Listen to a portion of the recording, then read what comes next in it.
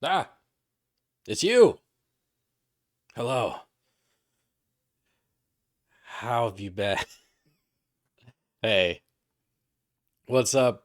What's up, everybody? It's me, Stora Z, back in the saddle of streaming video games on the internet.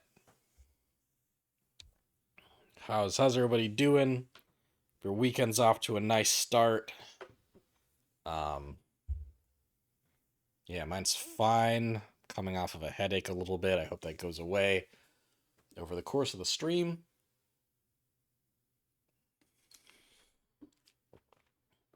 But yeah, I've been doing pretty good. I've been doing pretty okay. I went to I went to a Japanese, like an Asian market last night, which has it has a manga book store in it. Really like yesterday afternoon, and I got a volume of Jump Giga. This is uh this is a really cool magazine that I've been wanting to get my hands on lately. Um, it's it's you know Shonen Jump, the monthly magazine that the weekly magazine that has, popular series such as One Piece and Jujutsu Kaisen and uh and Sakamoto Days and stuff in it. Um Jump Giga is kind of a spin-off magazine where instead of like established series, every every manga in the magazine is a one shot by like a rookie, usually it's all one shots by people that want to break into the main magazine and get a series of their own, right?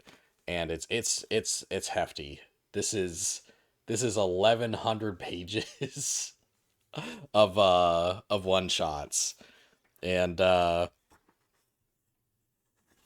and like in order to get people to buy it, even though there's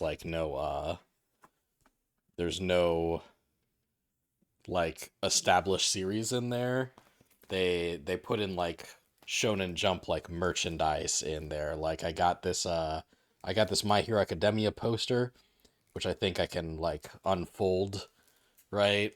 um there's some sticker sheets that I haven't taken out of the magazine. uh this is like a sheet of like My Hero Academia stickers. And there's also a sheet of Jujutsu Kaisen stickers. Um, but yeah, there's like I've been flipping through this, and there's so many like there's so many like cool one shots and such like a variety of like ideas and art styles.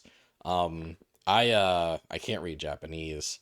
Although I've wanted to start learning, and one thing that's cool about this is that this actually would not be a bad tool to learn Japanese. Like it's in hiragana, which is kind of the easiest. It's mostly in hiragana, which is the easiest way to learn. It's the easiest Japanese alphabet to read. But when they use kanji, they have little hiragana guides next to it that tell you how to pronounce the kanji. That's awesome. That's dope. Um, like obviously this is a magazine that's meant for like uh Japanese 7-year-olds that don't know all the kanji yet, and not for a 36-year-old adult, um, half white man, uh, in America. Um, but I'll use it. It works for me. But yeah, it's a cool like here. Just give me a number between 1 and 1100. Give me a number between 1 and 1100.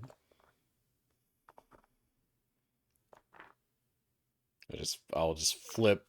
I'll just flip to that page and show you a page of Jump Giga, and I hope it's not really weird. I don't think this is 1100 pages of stuff that's not weird, if I'm being honest. 587. Oh shit. I was already open to 570. 5 Oh, 587. You got an anime girl crying in the rain. Congratulations. How do I? Yeah, there you go. Yeah. Got a girl crying in the rain. This is like the last page of this one shot. He Oh, she's crying because he's holding his umbrella over her. It's like a romantic thing. Give me another one. Give me another number. Anyone that's in chat. If it's just Sean, that's fine. If it's Sean again, give me another number. That's fine.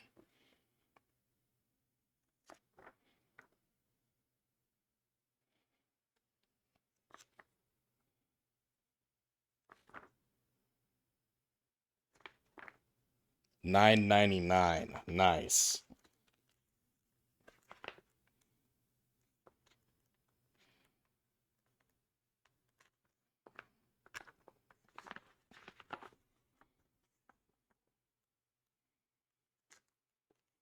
Sometimes it goes kind of a while. Okay, 986.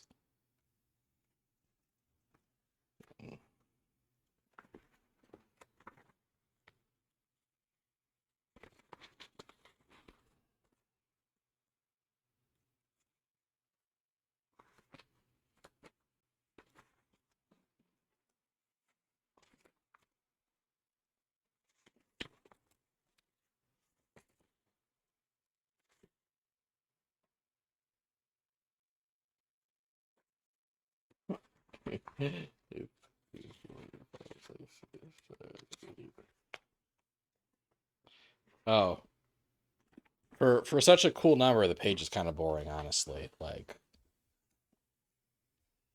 you could tell that a different artist drew it. I think it's like a spaceship. And oh, but he's grabbing the person's hand dramatically. What happens next? Oh, he's upset about something. Anyway.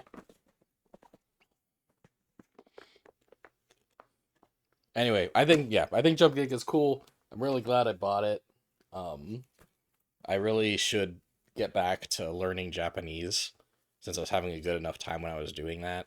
I almost finished learning hiragana and then I got distracted by my full-time job and other stuff.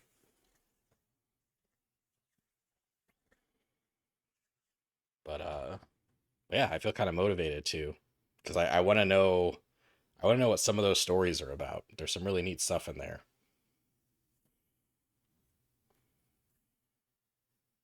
So, today I'm going to play the Cosmic Wheel Sisterhood. Um, Cosmic Wheel Sisterhood is this like strange, cool little indie game that I hadn't even heard of before earlier this year. I think it I think Devolver Digital showed it off during Summer Game Fest, during their like Summer Game Fest presentation.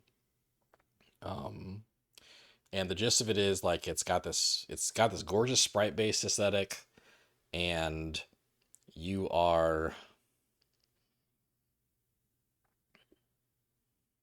you are like a disgraced tarot card reader uh who is now doing readings for various characters.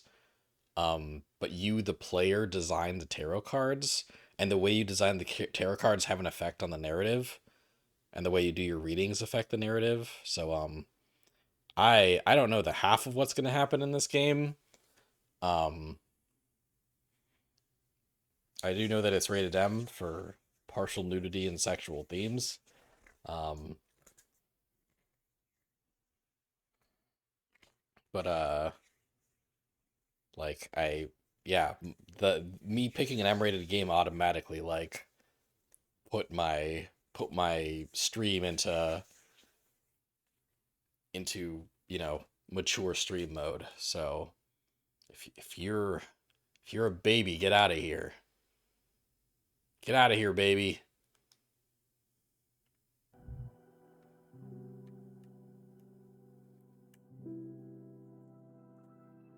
I'm looking forward to seeing this game in action. Really interesting premise. Really interesting premise. Yeah.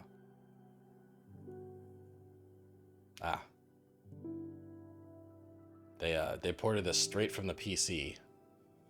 Okay, so where should my head be? Where's a good place for my head?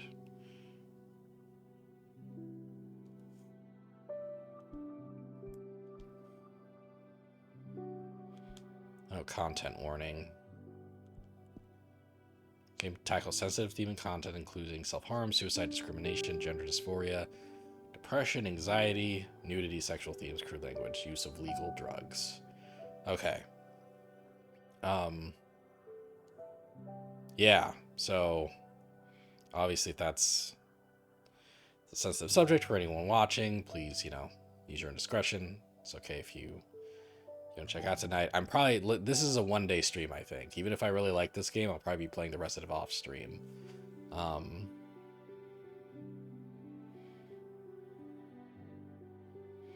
Yeah.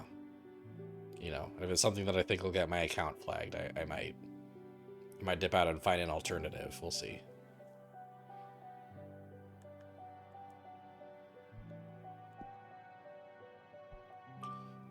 Speaking of which, I wonder if there's a thing you can do in settings.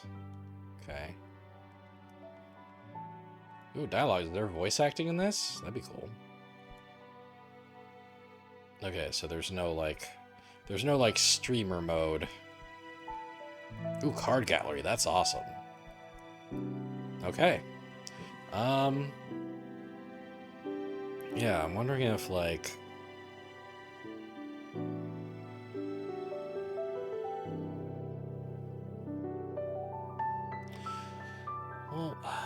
will keep me here for now. It feels like there's a better place for me to put my head once we're playing. We'll obviously do that. Game autosaves and overrides. What accent did my voice just do? The game autosaves and overrides your progress as you go. You can't change slots mid-story to try different options. After all, this is a game about fate. Okay, cool. Keeping me responsible for my decisions. But also letting me do multiple playthroughs. I respect that. Yeah. And it's more Undertale than Telltale, I guess.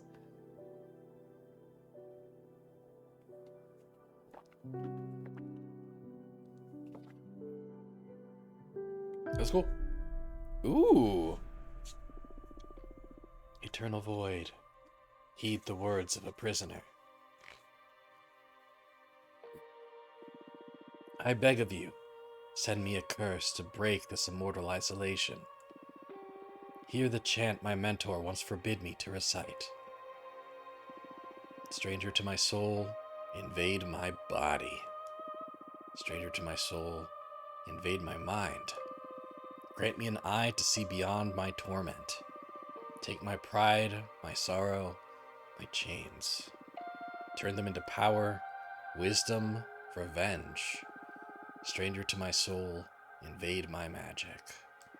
Stranger to my soul, become my faith.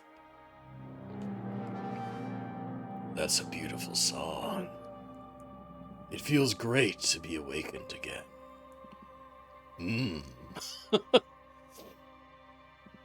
Who are you? Ooh! God. It's a fucking cool looking game. My name is Fortuna.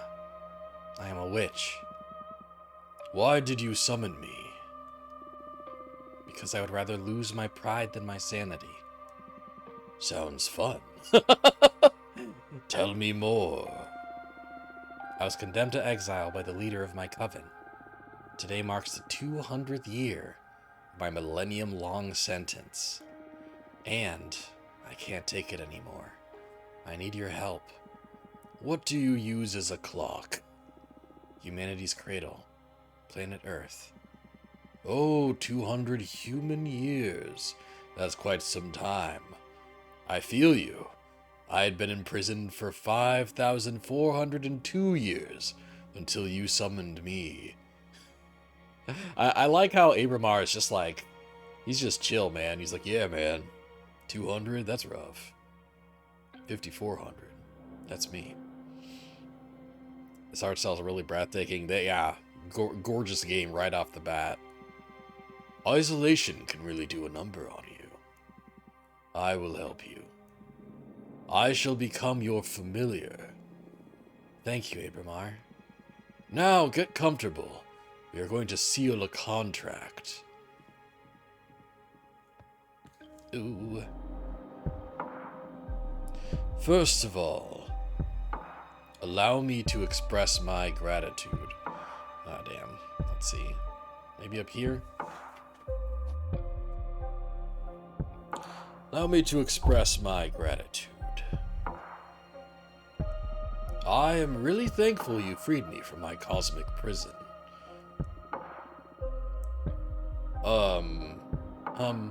Of course. You are welcome. Is something the matter? Not really, it's just that after all the reading I did about behemoths, I didn't expect your behavior to be so mundane.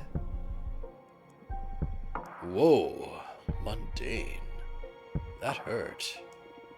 Oh, I mean, you're still intimidating, but I always pictured you speaking in archaic poetry or something like that. Just put your face directly over stream inappropriate content. You think I'll be quick enough on the draw for that? You think, like... you think that there'll be, like, a 30-second animation of, like, of sprite characters starting to take out their boobs and I'll have time to put my face over it?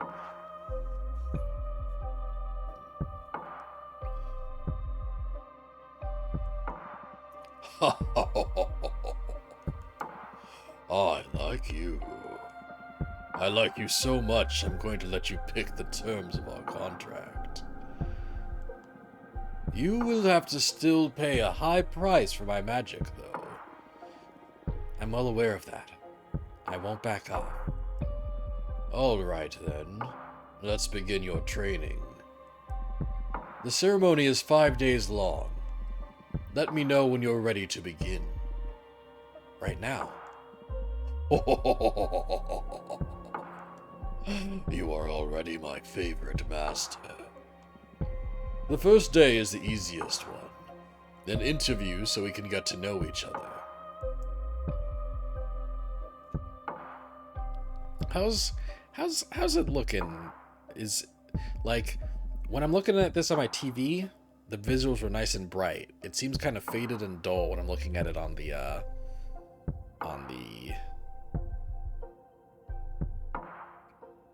OBS feed. Does the game look a little dark? Could it use some brightening up?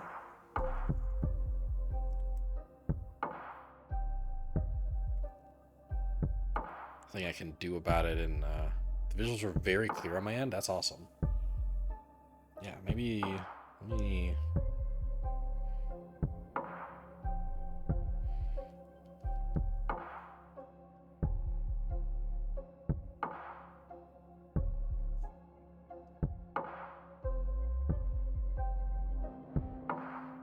look at my own stream for a second. Oh yeah, that's not so bad. That looks nice. Yeah. Shows up darker on my laptop screen. I have a shitty TV, so it'll be even clearer on a good TV. Noted. Okay. Tell me about yourself. What is your specialty? I'm a fortune teller. Oh, one of my favorites. Would you mind doing a reading for me? I can't. As part of my sentence, Adana banished my tarot deck. Adana is the leader of my coven. Wow. You must have done something really grave to get exiled and deprived of your magic. I foretold the falling of my coven. Bleak? But how are your visions your fault? After my premonition, the coven was consumed by despair. Many witches came to me for counsel to prepare before the end times. Idana didn't like that. She holds supreme authority in our coven, so she decided to exile me to this wandering asteroid. That's cool that we're just on a fucking rock in space, just watching the Earth to tell the time. Watching the Earth spin to see how many years it's been. Cool world building, man. Really cool world building. Our leader determined that even if all comers must fall eventually, advertising their demise only pushes the catastrophe forward. Idana decided my power posed a great danger to the peace inside our coven. She concluded that I had to learn to reason instead of relying exclusively on my gift. So I was sentenced to meditate for a millennium, deprived of my deck.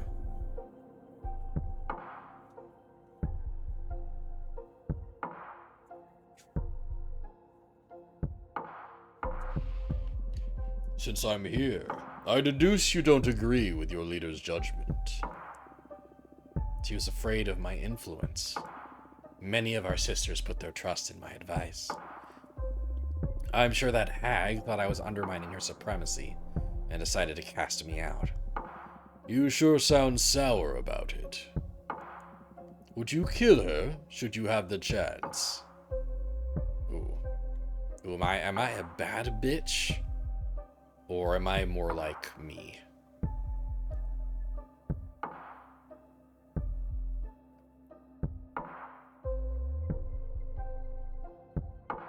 Let's say no. Well, we are a level-headed exile for now. No. Isolation didn't eat away your mercy yet, I see. Okay. I will help you recover your powers. Will you get me a new tarot deck? Tarot? No.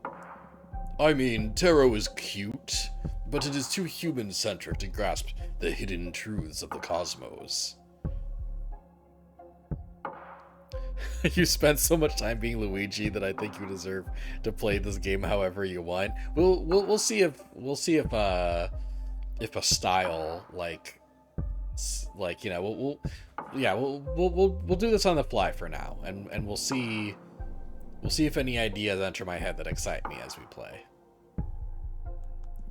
You will create your own deck. My own deck? I wouldn't even know where to begin. Leave the details to me. That is what these 5 days of training are for. You're going back to which school, Fortuna? For this training, we will review the 4 basic elements of magic. Air, water, earth, and fire. Oh no. Don't worry, it will be fun. Plus, you'll get to seal a contract with me for each of these energies.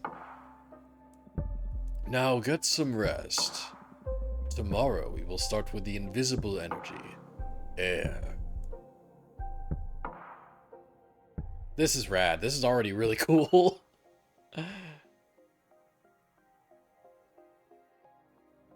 Lesson 2. I was like, lesson 11? What happened to the other 10? Oh, great animation, man. Abramar is already like one of my favorite video game characters of 2023. I've known him for 2 minutes, and I would die for this thing. First day of school. Are you nervous? To be honest, I'm just happy to be able to hear something other than my own voice. Ha, that's cool. Today we are going to talk about air. I'm going to focus on what will be useful for creating our own divination deck. Understood. Air represents the invisible, the negative space, that which imbues everything. Air is the collective subconscious, energy within a community, the ecosystem. Air is everything that surrounds us. Air is context. Exactly. Master your air and you will acquire unparalleled awareness. There is power in knowing one's place. Even when isolated, you are one with the cosmos. Now, for the first part of our contract, we will seal our air energies together. Yes, please.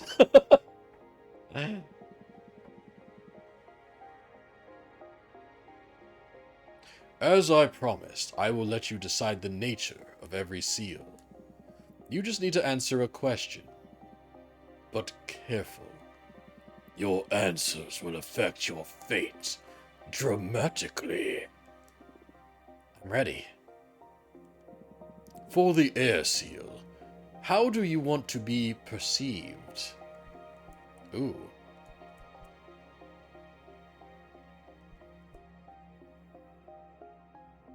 I want to be feared, I want to be adored, I want to be pitied.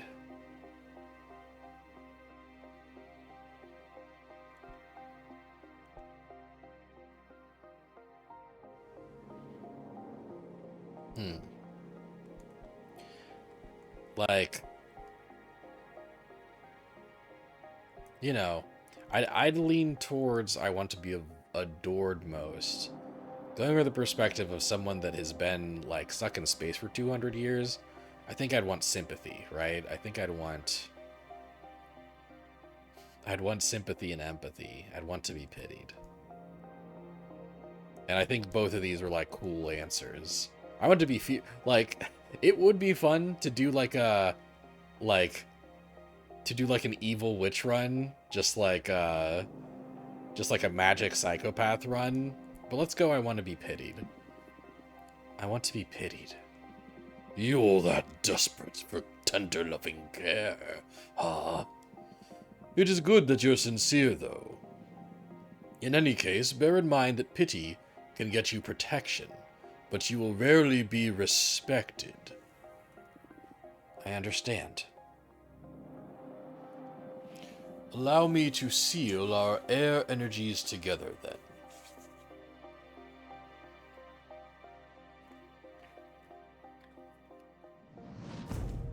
Ooh. Ooh. Oh. Damn, there's a little...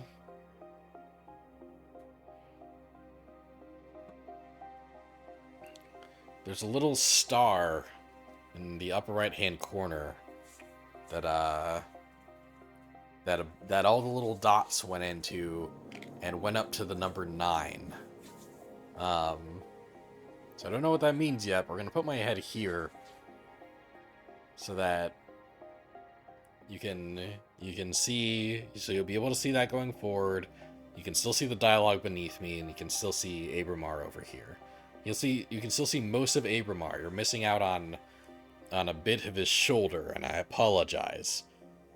I'm sorry for you shoulder freaks out there. One little shoulder peek. You know what? I'm a nice streamer. I can give you a little something. Look at that. Ooh. Ooh, look at that.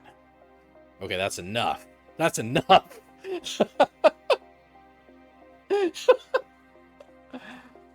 Okay. All right.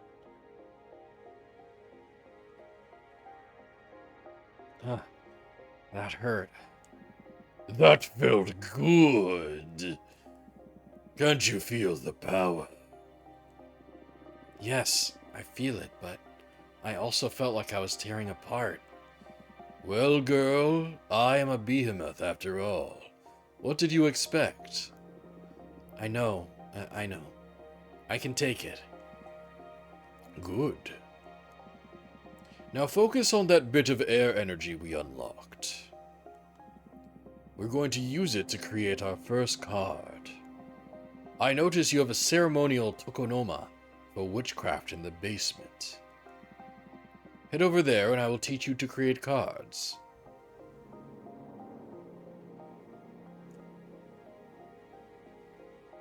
It's the only thing you can select right now. I know the rest of your house looks very nice, but fuck your house. Fuck me. You can't even talk to me. Clicking on me won't do shit. Why don't you go click on the door? Click on the door. Fortuna, there's nothing besides the door. You need to click on the door. Yes. Click that. Thank you. Yes, get up and... Oh, yeah, whoa, that's a nice animation you're doing, walking down the stairs. Yeah, you're a nicely animated sprite. Ah, damn it, where do I put my face?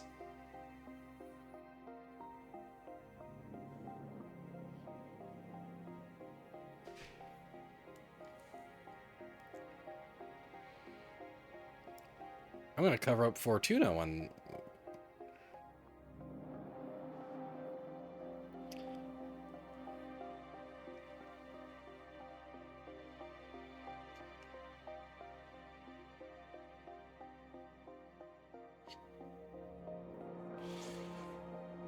Um...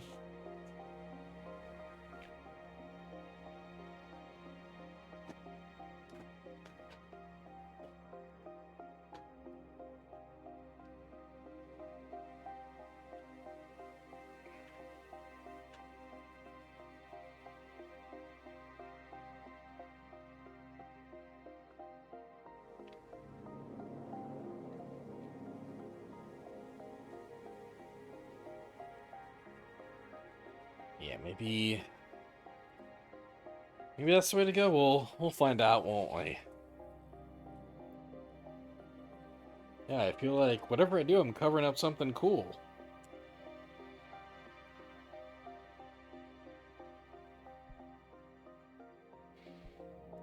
Okay, card.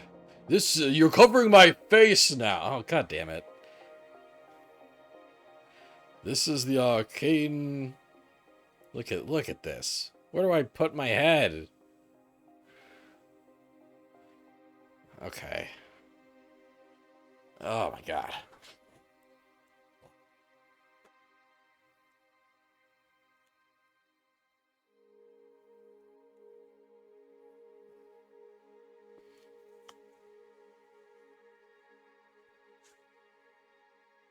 This does feel lose-lose, you know? I feel like there's no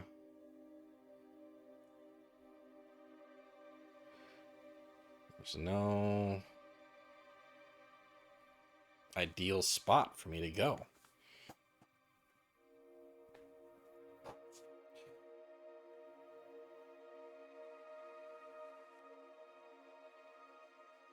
I guess we'll try this.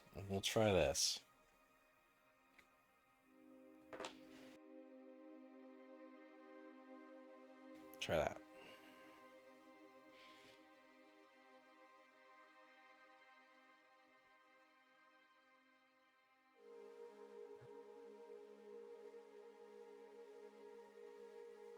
This is the arcane grimoire.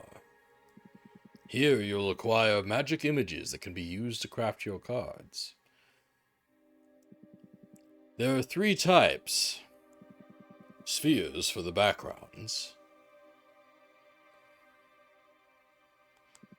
Arcana for the main figure on the card. And symbols to add some magic pizzazz to your compositions. They all cost magic energy to summon. Right now you can only acquire air-type elements because we've only unlocked the air seal. But you can go ahead and browse the grimoire to savor your future creations. Haha.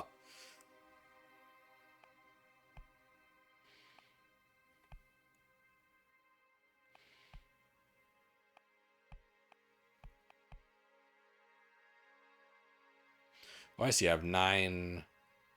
The Opera House, an enchanted opera house that magnifies the emotions of everything sung inside its chambers. And then Quicksand Graveyard is a fire. Oh, Pleasant Prairie. When Jasmine's mentor retired, she summoned 12 acres of enchanted grasslands, inspired by a poem written by the youngest witch of her coven. Moonstone Temple. Oh, Or magical enslavement is forbidden. Yeah. The road. The road back is lethal. The road ahead is unknown. I mean, that's neat. Oh, can't do that. The Shipwreck Library. The home of a water deity that collects every letter that was never sent or never got to its destination. Oh, that doesn't matter. I'm not, yeah. Not looking at the ones I can't buy yet. Nomad Sky Caravan, the best merchants of their galaxy. They couldn't figure out how to travel through space, so they tore away a piece of their homeland skies and took it with them. A blue nebula full of flying ships that soar the Milky Way. Rad. Oh, and finally, the magical post office. The magic forest realm inside the folds of time, only accessible by witches' familiars. The magical post office is the quickest way to send letters and parcels to one witch dominion. To one witch dominion to another. From one witch dominion to another. Witches favor this method of communication because there's no known way to tamper with it. Okay. So between all my options, I think I'm leaning towards, because my options are the ones with the purple, the purple energy. So I'm leaning towards the Opera House and the Magical Post Office. I think both those are like the raddest ones out of my purple options. I really like the Nomad Sky Caravan also. The road is the good cards, man.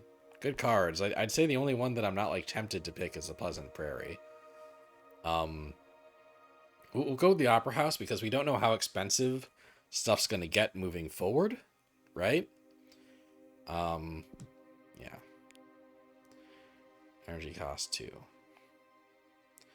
Then select Arcane.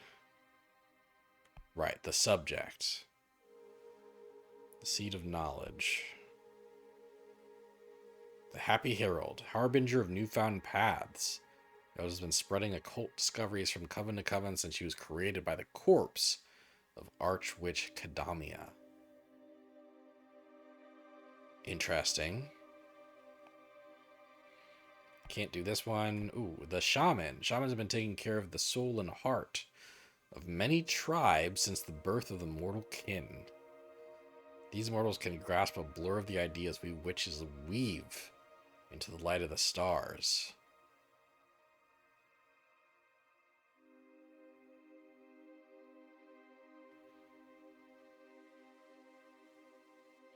So I feel like the Shaman and the Stage would be a good combo. And Happy Herald would be cool with the Road, maybe? God, these cool cards. Oh. Ooh, what's going on? Damn. Shit. Okay. Okay, so my options are the Happy Herald or the Shaman. Let's do the Shaman on the Stage. And finally, the golden... Select my symbol. Last bladed tool forged by the gold blower. I don't know. Right, I can't even pick this. It's the onyx trumpet, a blatant way to announce your will and desire. This instrument has many detractors, but no one is able to ignore its sentiment. The Aether Wings, one of the most popular spells among beginner witches. The Aether Wings spell not only allows the user to fly, but allows them to gift wings to other beings.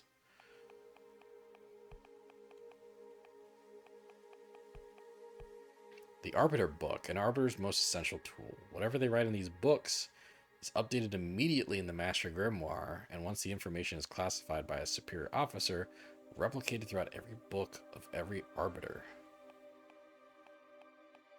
These are some cool things. The Dark Matter Bow.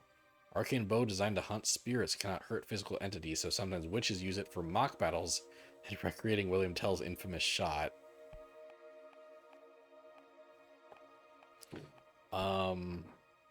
Just like the Onyx Trumpet of Desire seems to be most thematic, given the rest of my shit. Oh. Oh. Oh. You can move the background and drag, rotate, or scale the images around. What did he say before? What did you say before, man? Shit. Add as many images as you want from the stock at the sides of the card. Don't worry, it won't cost you extra energy. Put your soul into it.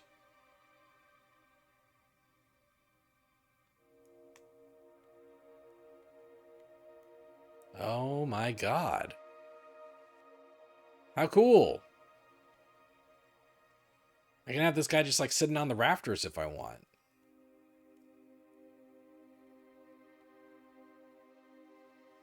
Or like, could just.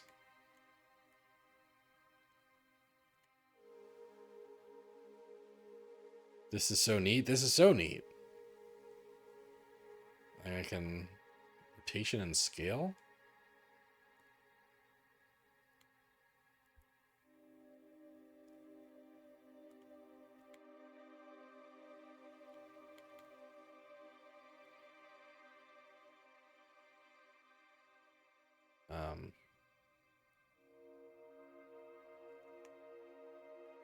I guess like.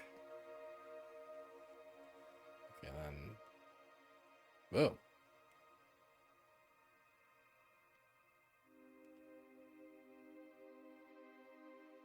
Rotation and scale. Yeah.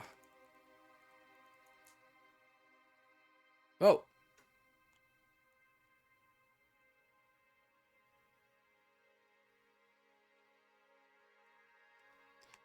Could just move, yeah, just center this a bit more. There we go.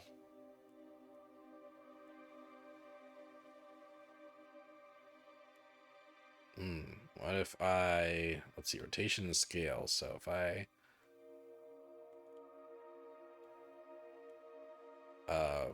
back or forward in the layer, yeah.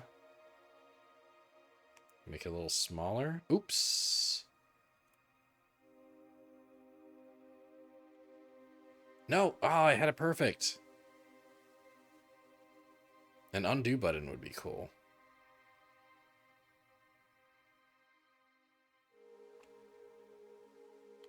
Right, precision and scale. And the trumpet.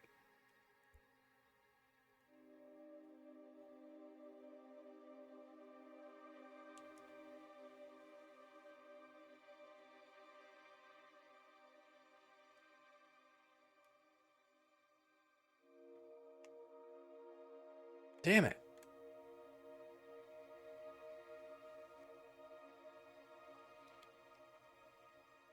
Keep pressing the wrong button.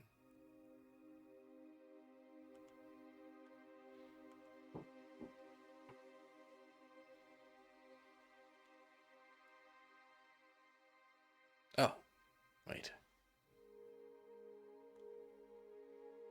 Wait. Flip. Yeah.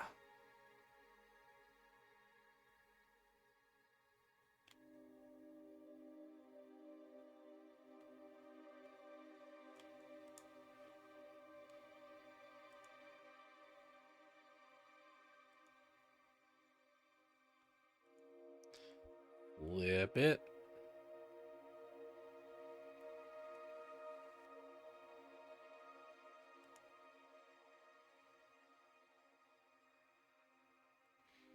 Ooh, and what if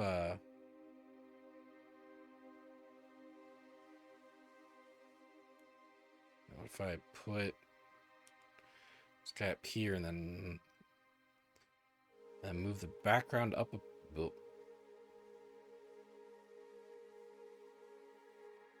Yeah, okay.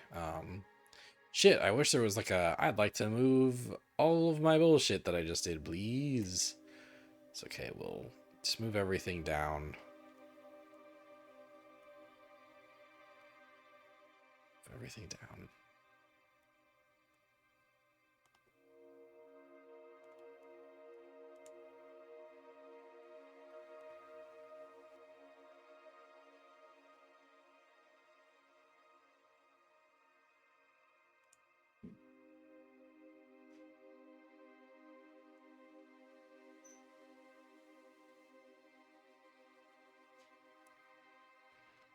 There we go.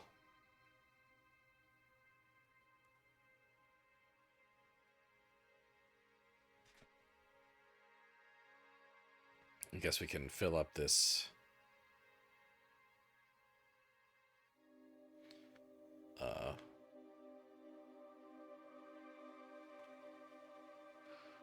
duplicate, flip.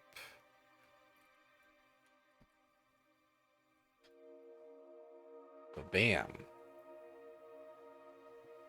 All right. Maybe a little feather would be nice. Shrink that feather down a bit. Oh, that looks not as nice as I thought. That makes it look a little messy, I think. Delete it. Yeah. All right. I think that looks okay. Yeah, my little guy playing a trumpet on the stage, making wind, making some air. Ooh. Ooh. Nature's murmur.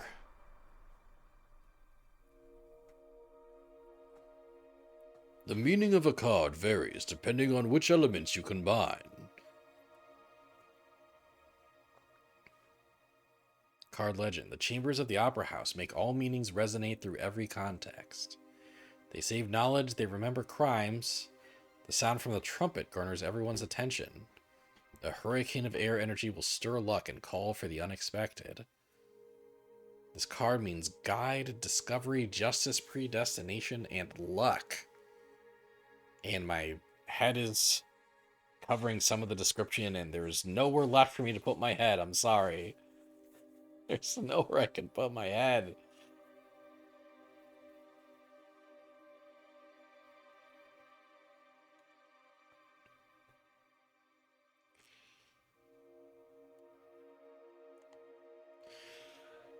The meaning of a card varies depending on which elements you combine. Air elements lean toward relationships, community, and karma. Pay attention to your studies so you can tune your divination style towards the ideas you fancy the most. It can be tricky at the beginning.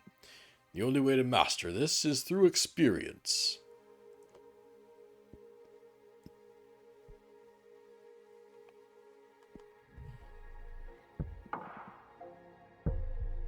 Did you like it? Looks promising. It was a bit confusing. I prefer tarot.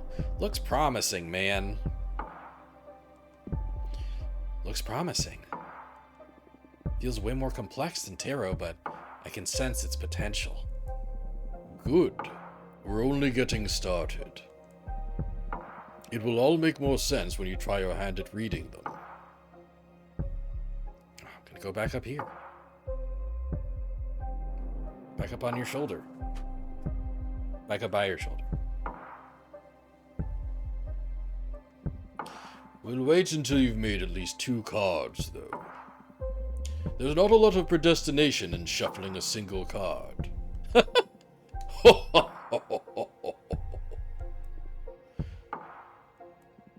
I'm sorry. You must be tired. Go to bed and review the fundamentals of air. Tomorrow we will unlock your water. Thank you, Abramar. Thanks to you, Fortuna. I will make you happy, I promise. Good night. Cool, fucking, this game is so cool. Do not be afraid of him. Become his master. Oh, cool. The cards I pick have an effect on... Ah, this is cool. O Fortuna, each day me cometh to teacheth thee. For briefeth is the cosmos and eternal thy grief. What are you doing? I thought I could get more in character to satisfy your expectations. I'd rather focus on our studies. Oh, come on. You're not the only one excited about being able to talk to somebody after internal imprisonment. Loosen up a bit. Oh, I'm funny. I'm gonna be funny. Holy familiar, what charm are we studying today? What? Colors me, art thee well? Stop! Stop! I give up. Now come here and teach me your magic. Ugh. Even joking around doesn't stop you from being intense. Okay, focus, Abramar. Let's begin today's lesson. The second element we will unlock is water. Water represents substance, meaning, the hidden nature of things. Water comes in many shapes: purpose, desire, willpower. Water is everything that lives inside of you. Water is emotion. That's a good synthesis, yes. Master your water and you have the key to any heart and soul. There's power in empathy and self-awareness. Water isn't my forte, but I understand. Yeah, I noticed that. But don't worry, I am here to support you. Now for the second part of our contract, we will seal our water energies together. Yes, please. Again, you decide the nature of our contract. Answer this question. And remember, your answers will affect your fate dramatically. I know. For the water seal, what is your innermost desire? Power, romance, or knowledge? Again, we're already away from the evil route. I feel like romance and knowledge are both. It feels most in character for me so far to seek knowledge. Romance is cool. We'll do knowledge. Knowledge. Oh, knowledge. That's not a common desire. But it makes sense. Enlightenment is a mighty resource for a witch. Can't wait to see what you'll make of new knowledge. Although be careful not to stumble onto one of those cosmic truths that are better left unknown. Don't want my favorite witch to lose her mind. Now, I have a question. When will all the contracts we've been sealing become effective? Immediately. I mean, they're etched into the cosmic wheel as we speak. In time, it'll all come to you. And you'll be pretty aware of the moment they're delivered. I see. I can tell you one thing for sure. They'll come in the same order we sealed them. First, you'll feel the community switch to start pitying you. Sometime after, you'll discover a new source of knowledge. Then, whatever we seal on your Earth will happen. And finally, in the distant future, you'll pay the price. We agree on the fire seal. A price, huh? Everything you've asked for will come at a price. I guess your summoning spell is forbidden for a reason, huh? Having second thoughts? No. I need this. Seal the second contract already. Brace yourself. See, look, I got the things. My bones. Woohoo! Girl, you have power. I just hope this torture is worth it. It will be. Have faith. Can I make a new card now? Yes, same as yesterday. Head to the basement. To the basement I go.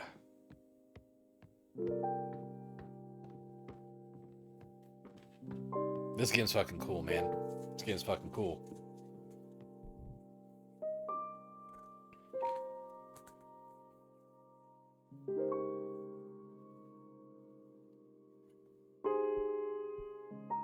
Cool, so I can browse my existing deck or I can create a new card. Okay, so we now are fucking with water stuff. During the last war, or the Age of Witches. Okay, we'll move me over here for a second, but when Abramar starts talking, I'm gonna switch back over. I'm just gonna have to move my head sometimes. That's not how I love it. It's not how I like it even, but I guess that's what we'll do to keep things accessible and to keep things legible.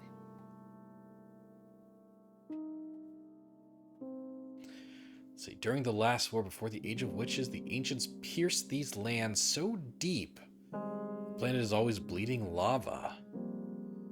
The first witches tried to heal this dominion by covering it with the tears of water deities. The waters of Javana Payash Yothi are forever boiling. Rituals performed using salt from these waters grant access to the most profound emotions. Well, emotions. That's what we're focusing on. The Shipwreck Library, the home of a water deity that collects every letter that was never sent or never got to its destination. Witches can purchase this lost knowledge in exchange for unedited poems or beautiful shells. Rad! That's rad. Ooh. I can make this mixed background with I have exactly enough air to do it. The Jade Monk's Waterfalls, home of the Coven of the Jade Sculptors. The giant Jade Monk statues guard the souls of every member of the clan. To bring the heart of a deceased Jade Witch back to these waterfalls, she can be born again as a mortal, retaining her memories but not her skills. Those who are reborn must act as servants for the living witches of their coven. It's messed up. The Sunset Docks, a humble wooden dock cursed by a heartbroken witch. The legends say that anyone who parts ways with someone and sails away from this dock will never meet the one they left behind again. Ooh, sad.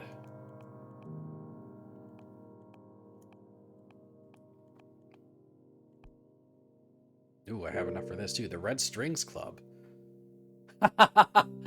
That's funny. The developers of this game, the last game they made was called the Red Strings Club.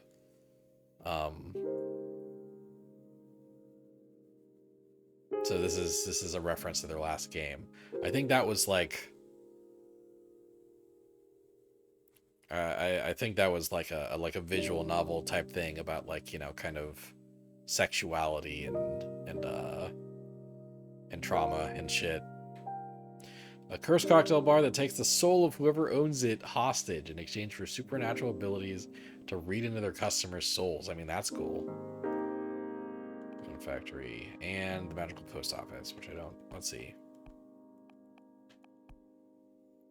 Yeah, if I pick one of the cheaper, I'm gonna pick the Shipwreck Library. I'm gonna be able to preserve some of my resources for later, you know. So I'll pick the cheaper one. The Seed of Knowledge, right? I will need a wet. So let's see here. Wolf Mother and Her Children, a behemoth born from the erratic retelling of a popular fable. Every time a witch tells a story, the Seed of Knowledge absorbs the sediments of her words. When a tale is narrated enough times, a minor behemoth will appear. A wolf mother now wanders the cosmos, adopting orphan magical creatures. What a cool thing this is! I can't afford the Duchess of Solace yet, but we'll look at her later. Yeah. God. Forbidden Door to Pleasure. Witches found this door chained to the ever-expanding edges of this universe. No one's ever dared to go through it. Once, a young witch looked through its keyhole and fell victim to a 7-year-long orgasm. Addicted, she went back to look again, but this time she exploded into red dust. Jeez, girl.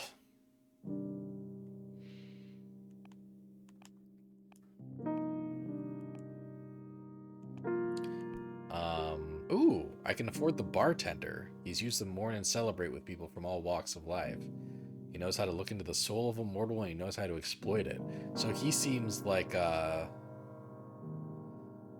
you know,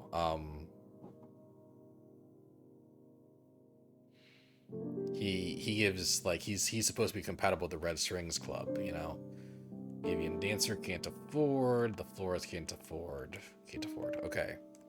So let's see. What can I afford again? I can afford the Wolf Mom and the Horny Door. And the bartender. I think I'm going with the Wolf Mom, honestly. She's just cool as hell. Golden shovel, bottomless jug. Its contents are sour because it pours the unshed tears of the dead. Jesus. The glass trident. They say it only makes traitors bleed. There's only one and has been lost since they used it in the trial that got Adana expelled from her former coven. Adana got expelled from her coven?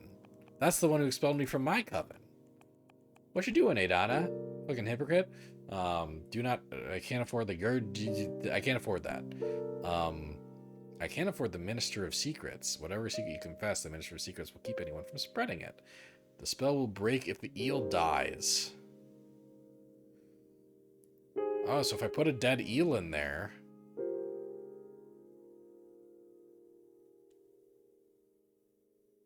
then the thing is fucked up. Maybe. The swordfish liquor. 1 glass will make you happy, 2 glasses will make you horny, 3 glasses will make you honest.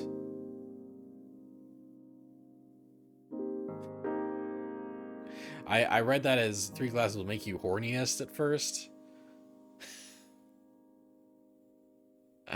2 glasses will make you horny. 3 glasses will make you more horny.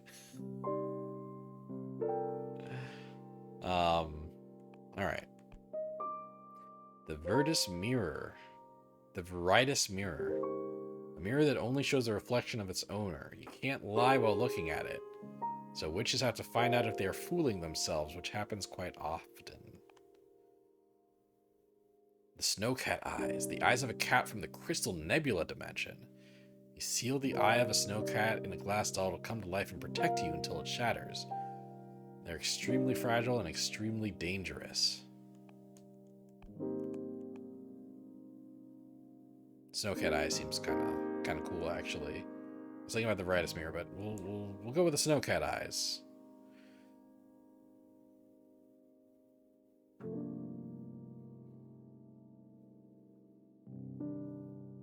All right, so let's first look at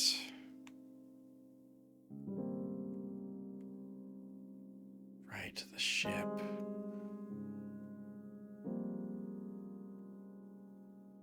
Ooh, I kind of like, yeah.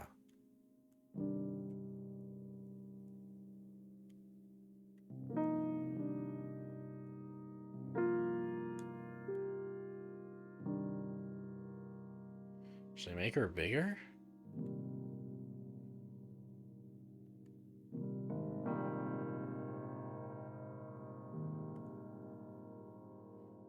So I'm kind of looking at the sunset there. Maybe we'll make this thing bigger.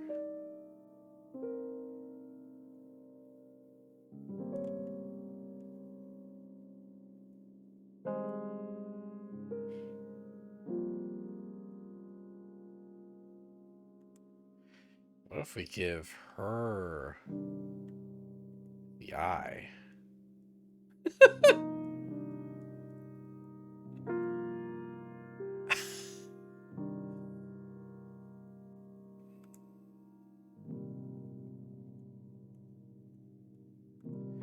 Put 2 of the kids there.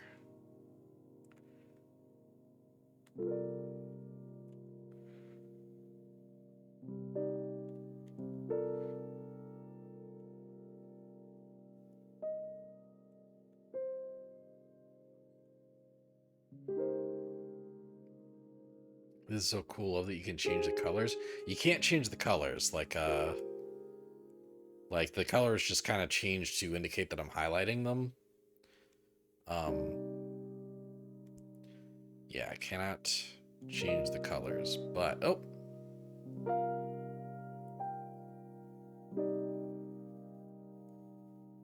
but still very cool.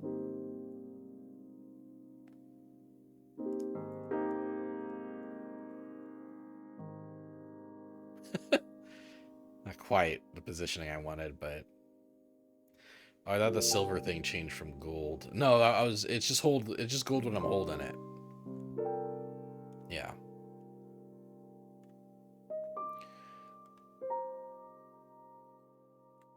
We'll just put an eye there.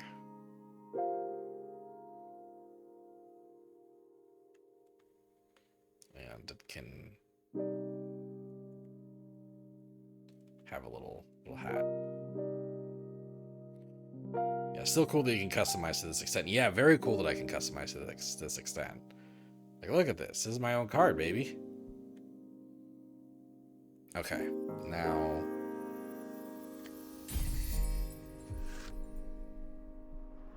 I will.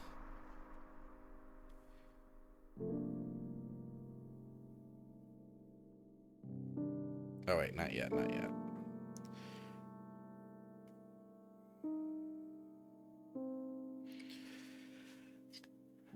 Coming of age. The deity in the shipwreck scrutinizes every secret. The love from the wolf mother is infinite. The glass doll and the snowcat's eyes are teeming with primal urges. A flood of water can unleash hidden potentials. The meanings: mercy, wellness, communication, peace, and power. Definitely think the sheep and wolves were intended to go in her arms. Well, that's one way to read it. My wolf mom's busy looking at the sunset. That's what she's doing.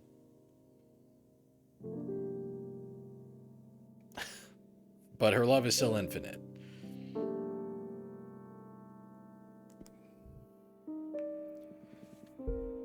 Now, come upstairs. Now come upstairs.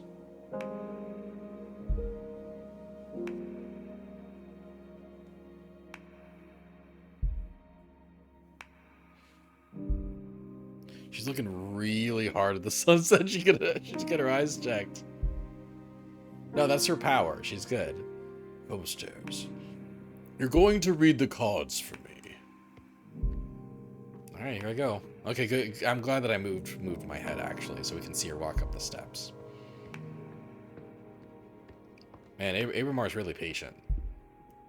I mean, he's been exiled for years, so. Time for some divination. This is your area of expertise, so you guide me through this.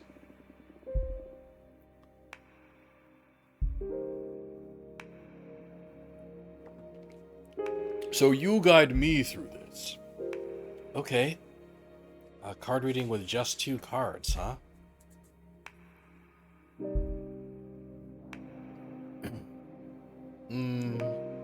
We need to test if these really work, so I'll do a reading we can confirm on the spot. I'm going to read your past. Whoa, that's bold. I like it. I'm ready. I'm ready. Oh god, another... Okay, we'll leave my head here for now. It's been a couple of centuries without my deck. I may be a bit rusty. You just enjoy it. You're among friends here. Okay, it's going to be a very simple reading. I'm going to draw a card and place it on this spot to read into your past. Here we go. Ooh, look at that card animation. Oop, I drew Coming of Age. The deity in the shipwreck scrutinizes every secret. The love from the wolf mother is infinite. The glass doll and the snowcat's eyes are teeming with primal urges. A flood of water can unleash hidden potentials. Mercy, wellness, communication, peace, and power. dragging on to the past. You served many... Ooh! You served many witches in the past.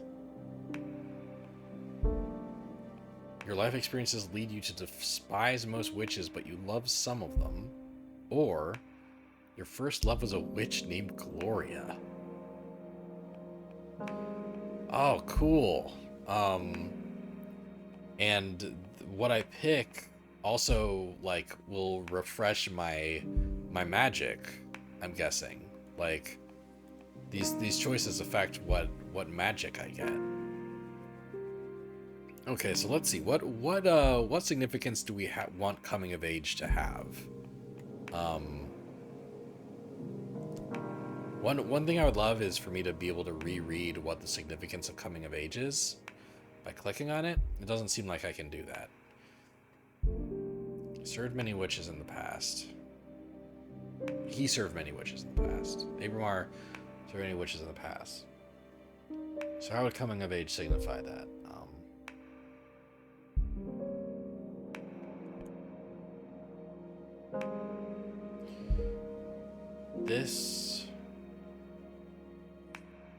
This feels most... This feels the best with coming of age, I think. Your life experiences lead you to despise most witches, but you love some of them, right? The Wolf Mother is the witches he loved, and the wolf sheep are his life experiences. Some of them negative. Some of them give him weird, creepy eyes, right? And then, of course, like, the statue is the looming power of the witches he despises. Like, it looks over him, giving him these bad experiences, while the wolf mom are the witches that protect him and love him. Your life experiences lead you to despise most witches, but you love some of them. The card is dead right. Why is that? Do you despise me? No, I love you. I am always very grateful to whoever saved me from my slumber. But every time that I am exiled, imprisoned, or broken apart, it is because of a witch. They're my natural enemy, but they're my natural enemy, but also my only salvation. That's why I hate witches, but I love you. I'm sorry to hear that. How come witches always defeat you if you're that almighty? There's power in numbers. Can't beat a group of well-organized, determined witches.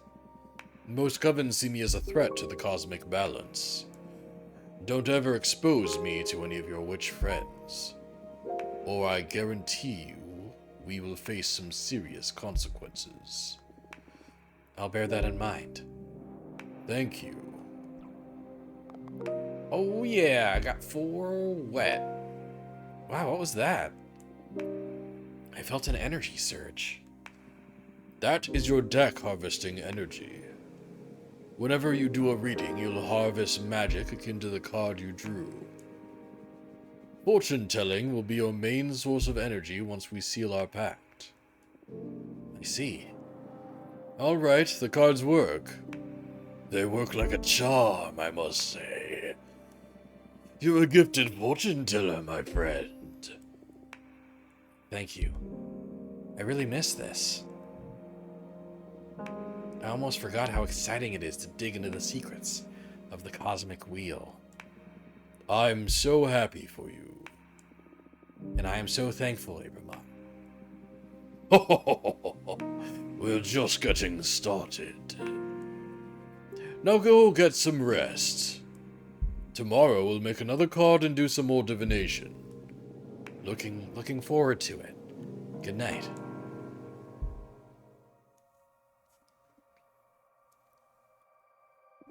Abramar loves you. Do you think you will ever be able to love a being such as him? I love that the cards talk to me. That's awesome.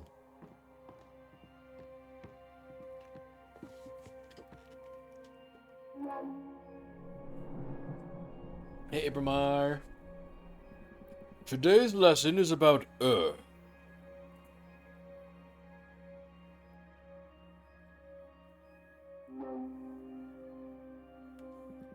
This is a powerful one. Weren't the other ones powerful as well? Well, of course. But this one is pure potential. Literally power. Oh, okay. Glad to see you excited.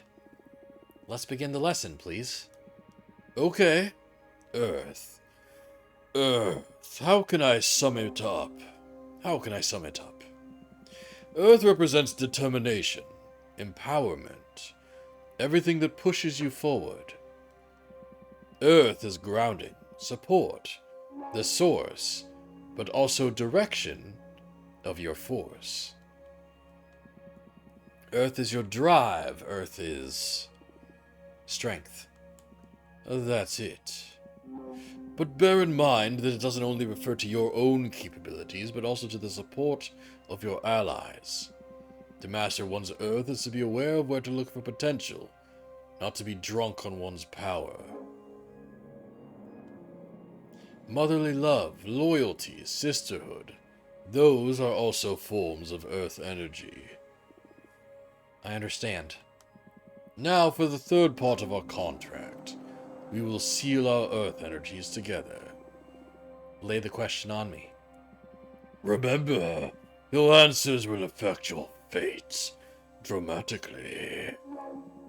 For the Earth Seal, what do you want to become your main source of determination?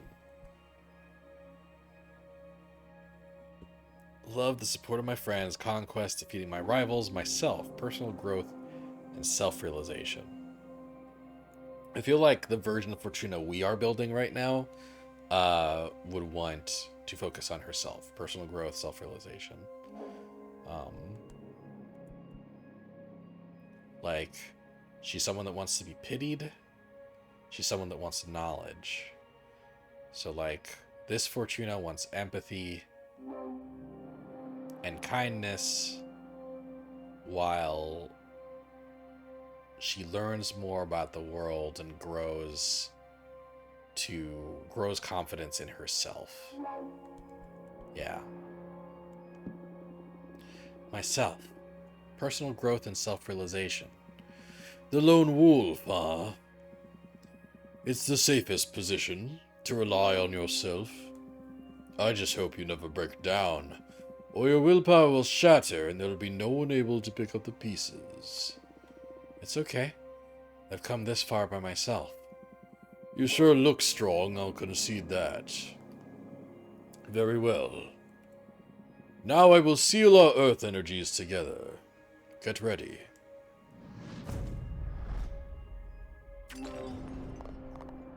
Oomph, oomph. The power! I love Earth contracts. I almost vomited with this one. Yes, Earth has a lot of presence. I've seen other witches puke right after sealing it. I'm one of the tough ones then. Oh, you bet you are. You've been the first one not to cry during the ceremony. Although, we still have fire to seal. That one is painful even to me. Oh no. You can do this. Only one to go. Now to the fun part, let's make a card!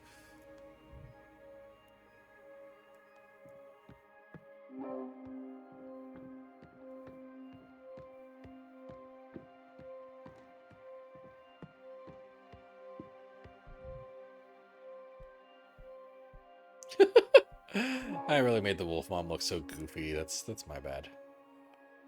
Alright, let's see here. So I can make earth, but I can also make some wet earth if I want. Oh, I could just make another water card if I want. I have enough resources for it. Oh yeah, but I shouldn't, okay. The Moonstone Temple. Before magical enslavement was forbidden, the long-lost coven of the Jade Sculptors tasked 7 major demons with carving a gigantic temple out of a moon.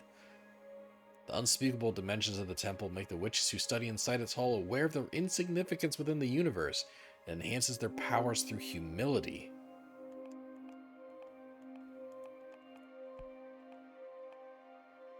Lots of synergy between water and air and fire and earth, but not as much the other things.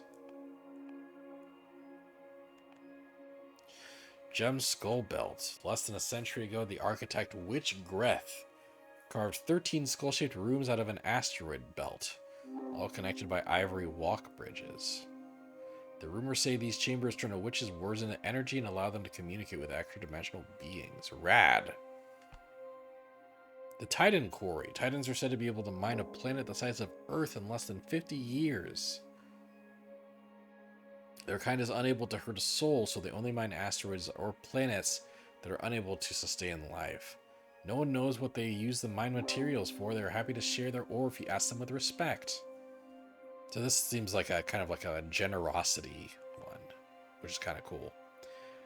The 100 Column Warship. Inside the Warhorse Nebula, there's a passage to a non-Euclidean cannon. Oh, I forgot to kind of move my head over here. Sorry, guys. I kind of moved ahead.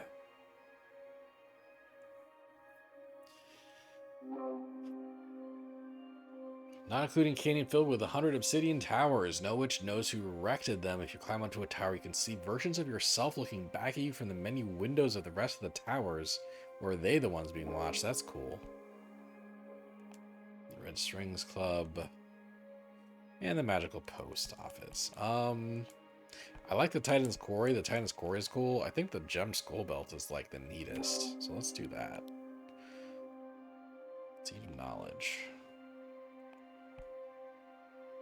Oh, I can afford, if I so choose, the pilot from the Machina cult. The Coven of the Machina cult erected these steel golems according to the instructions detailed in the scriptures that the Bedlam Automata handed to her coven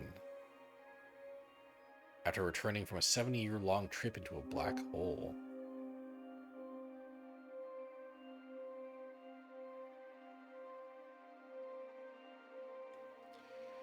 Interesting.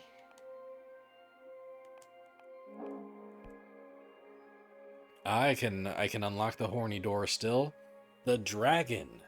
Born from the imagination of mortals and extinct because of their greed. Dragons were known for keeping treasure and grudges. The Harvest Oracle. Oh, the Deer Folk Paladin. Guardians of the Deer Folk Witch Coven. Just like humans, male deer folk can't become witches. Unlike humans, male deer folk aren't blind to magic, and they give their lives to the service of their coven to protect knowledge and hunt traitors. That'll use up a lot of my earth, though. I want to save a little earth if I can. Avian Dancer. Exotic dancing spirits that are summoned throughout the universe for their ability to take a celebration to levels of pure ecstasy. They've never visited planet Earth. It's funny that, like, there's occasional spelling errors, right? Like, obviously, like, the writing's still pretty solid, but... Oh, the florist, a very old man that has given his entire life to the art of growing and reading flowers. He's got to know not only their names and properties, but their effects on the hearts of mortals. The astronaut's cool, but I can't afford him. Alright, so I can afford the florist, I can afford the avian dancer, the bartender, the deerfolk paladin, the dragon,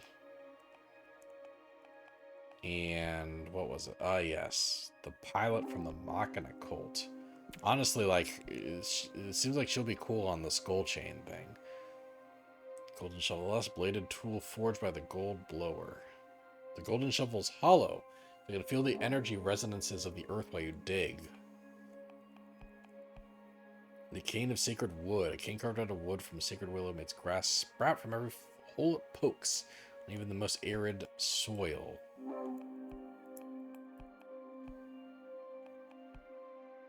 Obsidian sledgehammer.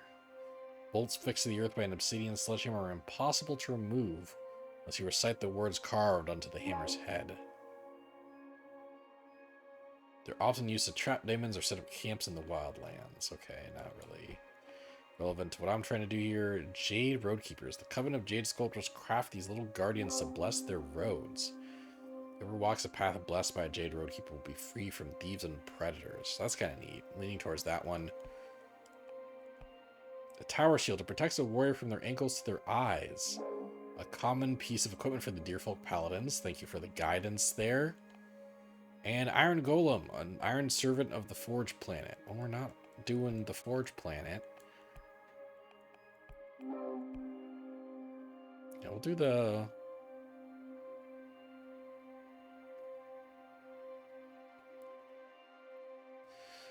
Road Keepers. Whoa. Okay, let's see here.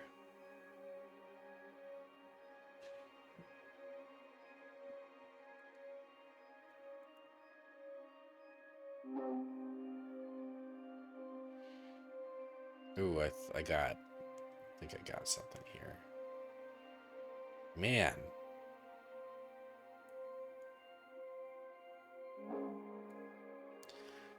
Can I... Does it look like I can zoom out on the background? Can I?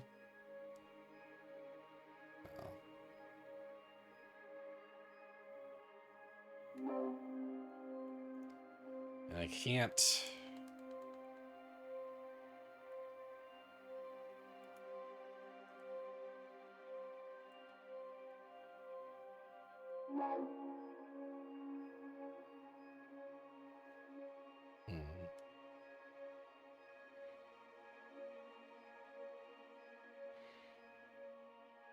We'll delete... We can't delete the cool head.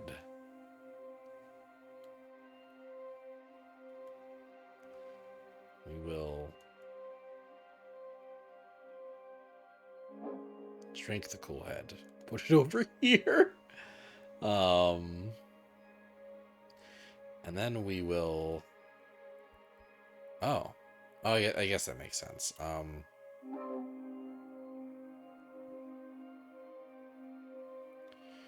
So maybe make this a little smaller.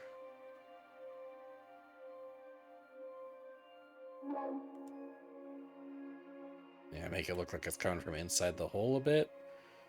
And then... like... Ah! Hate when I accidentally do that.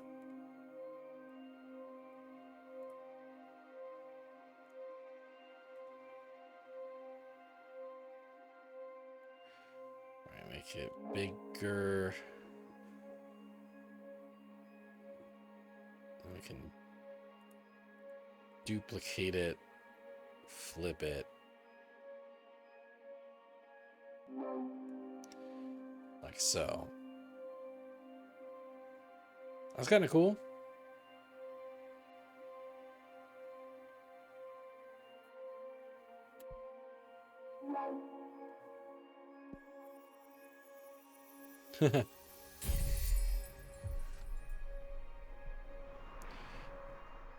Autocathon. Arcana are blessed by the power of the Gem Skull Belt. Mecha pilots are excellent guardians.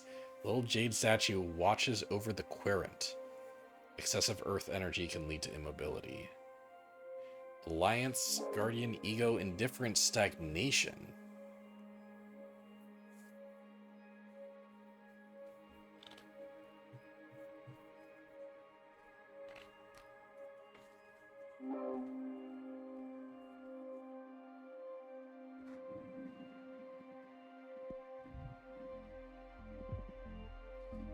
Nicely done.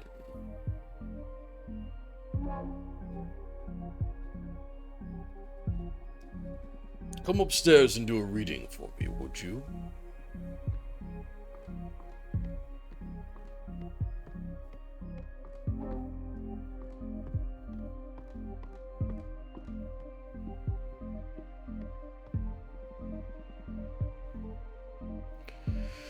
Okay, we have 3 cards now. Any ideas on what to read next? I'm going to read your desire. I want to find out what your true intentions are. You want to expose your teacher? You'll give me no quarter, huh? I'm game. Do your worst. I need to know for the sake of our relationship. Flip flop, flip flop. Okay, let's see. The deity... Oh! I see. So I've drawn Coming of Age again. And I have to put it in Desire. That's interesting.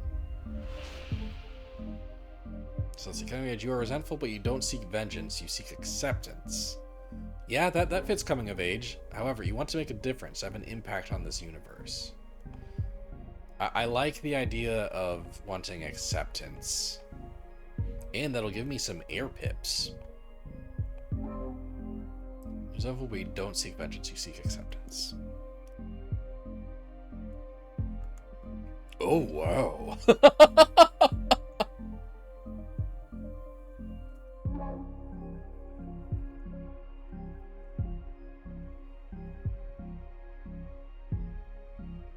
Aramar is so cool, man. How fucking cool Aramar is. Even I didn't know that. I mean, I am well aware that I'm resentful. I've been gravely mistreated for eons. But I didn't stop to think that the cure for that resentment could be forgiveness. I don't think anyone can enjoy a happy existence being public enemy #1. It makes sense that you should look for redemption. Hey, hold on a second. I didn't say I should redeem myself. I did nothing wrong. The witches who abuse my power are the bad ones in this story. I never forced anyone to seal a contract with me. You talk like an arms dealer. I suggest you stop being judgmental. Start thinking about how to put my powers to good use so I can clean up my portfolio. We'll see. I think I'm going to draw another card. Oh, what for? You're quite a difficult character to read. I just can't tell what your deal is. In addition to your desire, I need to ask, why do you behave like this? That says behavior under my head. God, this game uses the whole screen. It uses the whole screen. Oh, sorry, Abraham. Sorry, Abraham. I silenced you in addition to Fortuna. Sorry. Let the card speak.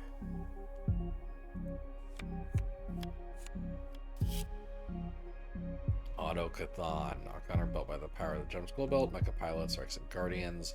Alliance, Guardian, Ego, Indifference, Stagnation. We'll put that over behavior. Put that over my head. You want to be my friend. You crave my approval.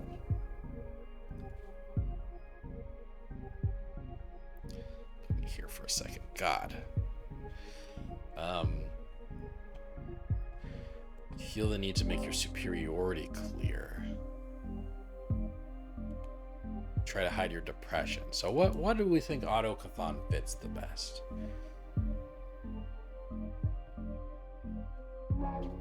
We had the pilot trying to pilot a giant skull. Well, the statue, like...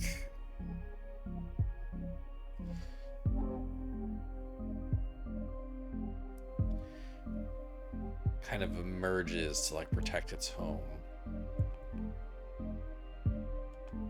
You feel the need to make your superiority clear, honestly, gives me the most Auto-Cathon vibes.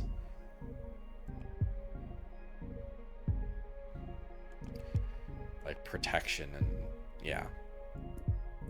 You feel the need to make your superiority clear. Ugh. I'm sorry. I know that I'm your servant. Rest assured that I know my place.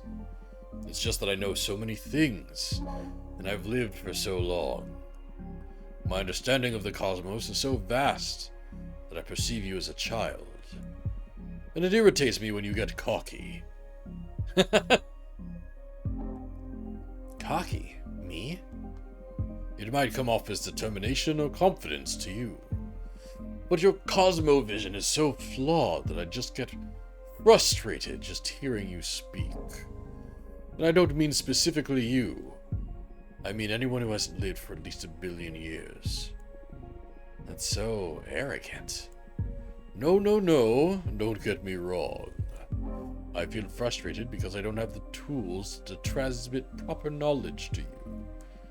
So as a self-defense mechanism, I always try to remind my interlocutor, my interlocutor, that I transcend reality itself.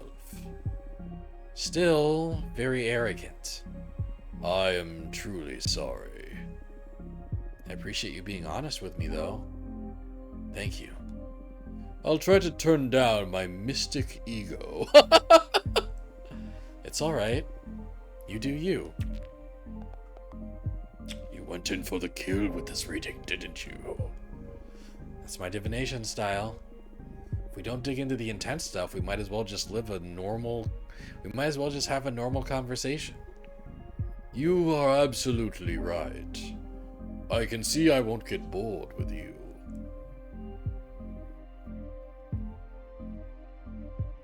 What now? I'm the one that needs some rest after today's session. Go and review what we've studied so far and get ready for tomorrow's lesson. Fire is the last seal and also the most trying of the energies. Very well.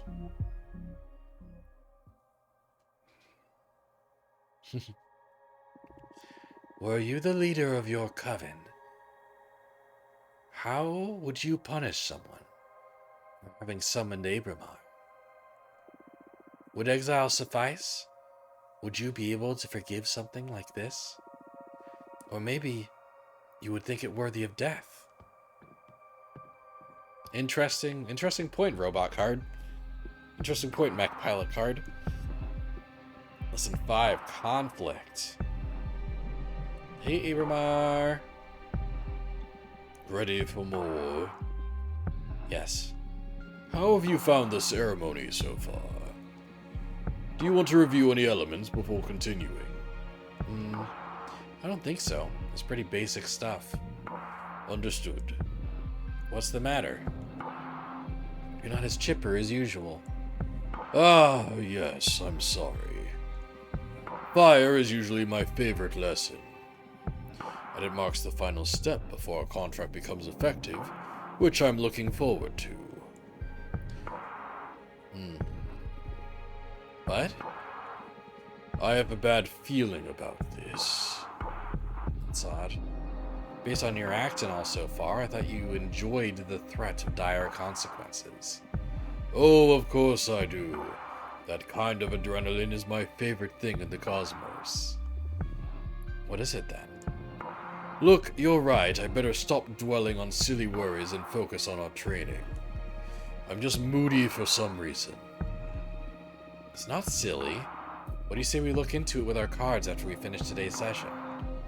That might be a good idea. That's one of the perks of being summoned by a fortune teller. So true. You're on. It'll be a good challenge as the final test for this new deck. That's the Abramar I know. I need you sharp for the final lesson. Fire it is, then. This element is usually feared by most and yearned for those by ill will. But fire is much more versatile than most magic practitioners think it is. Fire represents adversity, battle, everything that is against you. Fire is challenge, intimidation, the fuel of every battle. Fire is your wrath. Fire is conflict. Exactly. But don't just dwell on the negative aspects of that definition. Conflict also means growth. The only time fire is bad is when you're on the losing side. And even in defeat, there's a great deal of growth. We are the living example of that. Master your fire and you will conquer anything the cosmos throws at you.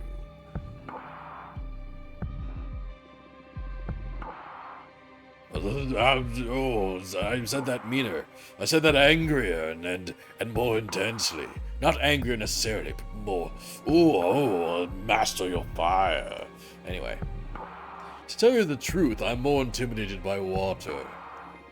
I'm actually quite fond of fire. Maybe that's why we get along so well. Now the final contract. The answer will affect your fate profoundly. For the fire seal, what will you sacrifice to access my magic? My immortality, the coven, the life of whoever I love the most. Shit!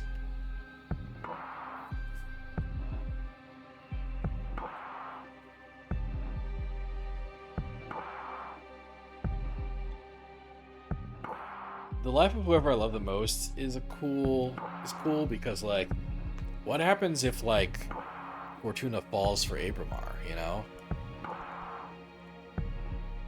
Would Abramar die as a result of the Coven's fucked up? That's the evil one. That's the evil answer. My immortality is a cool answer. My immortality is a cool answer.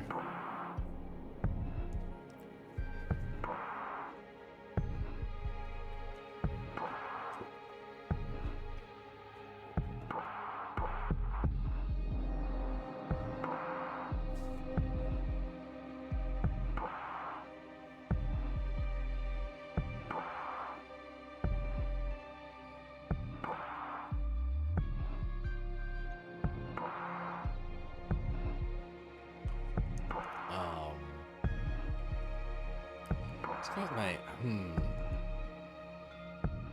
Yeah, the thing is I don't know who I love the most is, you know? Like,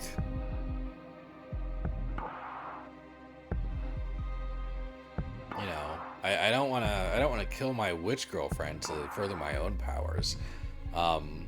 It would just be cool if I did this and Abramar died, you know? That would kinda that might solve any problems I have down the road. Yeah, we'll do my immortality. My immortality. Oh, wow. Are you sure about that? You live a maximum of another 60 years after you pay the price. Plus, you won't be able to live in space anymore. You'll have to go down to Earth and live among humans.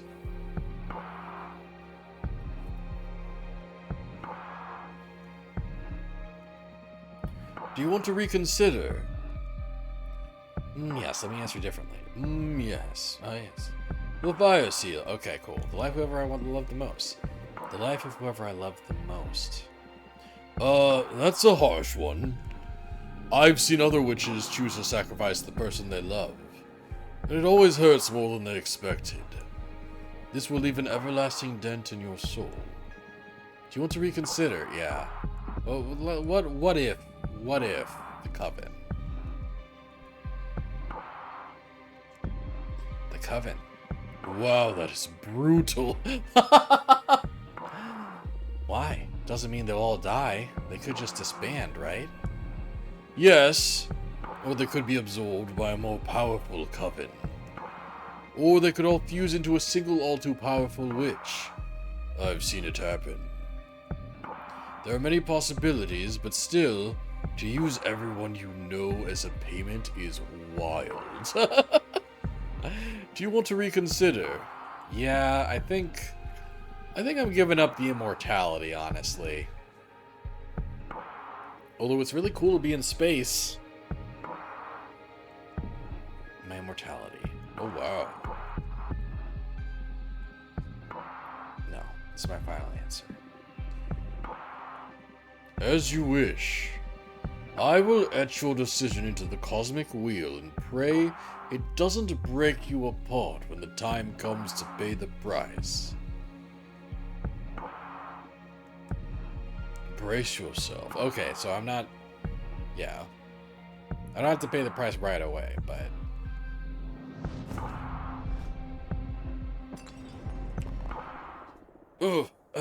Can't breathe. This burn. It burns. It's breaking my atoms apart. I love it. Help me. Fortuna. Ooh. Oh. Ooh.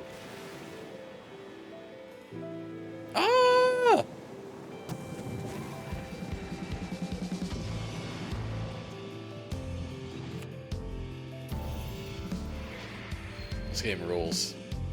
Oh shit! Other characters.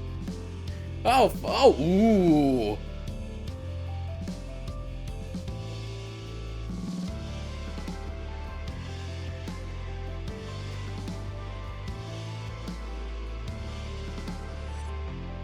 Oh. Oh.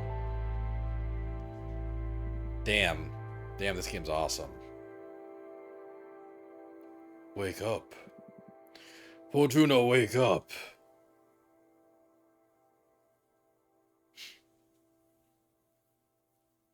This game's so cool. That little bird?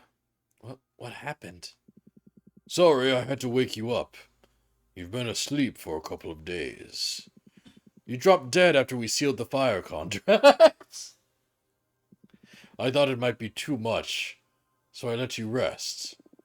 I feel dizzy. I had the weirdest dreams. Oh yeah? What about? Can't remember, but it felt premonitory. I feel bad for waking you up, but you have some business to attend to.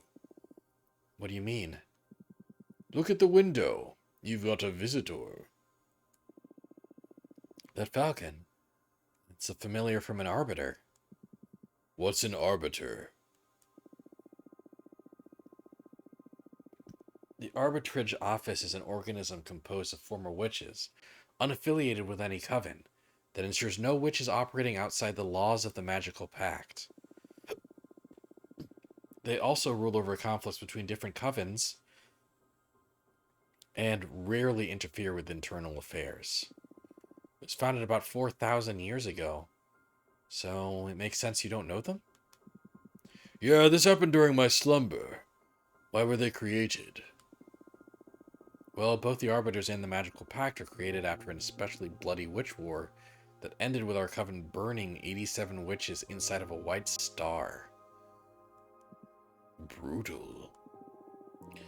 To avoid future atrocities, some witches vowed to stop using magic and focus exclusively on keeping the peace. In the beginning, it was a group of devotees who wanted to avoid tragedy, but nowadays it's mainly composed of outcasts that have to serve the arbitrage office as a lifelong punishment. Wow, things have gotten a lot bleaker since I was put to sleep. This all happened before my time, but I'm more afraid of having witch wars than witch cops. And what do you think the Arbiter wants? Maybe they noticed I summoned you? That's impossible. My arts are untraceable. Then there's only one way to find out. Let's invite her over. Sure. I'll make myself invisible whenever you get a visit. Also, you have some energy pooled from sealing the fire contract in case you want to expand your deck before inviting the Arbiter over. Okay. Plus, I still owe you a reading, right? Ah, don't worry about it. There will be time for that.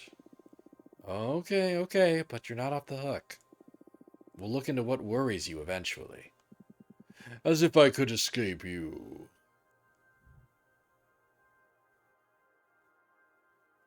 Okay, I can pick 2 things now.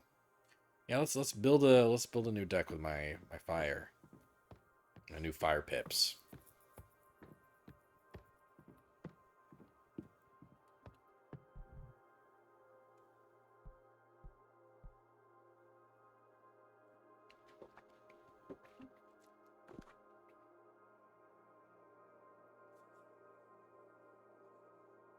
Let's see what new card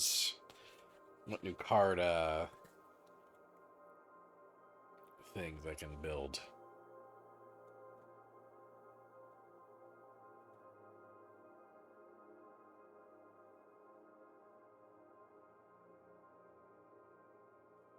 The Quicksand Graveyard.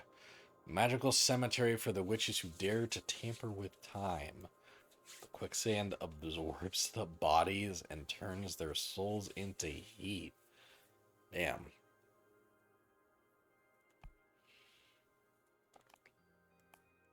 Well, I can pick most of these. We'll make one that focuses on fire, though, because we have all this fire. Demonic Desert Lands. Home of Dahlia, the Daggersmith Witch. The White Sands of this Dominion are cursed. Earth sediments wake up and transform into bone demons. Dahlia hunts them and uses their bodies and innards to craft ceremonial knives. Damn. The charred battlefield war is meaningless. Yeah. Vicanus Majoris, one of the largest known stars, the forbidden behemoth, was once imprisoned at the core of this red hypergiant. Cool. Um, Defrenia, city of blacksmiths built inside the skeleton of a titanic behemoth. The bone marrow, the fallen beast burns for eons, so their forges are always alight. Cool. Forgotten factory. Many millennia ago, before witches cracked the cosmic code to manipulate matter, they built a factory under the crust of Venus. It's operated by iron golems, and it allowed many human covenants to expand beyond the solar system. And the post office. Yeah, let's do the charred battlefield, man. And what? I can do the Seed of Knowledge now.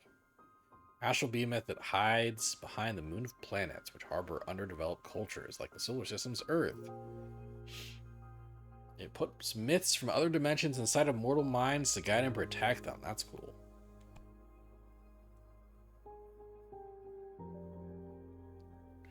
Sidereal lovers, a goddess in love with the sidereal snake. An ever-burning passion that shatters the fabric of the void. God. The gold blower. One of the artisans, a minor god who crafts blessed jars. Water poured from an amphora blown by the gold blower will make fruit grow out of dead soil. Wine poured from a gold vase will make mortals find love. Tea poured from a golden kettle will inspire witches to write new spells. Oh, interesting. Oh, I can afford the Duchess of Solace now. A fairy that offers her services as a dominatrix for sorceresses lost in lust. When a witch draws her power from passion, she can reach a point at which her libido takes control. With her extensive erotic repertoire, the Duchess of Solace has never failed to exhaust a lustful witch and return her to normal. Good for you, Duchess of Solace. Pyre for the Heretic. Although humanity has a long history of witch burning, they have never managed to burn a real witch. The Banner Bearer. Considered puny cowards, these witches know there's nothing braver than to charge onto the battlefield with a cloth instead of a sword. The Horny Door. The Dragon. The Harvest Oracle. A behemoth that keeps 3 of every known seed in this universe. Witches can ask for any of these seeds under oath to restock them after they collect the fruit. Should they fail to deliver, the eyes of that witch will turn into said seeds and the oracle will come to harvest them.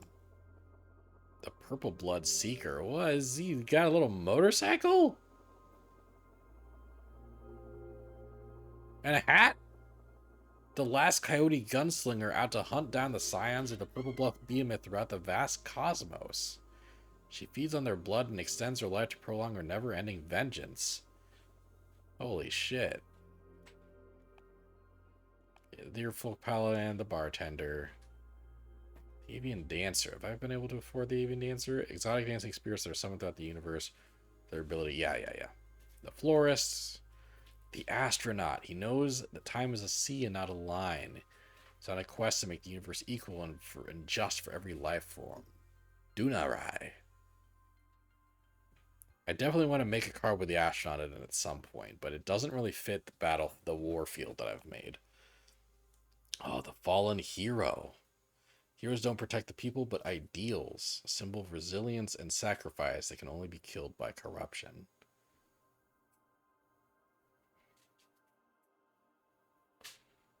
Huh.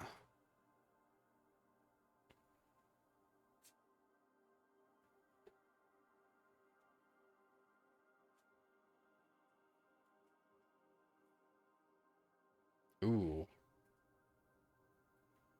I like the,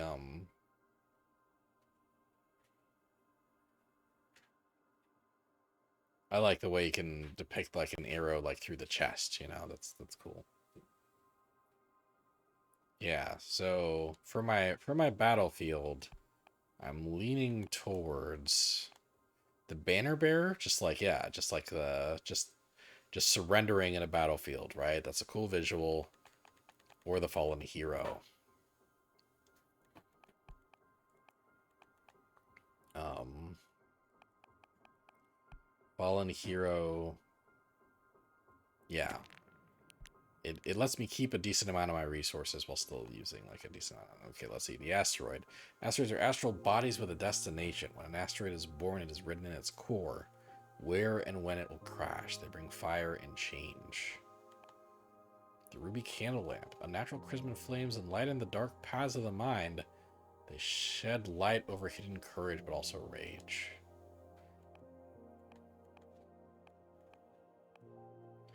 Fire Up of Dominance, a popular tool among witch summoners to tame fire elementals. The spirits do not submit because of the pain, but because of the pleasure.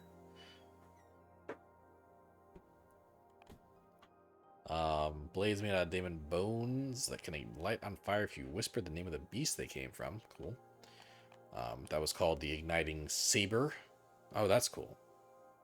That's cool. Ooh, I like how you can like make the sword be on fire.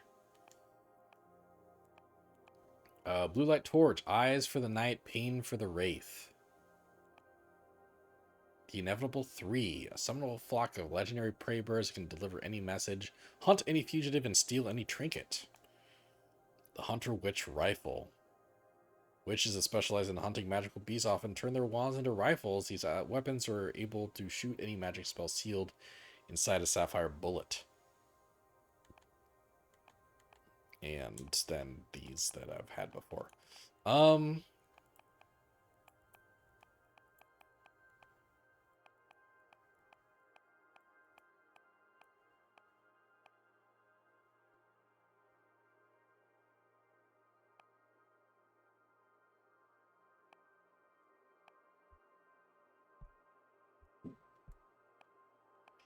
maybe maybe the asteroid. Yeah, like like the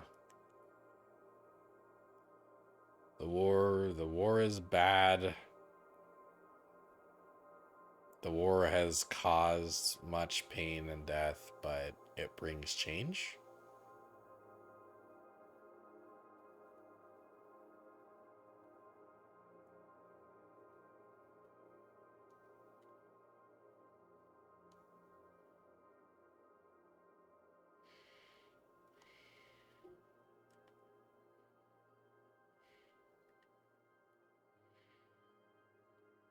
Get a little bigger even.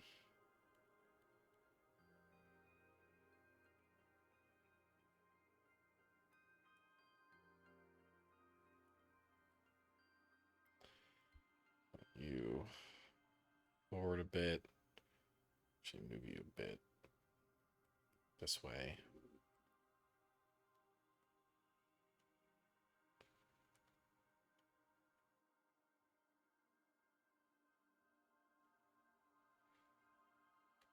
Actually, yeah, I was thinking of making you smaller, but actually, what if I made you a bit bigger?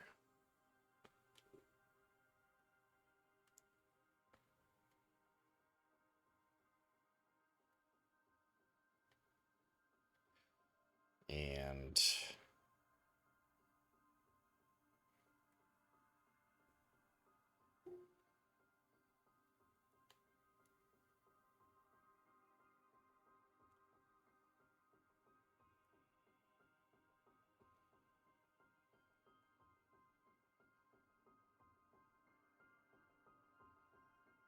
yeah.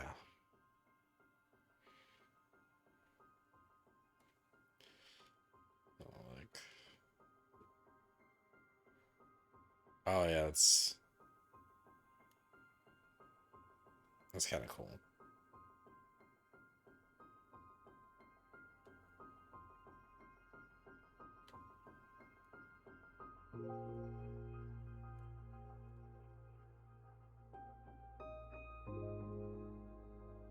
Wow.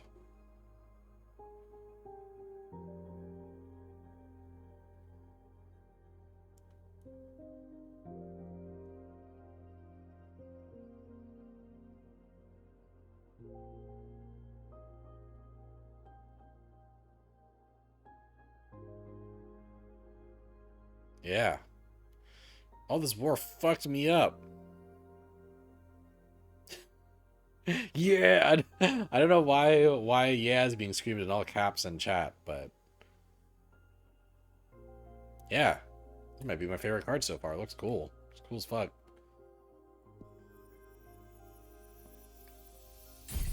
Look at that, factoring in everything I did with that card.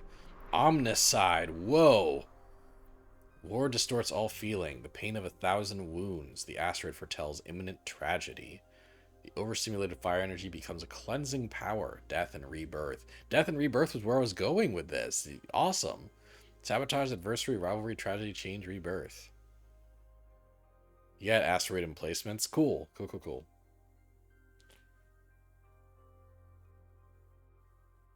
Yeah, hell yeah. Oh, I can make another card if I want. I have enough resources to make another card if I want.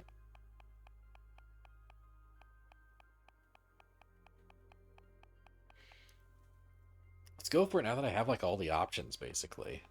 Most of the options. All the options. Um yeah, Magical Cemetery, let's see. What are some of my favorites that I haven't done yet? Some of my favorite locations. I really like the road. The road back is lethal. The road ahead is unknown. Um the planet that used to be imprisoned. They used to imprison a giant demon. Sunset Docks. Humble wooden dock, cursed by a heartbroken witch. The legends say that anyone who parts ways with someone and sails away from this dock will never meet the one they left behind again. Obviously, that's a cool one. The Nomad Sky Caravan, I think, is pretty cool. Best merchants of their galaxy. They couldn't figure out how to travel through space, so they tore away a piece of their homeland skies and took it with them, a blue nebula full of flying ships that swear the Milky Way. I think the Titan Quarry is neat, and there's stuff that goes with the Titan Quarry thematically, but I don't have enough Earth to do all of those things, so maybe not that. Um, City of Blacksmiths is cool. Red Strings Club again is it's a funny. I wonder if I could afford the bartender. Um, if I also do the Red Strings Club. Also, but the Magical Post Office is also. I feel like I'm between the road and the Magical Post Office, which both use purple energy.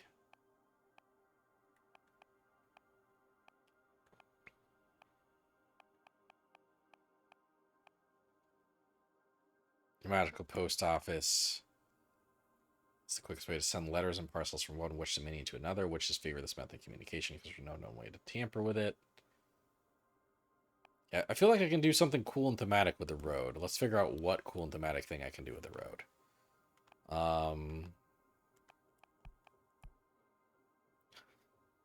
The Duchess of Solace does not fit the road. Um, I'm not doing the horny door either. I'm not doing the forbidden door to pleasure that makes you orgasm when you look through the keyhole. Um, oh, I can afford the Purple Blood Seeker, the fucking motorcycle puppy that feeds on the blood of the Purple Blood Behemoth. Extends our life to prolong our never-ending vengeance.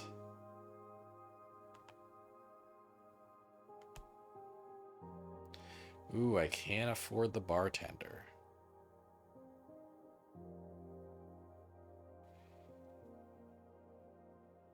But he doesn't fit the road. Ooh, the avian dancer on the road. Exotic dancing spirits. It makes the celebration. The florist and oh, I can't afford the astronaut. Florist doesn't really fit the road. The Purple Blood Seeker, on the other hand. Oh, but then I don't have much energy for much else. The bottomless jug. Kind of sad because it pours the unshed tears of the dead. Seems like kind of a thing that the Purple Blood Seeker would drink, honestly. The glass trident makes traitors bleed. Shit, yeah, maybe they'd have it. The swordfish liquor. One glass will make you happy, two will make you horny, three will make you honest. I don't see the dog having the horny juice. And the mirror, the mirror that you can't lie while looking at it, it only shows a reflection of its owner. It's easy to find out if they're fooling themselves, which happens quite often. It's cool, yeah. I feel like, yeah, we got the glass trident here. Okay. Okay, yeah. Yeah, first off, we are absolutely riding the motorcycle.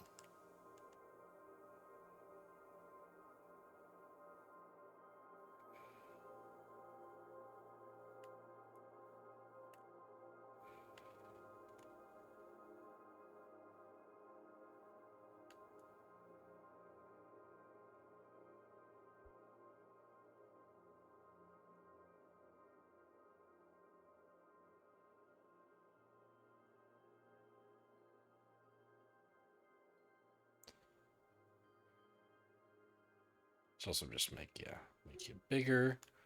Make the motorcycle bigger too. Motorcycle too big.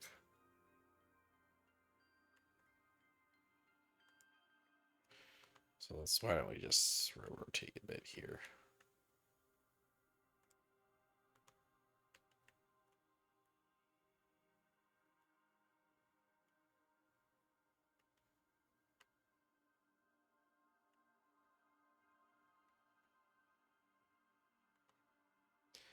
Then maybe supposed to be a leg? Yeah, this is supposed to be a leg.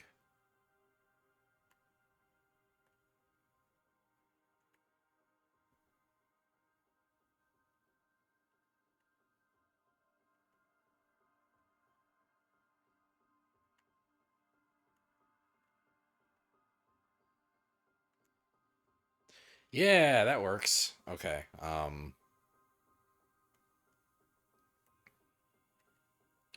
I wish there were kind of like a select all, you know?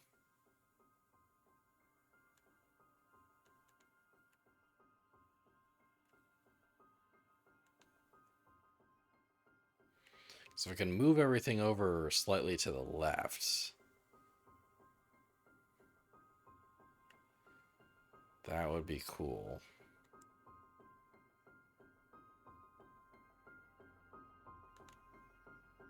We will kind of like have this like kind of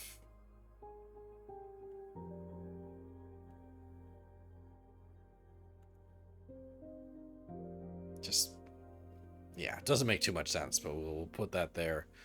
And yeah, you gotta wear the hat. You gotta wear the hat, right? You gotta put this hat on. Yes. Okay.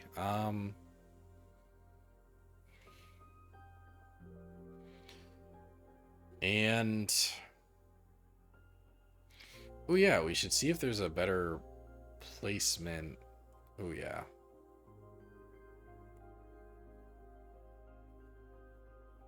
Right? Let's just see here. Yeah, I really like I like this, yeah.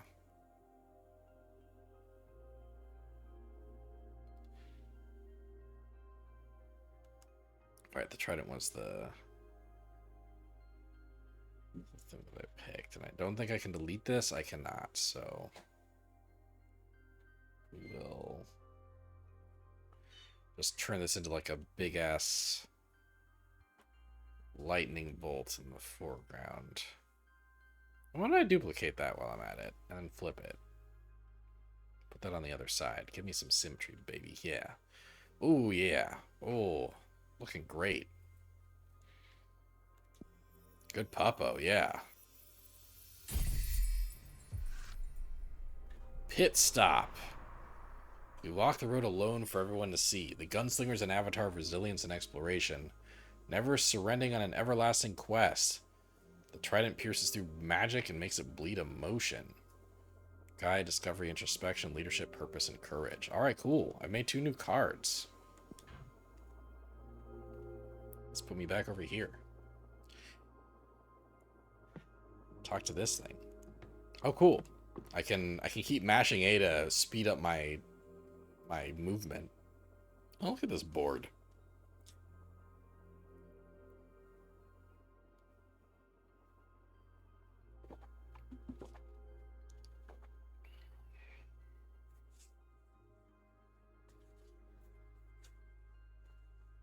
This little board.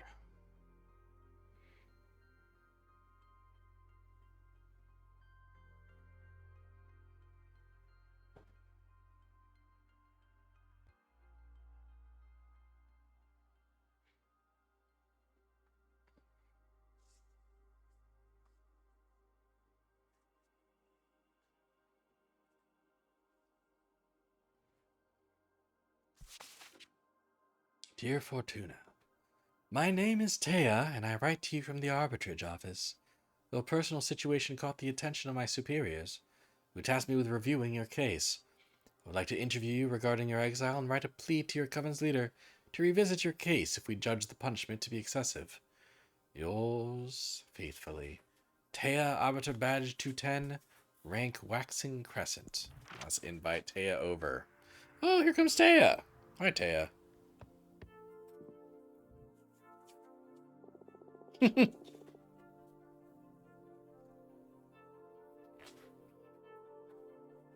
Taya has very gender vibes, and I'm here for it. Thanks for having me. My name is Taya. Arbiter Badge 210. Thank you for coming, Arbiter. I really appreciate the office paying attention to my case. I've been isolated for 200 years so far. That's precisely why I'm here. The arbitrage office recently discovered your situation, and we are worried it may go awry for the community. Excessive punishments beget rancor and a 1,000-year-long exile. That's the perfect recipe to build up a lot of bad blood. And we all know what a witch can do with a surplus of bad blood. But I am here to help you, and let me know about your case, and we'll look for a way to make you feel better. Thank you. I already had a meeting with Adana, the leader of your witch clan. Adana told me that you predicted the fall of your coven. She explained to me that she didn't punish you for that, though. She punished you because of how you handled it. Apparently, you plunged the coven into chaos, giving ill advice to any witch, telling them to prepare for the end times. And those actions almost destroyed the coven before its time. So she decided to exile you and deprive you of your deck so you could meditate on the range and meaning of your powers. Now, that's the official version. I'm interested in what you have to say. Do you think what you did was wrong?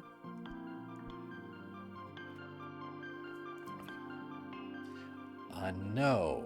Premonition in that grave should be disclosed to the community. We've already established that we don't regret our actions. So, no, premonition in that grave should be disclosed to the community. You don't agree with your leader's judgment. That is not dangerous per se, but it's a bad ingredient to add to the pot of imprisonment. What would you have done then? If the end were nigh, you'd like to know, right? I shouldn't give my opinion. I have to act as a neutral party, Fortuna. Next question. Do you think your punishment is fair?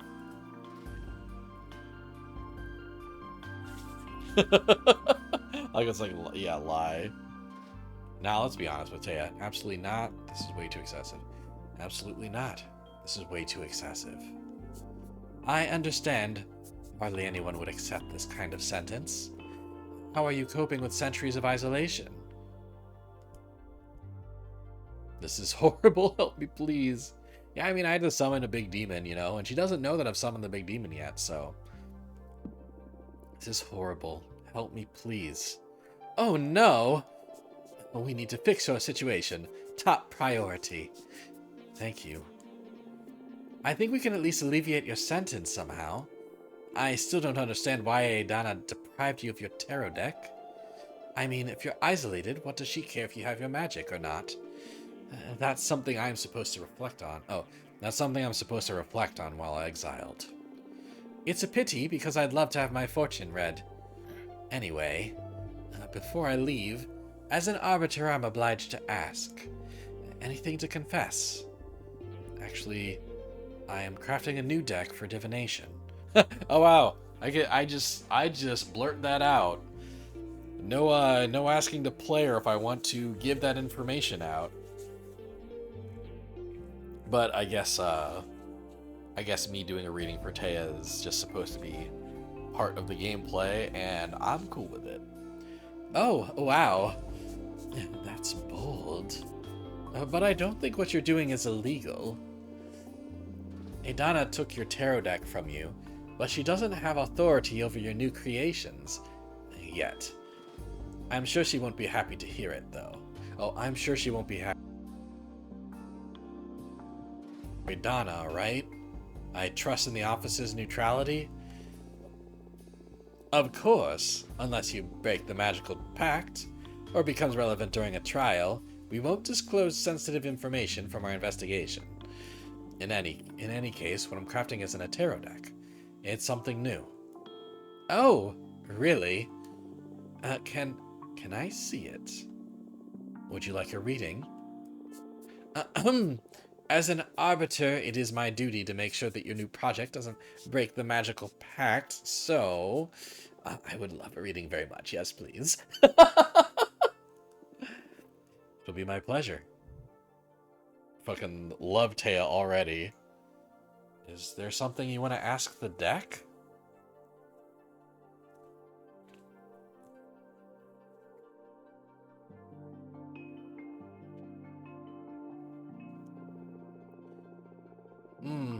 I want to know what's in the future regarding my career as an arbiter. Very well.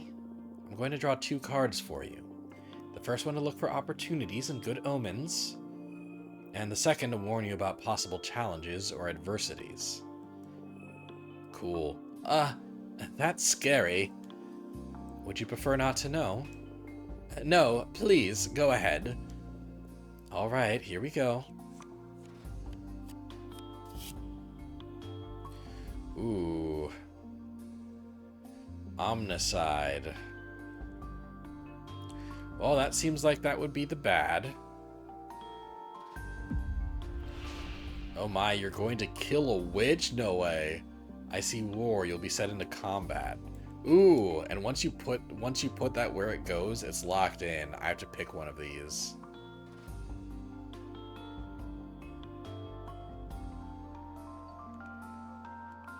I don't want to see war, you know? I don't want war to come as a result of my tarot shenanigans. But this is very sad for Taya. This is bad for Taya, this is bad for a lot of people.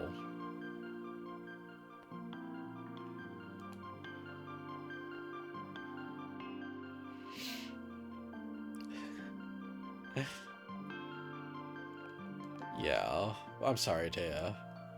Why, you're going to kill a witch? Me? That's impossible. Is there any scenario in which an arbiter could take down a witch? Well, yes. I mean, it's super rare. And that witch would have to be caught doing something terrible. Like being on an uncontrollable murder rampage. Or being about to summon a forbidden behemoth. I don't know.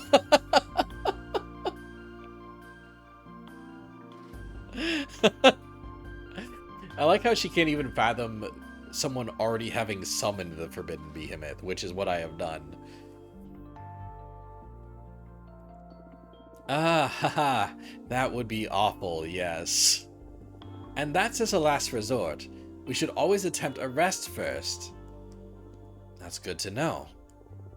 If I find myself in the situation you foresee, I'll do my best to avoid casualties, I promise. This is pretty dope. This is so dope. This is a cool ass game. I really dig this so far. I don't know if this is something avoidable, but do your best. Understood. Yeah. Give me my pips. You know, part of the thought there was it would give me a purple if I if I foresaw Thea killing someone, which, you know, it seems like I foresee Thea killing me, so really I fucked myself a bit also. Autocathon. Kind of blessed by the power of the gem skull belt. My pilots are excellent guardians. A little jade statue washes over the current. It's earth energy. But this is the good, so yeah. I feel like there's good things about this card. You're going to meet someone really special that's going to change your life, or in the future you and I will become allies.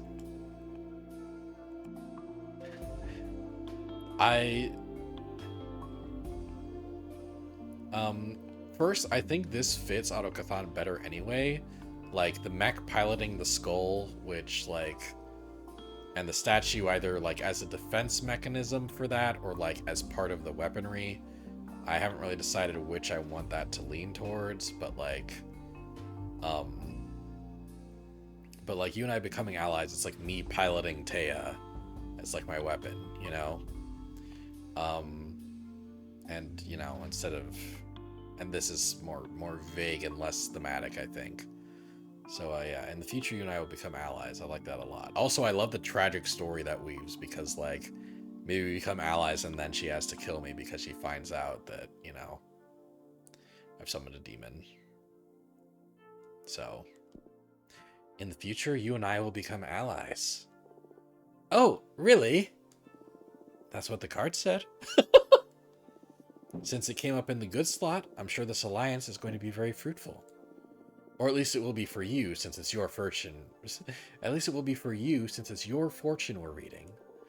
I'll make sure this is something good for both of us. I will never deceive someone who helped me. Provided you don't break the law, of course. Haha, I know. Well, what do you think of my new deck? Ooh.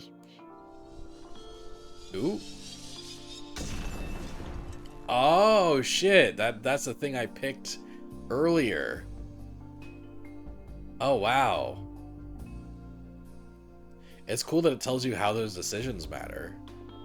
That was just great. I really loved it. You are a very special witch, Fortuna. I am sorry that you're enduring such a difficult punishment. I can tell that you're a beautiful person, and that you didn't mean any evil with your divination. And no one with good intentions should receive a punishment this severe. You know what? This isn't fair. I'm going to lift the ban on visitation. Wow, can you really do that? I just requested a permit from the main office. It'll become effective as soon as my Arbitrage's notebook gets updated with a moon stamp. Arbitrage forms are updated in the Master Grimoire as soon as my pen touches the paper. All of what I've written so far is already in the office archives. You girls sure are efficient, eh? There are witch covens all around the universe. We can't afford to be going back and forth to the Moon Temple all the time. Makes sense. Ooh! And it's official! You can now receive guests your cute asteroid home. Ah, this makes me happier than I can express. Aww. I love Taya so much. I can't let you rot here all alone. Thank you so much. No worries. I just had to. You don't deserve this. Do you want me to let your coven know? Just let Jasmine and Dahlia know for now. I'm not ready to go public yet. It's been 200 years. Poor thing. Isolation must have done a number on you. Don't worry, I'll send a falcon to each of them. Thanks again. Well, I'm so sorry, but I should be going now. It's been a pleasure to meet you. And thank you very much for the reading. Even if it was so ominous. Take care. Please, let me know if you need anything.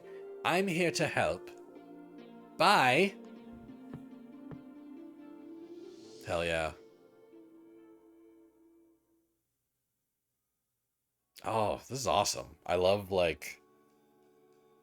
Yeah. I wonder how many different conversations you can have with Taya based on what your readings for her are, you know? Like, I wonder if every card you play and will end in her killing a witch. I had a 5-minute long orgasm. No way. You're shitting me. How do you know it was 5 minutes? Were you counting? I swear. I don't know what he did to me. Push him away. Rolled up a cigarette and smoked it while watching.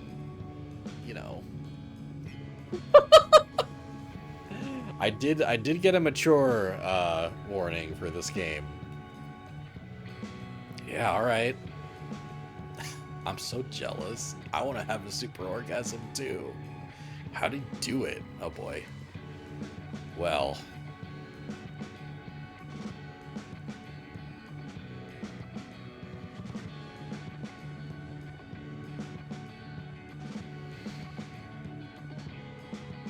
The planets just aligned. What can I say?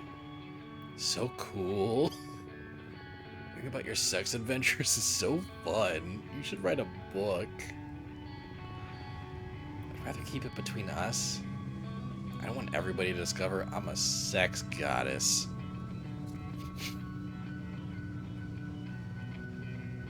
Imagine dealing with all the slimy middle-aged guys at the office. One thing that's crazy is that, like, I guess this is a flashback, right? But, like, the way the setting has worked so far is that, you know, like, yeah, I'm part of a witch coven, and I've been exiled for thousands of years, so I had much more of a fantasy setting in my head. But, like, you know, this is our witches chilling in the modern day, or, like, the modern-ish day, driving a car. So I actually kind of really like that, you know. True, true. You should calm down with the sex goddess stuff a little, or you'll end up finding trouble. More trouble, I mean. Oh, come on. It's only been a couple of scares. What's life, or if not to enjoy ourselves? You need to find someone half as good as me to understand all the good sex you've been missing out on, buddy. Ew! I gotta say, I wouldn't mind experiencing for myself what a goddess can do. Aw, lesbian. You have Alicia. Actually, we broke up. Aw! Lesbian with the breakup. Oh, girl, I'm sorry to hear that. I'm sorry, Eva. What happened? We've been dating since high school, and I guess we just drifted apart. Ooh, so maybe this is before I become a witch. You look so good together the last time we had dinner at your apartment. Yeah, we've always been good at putting up a front. The truth is that this last year we've been fighting too many times a week. What about? Oh, the stupidest details. I have my theory about what was pissing Alicia off anyway. I tried to confront her about it, but she wouldn't admit it because that would make her a bad person or something. It's because of all the activism, right? Wow, how did you know? Nah, I just said it because it pisses me off a bit too, to be honest. But Trace! I guess sometimes I can be a bit too passionate. It's not that. Being around someone that's fundamentally good can be frustrating. I mean, you're vegan, only consume local produce, wear repurposed clothes, volunteer at a soup kitchen. But that's not much of a sacrifice. It's just about working on your habits, really. Come on. Okay, I get it. But I never asked Alicia to do all those things. Like I said, it's not your fault. But I couldn't be happy eating Burger King and wearing leather boots next to you. Come on, I'm sure the relationship was more complicated than that. Nah, she's dead right. She just couldn't stand this goody two-shoes. Look, the sea! It smells so good. We're here, girls. Let's offer our souls to the ocean and cleanse all the shit we've picked up from the city. I can't wait to see the meteor shower. I'm gonna wish for the three of us to leave everything behind and come live here. I love you. Aw, always so corny. We love you too.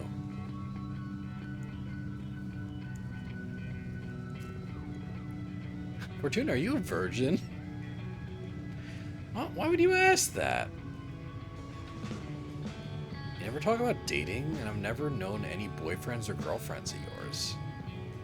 I've had sex, but I've never had a relationship. I'll try to look cool. My sister insists it's in high school, and that's it. There's nothing wrong with that, I was just curious. I don't know. I like sex, I think. But I rarely find anyone that piques my interest. Oh, don't worry. You'll find someone special eventually. And if she doesn't find anyone, that's alright too. Relationships are overrated. Maybe. Stay out of my business, you two. It's the next stop. I'm pulling over. Interesting backstory. Ha! Oh, cool sprite work. Ah, this looks really good.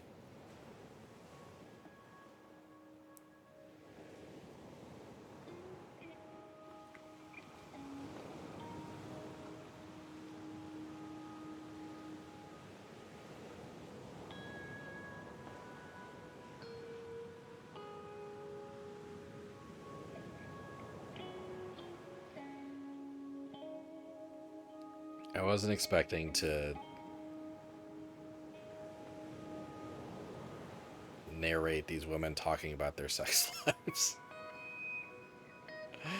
I didn't really like, I knew this game had mature themes, but that's not like the yeah, this that's not the way I thought that would play out. We're going to start preparing dinner. Do you feel like pizza? Yes. My body is so ready for pizza. Oh. Is Patrice on the left and Eva on the right? Because I thought Eva was the one with the bandana. And Patrice was the blonde. Do it, sis. Huh. That affected my, I'm not even doing really hard voices for them, but... Oh well, do it, sis. Coming right up. Oh, shit.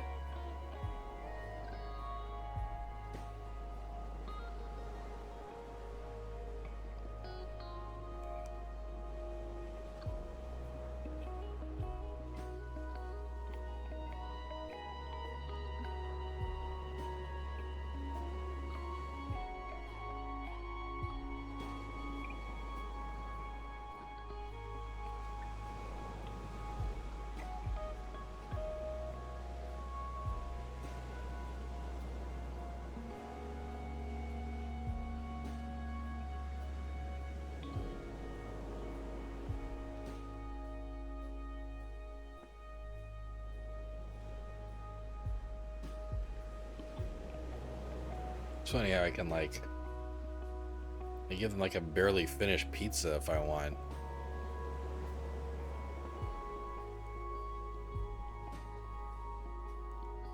I'm assuming this is the cheese that I'm putting down. I wonder if the cheese can, melt or what.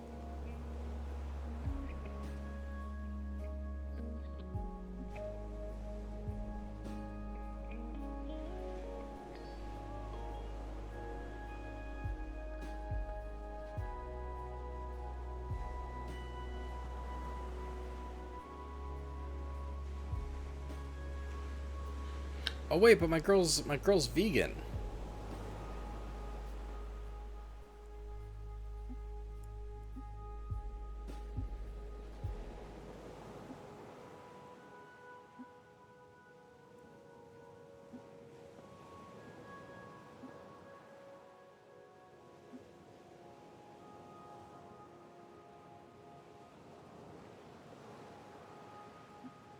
Yeah, I don't know for sure if like yeah.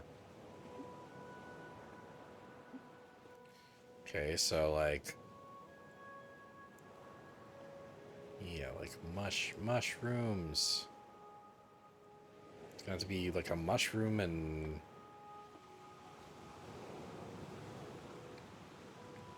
why did I suggest pizza for the vegan? Is this a test? This is a test to see if I was paying attention. And one girl said she was vegan.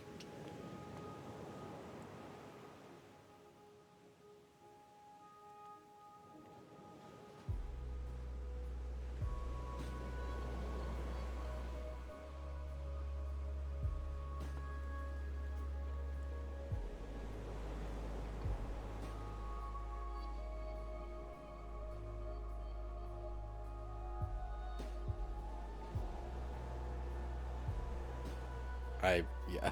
I I wonder if I'm doing this right. Whatever. Finish.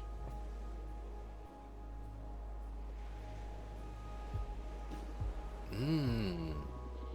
There's something magic about this dough. Having a sister that owns a food truck sure is a perk. Like a literal sister? Yeah, thanks for the pizza and for the ride portion, huh? So thoughtful of you to make one without cheese or meat. Yeah! It was a test. I passed the test. Ah. Yeah, I can pay attention to narrative cues, baby. I wouldn't call it pizza, though. It's just some nice bread with tomato sauce. I could have done without the arugula. Yuck. Cheese is the thing I miss the most. I hope one day someone will invent vegan cheese or something close. Ooh, is that is that a hint that this is like 70s or 80s or something, or 90s even? I don't know when vegan cheese was invented, but vegan cheese has been invented at this point. You should ask for it for the shooting star. By the way, how long until the meteor shower? It should start any minute now. We'll definitely be watching stars fall in less than an hour. What are you girls going to be asking for? Huh. We're not supposed to tell, are we? That's up to you. But I believe the stars don't care about what you say out loud. What are you going to wish for? Many things. I have a list. But I guess that my most important wish is I want to become a better person. What do you mean? You're already a good person. Don't bother sweet-talking me. I can tell. I can see it reflected in you and the people at the office and every guy after they, you know. I'm obnoxious. You could work on your empathy a bit, yeah. Or tuna. It's okay. We promise we never bullshit each other. Right, little asshole? I love you. I love you too. Never get you two. Guess we're a pair of mean sisters and that's all there is to it. Okay, so literal sisters, or at least like effectively sisters.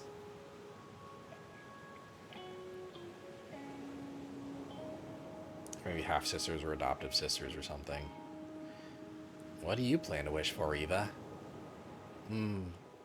I want to save the world. Come on, you can't really be that selfless. No, really. It makes me really anxious. Even with everything I do, No matter if I recycle, consume critically, go to rallies, or donate part of my income to fight poverty, the world always moves in the wrong direction. I can't fight whoever's in the driver's seat. I want the stars to help me not give up against impending doom. I'm sorry.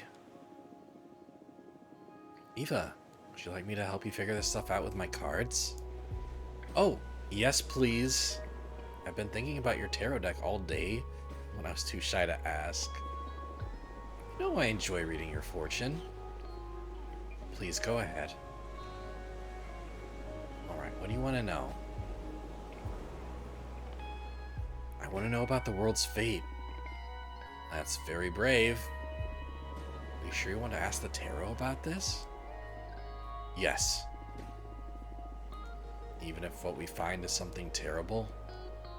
Yes. Okay, we'll look into the fate of the world. Also, I'd like to know what I can do to make it a better place. Understood. Focus on those questions in mind while I shuffle the cards. Ooh, my... Oh, shit! Actual tarot! The beast is the keeper of everything that is forbidden. Their servants ooze with lust and invite you to fall into temptation. Enlightenment beyond corruption.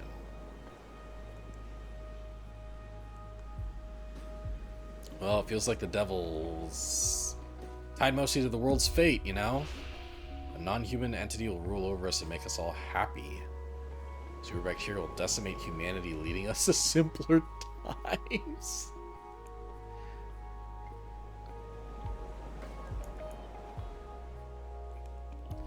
Visit. This is the beginning of an era of space travel. In time, humanity will expand beyond the solar system. I think that one's kind of the coolest one.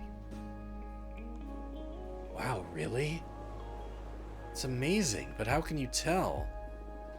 You won't get to set foot on other planets, but your grandson will prosper on Mars. You're just messing with me, right? On the other hand, the Earth will slowly die, overexploited in service of the conquest of space. Many animal species will perish. In time, Earth will be reduced to a planetary slum. Stop. Stop. Just stop. You're messing with me, right? I swear to you, this is what the cards are telling me. You're usually more vague. Like there will be an opportunity to develop yourself, or you will soon face a challenge. Now you're like channeling visions from another dimension or something. Yeah, I'm surprised too. Maybe it's the energy of the meteor shower, or some planets we don't know about just aligned over my deck. But I see it as clear as I can see your face. This is the fate of the world. How can you say these things with a straight face? I can't decide whether to cry or to laugh. Do you still want to know what you can do about all this? Yeah, sure, why not? Let's hear the whole joke. The Hermit. Hermit's lantern is a lamp of truth used to guide the unknowing. He holds a patriarch's staff to help him navigate narrow paths. He seeks enlightenment. His cloak is a form of discretion. I like the tarot art. Tarot deck art is cool. Nothing you do will matter. Better give up and have fun. Capable of fighting corporations and governments, you'll start a foundation to support the damned.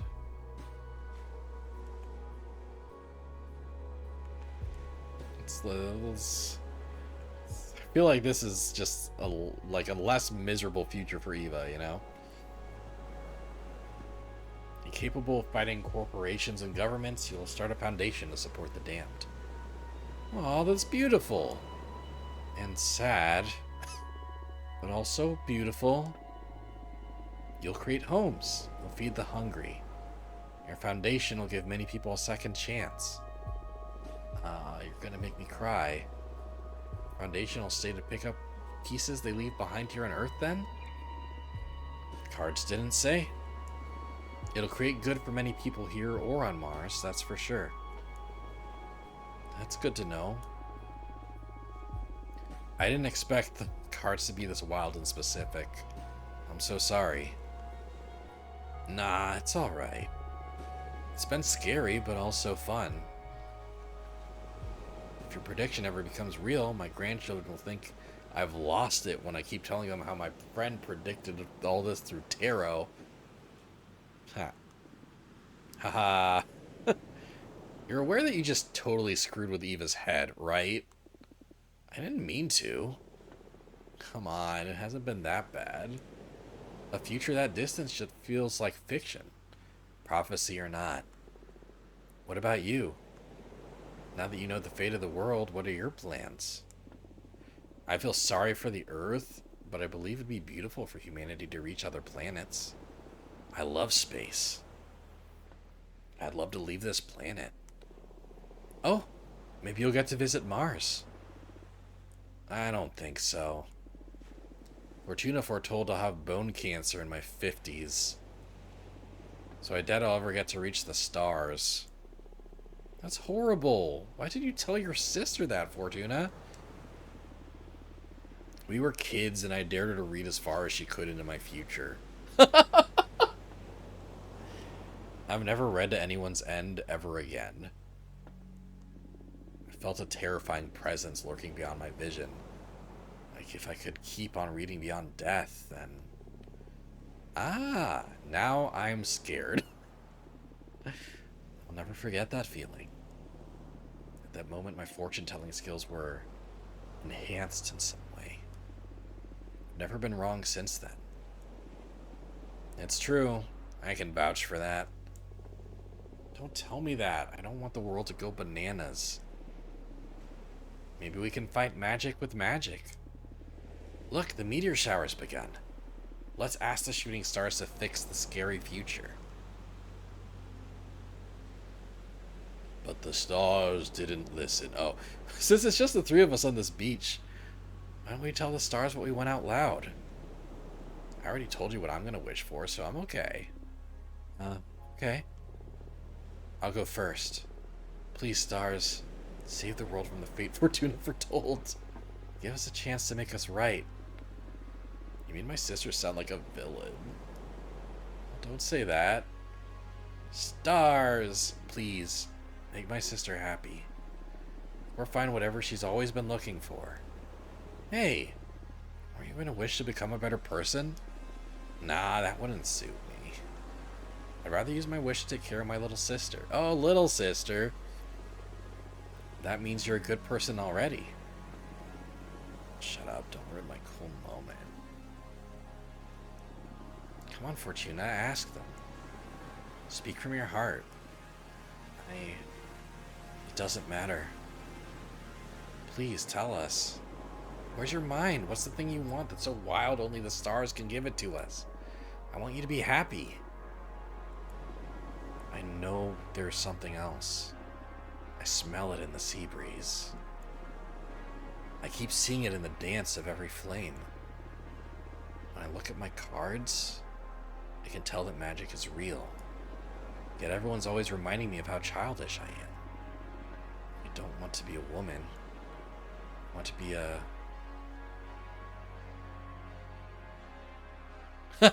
Oh, great transition! Great transition. How cool. What is that? That wasn't so bad, right? That Arbiter Taya seems nice. Yeah, I feel like she genuinely wants to help. It's not a vibe you often get from magical authorities. So bold of you to go and confess you're crafting a new divination deck.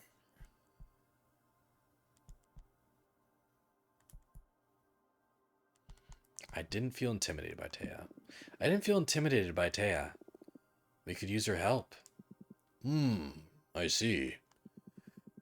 Okay, you know your coven better than me. Should we do that reading we had pending now? It can wait. You have mail waiting to be read anyway. What's the matter? Are you scared? Scared? Who? Me? Yes, I am.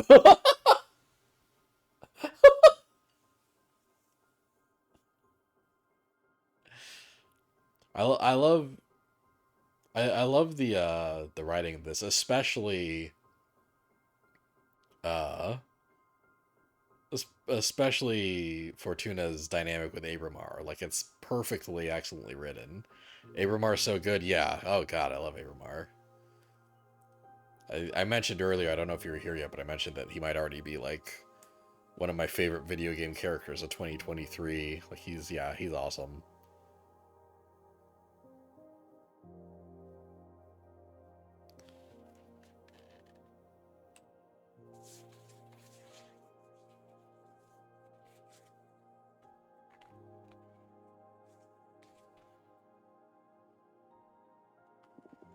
What? Why?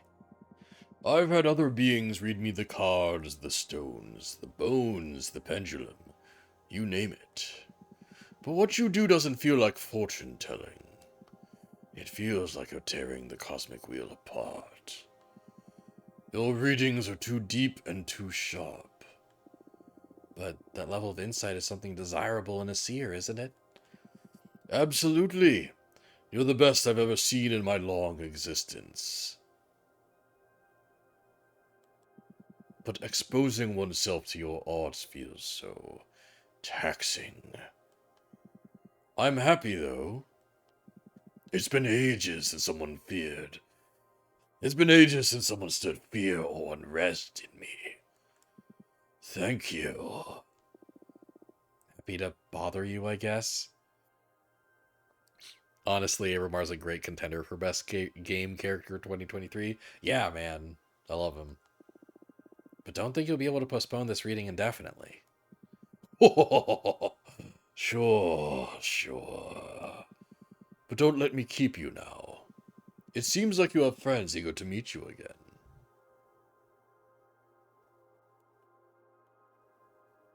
All right, let me...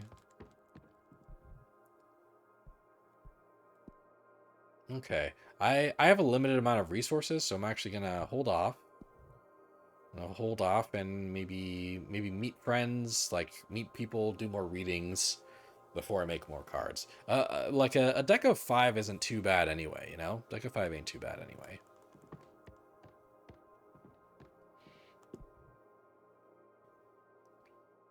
Oh. Oh, two people. I get to pick. What's this thing? Ah! Fortuna, this is great news. I'm dying to see you, girl. Say the word and you'll have me coming through your window ASAP. Dear Fortuna, is it true what the Arbiter's Falcon said? Can you receive visitors now? Oh my gosh, it's been centuries. How have you been? I would love to see you. Let me know when you're ready to meet me, please. Oh shit. Okay, should I pick Dahlia or Jasmine? Should I pick like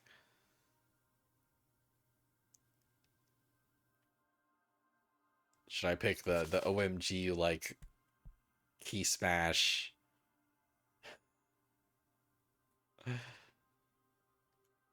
Like uh yeah. Should I pick like the loud like extrovert or should I pick like the soft girl?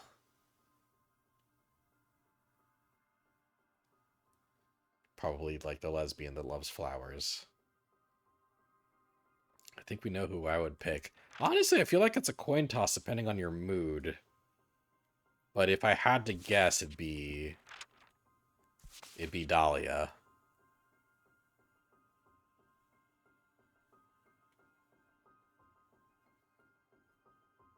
Dahlia for sure, yeah.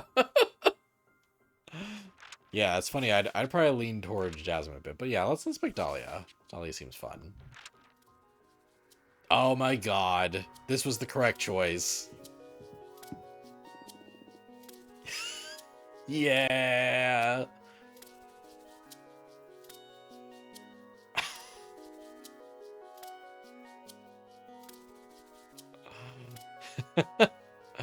Yeah, Fortuna. Fortuna. It's me, Dahlia! Fortuna! It's really you! I can't believe it! I'm so happy to see you. Oh my god. What's up? I've chosen wisely in all caps, yeah.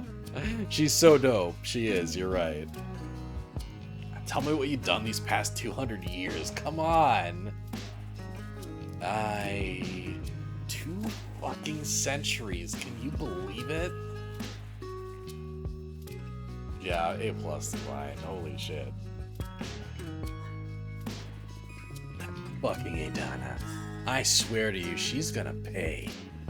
Slow down, please. I'm sorry. I can't believe I'm finally speaking to you again. So, bring me up to speed. There's nothing much to tell, actually. It's been boring as hell here. I almost lost it, or maybe I did lose it, I don't really know anymore. I wouldn't be able to stay locked up and isolated for so long, I'm telling you. I would have gone after Adana to kill or be killed. I wish I'd had your strength. What are you saying? You're stronger than me. 200 years by yourself and you're still standing? I don't know anyone stronger than you. That's another kind of strength too, I guess. But I envy you, ready to go out with a bang. Not with a whimper like me. But you didn't go yet, girl. I'm sure you got plenty of pent-up energy, ready to get back at the universe whenever you regain your freedom.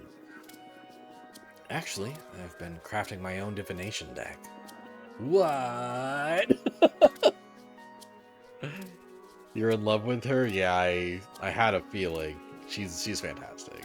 Yeah, A+ character design. What do you mean crafting? You're making the cards and all? Yep, that's exactly it. I summon images from dominions of the cosmos for the backgrounds. Then I summon images of cosmic arcana and energy symbols. I compose the design of the card with them. The meaning of the cards vary depending on which elements and energies I combine. That sounds crazy cool. Show me your favorite card. Well, the deck is still too green. I need to make a lot of cards. It doesn't matter. Show me your favorite so far. What is my favorite so far?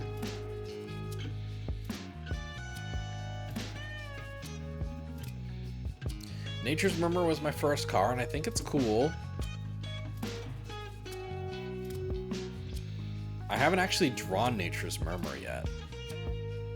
I like Coming of Age, but this does feel like an early card that I was just fucking around with. I do regret giving the dog the big yellow eye, but you know, I feel like my card looks unlike other cards. Autocathon's cool. Omnicide's up there, man. I really like the way I've made Omnicide look. And I do love Pit Stop, which I haven't had an opportunity to draw yet. Gunslinger's an Avatar Resilience and Exploration. Omnicide's a really good one, yeah. Yeah, I think we're going Omnicide, honestly. This one.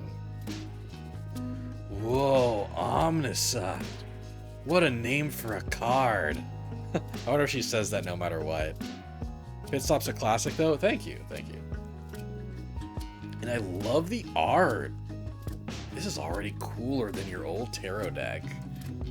What does this card mean? What does this card mean?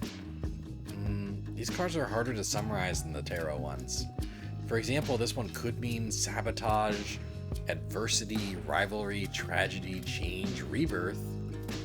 Whoa, and how do you know which meaning to pick when you draw one? Context and instinct. And you never doubt yourself? How can you tell you're not making it all up? It's natural to second guess yourself when you're a student of the divinatory arts. But I left that phase behind long ago, back when I was a mortal girl. A prediction of mine has never failed to happen. Not a single time. I even foretold that humans would leave Earth and start conquering their solar system. Cool. And I did this almost a century before it happened. Okay, so like, if that flashback takes place in the 60s or 70s, then like in like the 1960s or 1970s, then basically like we start like colonizing planets around like the 2050s, 2060s. And now it's like 2260 something maybe. Well, depending, yeah, I guess maybe I was exiled before, people colonize shit. But like this is this game likely takes place in 22 or 2300s, which is interesting. Or maybe even later. Even later. Maybe I was immortal for a while before. Yeah. I'm liking the snippets of lore though. I'm liking the lore I'm getting. Nice crunchy lore. Shit. That's amazing. Read the cards for me, please. Read the cards for me, please. Read the cards for me, please. Sure, but don't you want to catch up first? This is catching up. Show me what you've got. Okay, so what do you want to ask the deck? Oh,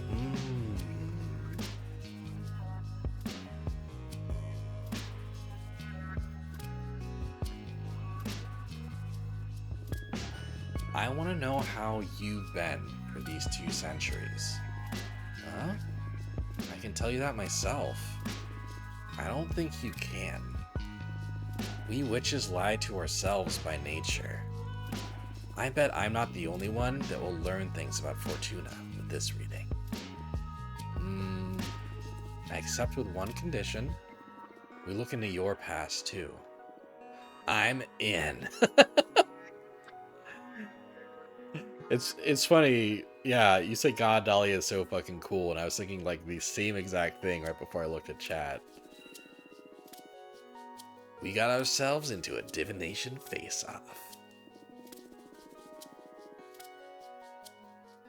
I don't know how you manage to draw me into these situations every time.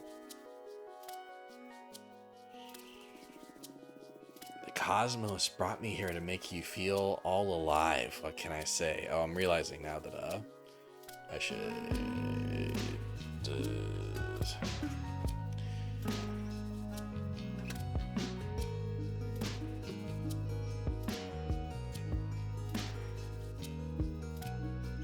Cosmos brought me here to make you all feel alive. What can I say? Let's do this. Oh, it's Omnicide. I wonder if me picking that as my favorite card has something to do with it. See, war distorts all feeling, the pain of 1,000 wounds, the asterisk foretells imminent tragedy, death and rebirth. Well, I feel like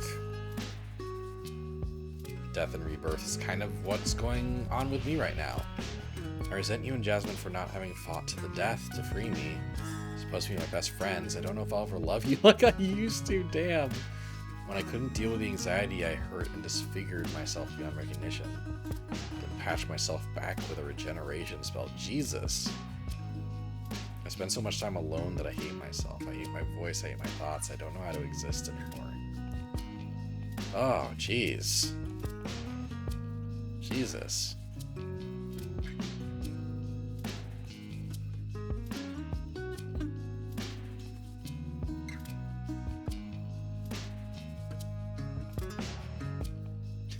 And all of these give me one water drop, like one water pip. Like there's no mechanical benefit to any of these, but these all obviously will like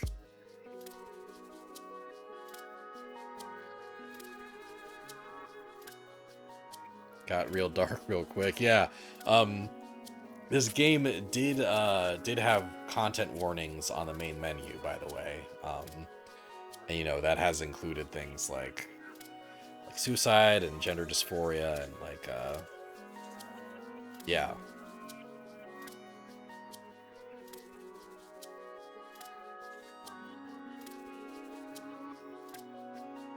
Damn.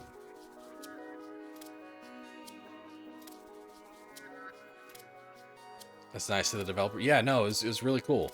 It's really cool that they did that. And, you know, they obviously warned about the mature themes and the sex stuff that I had to voice act 11 p.m. on stream. I feel like people laughed during that part.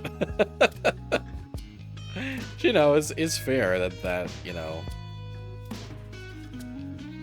Damn, sorry I missed the sex. You missed the sex stuff. Yeah.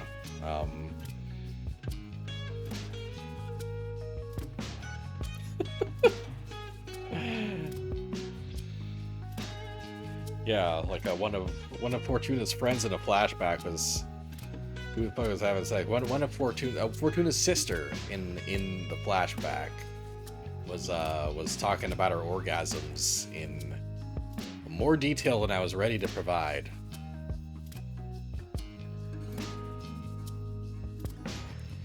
Ooh, okay.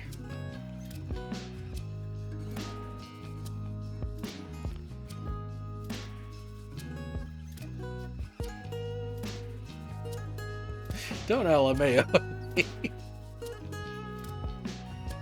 You think that's funny? You think it's funny that I had to do that?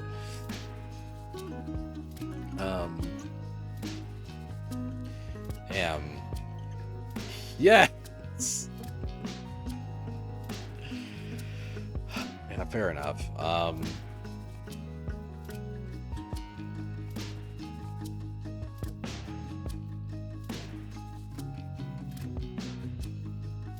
So okay, let's think about this.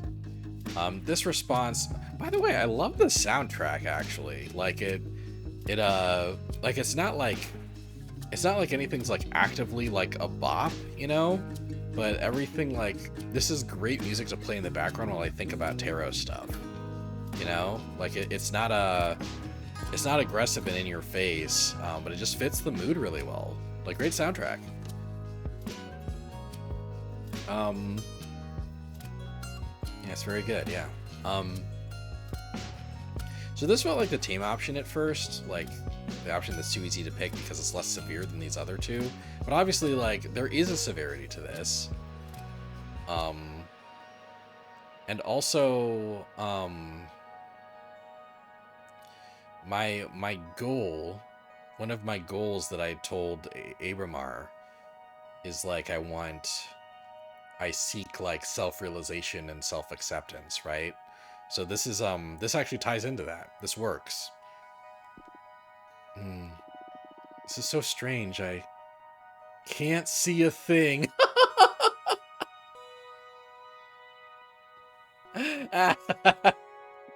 I've never tried to read into my own past. Maybe I'm not supposed to. Oh, what a bummer. Fortuna, you... Oh, man, that's great. That's good to know for future playthroughs, you know, like, whatever you pick, Fortuna will lie. Fortuna will lie about the reading. It's like, I'm not telling you this. Yeah. Fortuna, you messy bitch, exactly. That's fantastic. Damn. Like, I do love that as a little narrative trick, but part of me wishes I knew because like part of me picking is like I don't want like part of me picking that was like I wanted to pick the thing that would be easy, like that would be easier, you know, it'd be easier to break to one of my best friends, Dahlia. But Fortuna is not letting herself be that vulnerable, I guess. What a bummer. I'm sorry. I've got nothing. We can call off the reading about your past if you want. Nah, deal's a deal. Oh, Fortuna. Do your worst. Oh, that's why I don't get much energy for it, because I didn't actually share. Ooh, the pit stop. We walked the road alone for everyone to see. The gunslinger is an avatar of resilience and exploration. Never surrendering on an everlasting quest. Trident pierces through magic and makes it bleed emotion. Dahlia deserves better. Hell yeah, she does. Ooh. You fell in love with a daemon of the White Sands, and you're keeping a relationship hidden from the Coven. Dahlia. You had a falling out with Jasmine, and you just recently patched it up. Okay. You've been plotting to leave the Coven and found your own clan of warrior witches? Oh my god, Dahlia. You forged a Jinn dagger to kill Adana, but you got cold feet in the end. Oh. So, like, basically, like, one of these is true, and it's the option that I pick. But I love that so many of these are tied to, like, the guilt she feels for, like, leaving me behind, and, like...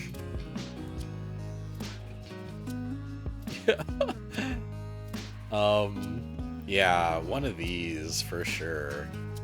Planning to leave the Coven and find your own clan of warrior witches. Forge a Jinn dagger to kill Adana, but you got cold feet in the end.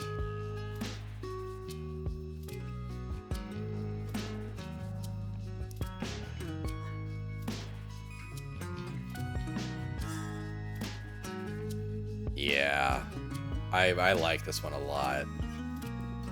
You forged the Jinn dagger to kill Adana, but you got cold feet in the end. Bitch, don't say those things out loud! Do you want me burned? Don't worry, you're safe here. You know, I thought about you when I was preparing the attack. But even if Adana died, you'd have to wait for a new leader to be elected, and then make a plea to her to review your case. It doesn't matter. Please, don't commit murder, especially not on my behalf. You know why I got cold feet? I needed to confide in someone before going for it. And I pictured saying all this to you or Jasmine. And I couldn't get your blessing. Not even in my imagination. So I let it go. I'm glad to hear that. You two are good friends even when simulated. Just in case, double check with the non-imaginary versions of us next time. You got it. Thanks. Ooh. Would you like to ask anything else? Maybe... Nah, that's enough fortune telling for today, I think. I gotta hand it to you, this new deck is something else. Congratulations. Thank you. I'm still trying to get the hang of it. Can't wait to witness what you do once you reach your full potential. It's gonna be scary for sure. By the way, I have a favor to ask you that I don't know if it's gonna be too much. Hey, I'd do anything for you. Besides tell you my past. Whatever you need, Dahlia. The thing is that the favor isn't for me. That's why I'm hesitating to ask. A good friend of mine is in a bit of trouble, and having just seen how amazing your new deck is, I wonder if you could help her. What happened? Her name is Greth. She's a witch architect. She mostly works asteroids and wandering moons into temples. She's a pretty young witch, joined the Coven around 130 years ago, so you wouldn't know her. I love that everyone's an adult also. Like, everyone's way an adult. But she's the purest. I'm sure you'll love her. Sure, I'd love to meet her. But stop beating around the bush. What happened? You must promise you won't tell anyone. I promise. She tried to summon a behemoth. Ooh. What? A behemoth? What's that? Ooh.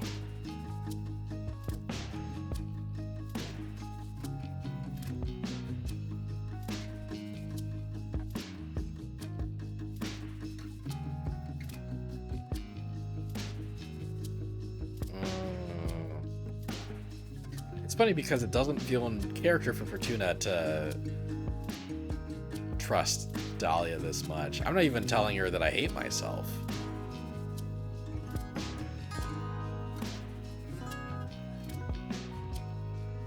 But I want to trust Dahlia this much.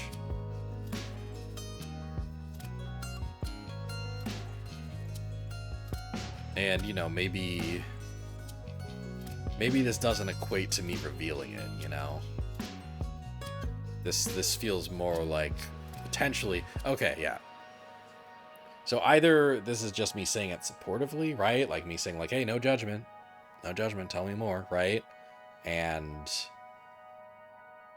Dahlia grows to trust me more over that. Or I share my secret with Dahlia and I want to do that anyway. So I can relate. Tell me more.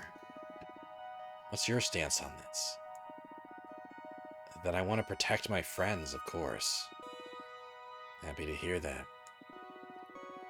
What kind of behemoth did Greth try to summon? Well, to protect me from its influence, she didn't give many details. Greth tried to summon a builder behemoth to help her craft a special altar out of a titan's skull or something like that. But since she's an architect, their essences were so similar, the behemoth got entangled with their own being. They fused. She hasn't even let me see her since the summoning went awry. Oh my. This sounds grave. She's desperate. That's why I'm coming to you. Your deck may be the only hope for her at this point. She can't stay hidden from the Coven forever, and when they find out, I don't even want to think about it. I'll help her. I'll do everything in my power, I promise. Thank you, Fortuna. Must go now. I'll tell Greth to write to you, and thank you for the reading. You're the best, and I love you, and I'm so happy to have you back. Me too, Dahlia. See you soon. Oh my god, I love her so much. Oh.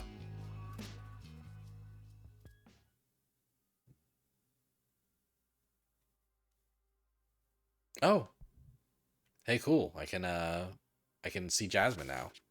She's my favorite, hands down. You haven't seen like 70% of the cast so far, I bet.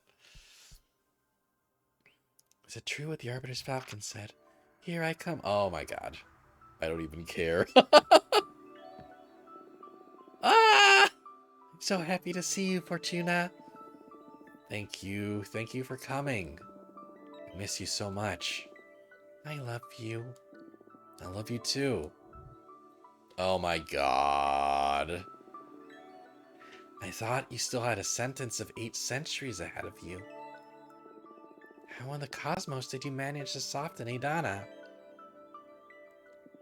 I didn't. It was an arbiter who took pity on me. Either way, she lifted the ban on visitation since she determined Adana's punishment was too severe. And that arbiter was dang right. Oh shit, she's okay. And that arbiter was dang right. I mean, who wouldn't dare to go against Adana's judgment? I mean, I wouldn't dare to go against Adana's judgment. But keeping you from receiving guests is a punishment for all the Coven, not just you. You're just too precious. Yeah. Jasmine is very cute. Yeah. Very cute. I missed you so much. I missed you too. So tell me, what did I miss in these 2 centuries? Shut up. You tell me about you. I'm not ready to go into that. It's nothing pretty. Isolation can take you down some dark paths. I'd rather hear about the outside world. It would mend my spirit a bit. Okay. What would you like to know about?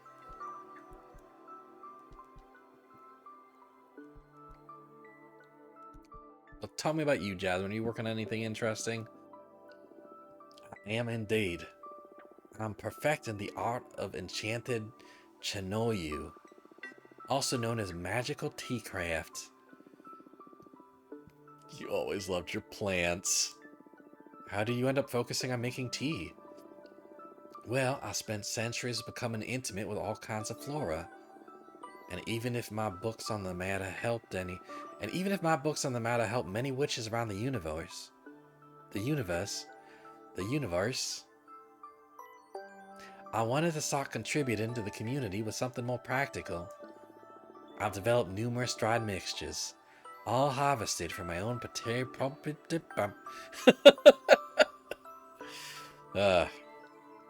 all harvested from my own personal garden.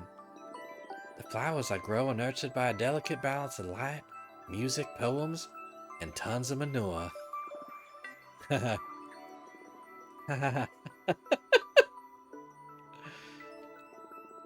Basically, now I deal magical herbs. You can brew creativity enhancers, mind openers, astral projectors, summon and channelers. I'm quite popular inside and outside the coven now. You feel more confident than the Jasmine I used to know, yeah. I'm happy for you. I'll bring you some tea next time we meet. Thank you. Anyway. Oh, okay, cool. Any juicy gossip? Well, I thought you didn't enjoy gossip. I didn't, but I know you do, and I've been incredibly bored. So I'm considering getting into the Tittle Tattle Club. That's wonderful. Any genre you may be interested in? What about some romance? Romance, huh? There's always plenty of that going on. But I guess the biggest highlight from this century is from your mentor. Eugenia? Who's Eugenia? Impossible. That hag doesn't have the ability to love. Maybe losing you made her realize that you have to love more openly and intensely? What then? She has a lover now? She has a dozen. What? 12 lovers among witches, fairies, and dear folk. Shut up. Shut up. I swear, she's changed a lot. She looks very happy now.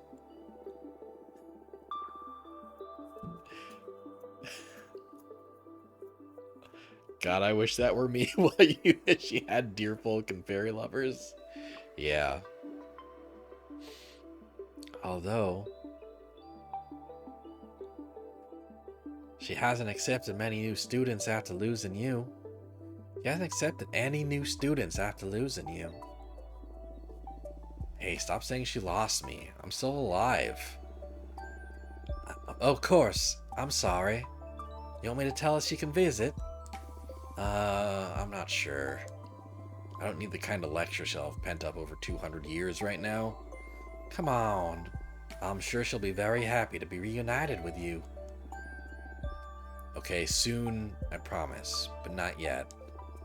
Understood. Anyway. How's it coming these days? Powerful, I'd say. We're growing beyond the scale of any other covens, both in knowledge and in power. Although it's becoming more and more demanding to keep up with Adana's direction.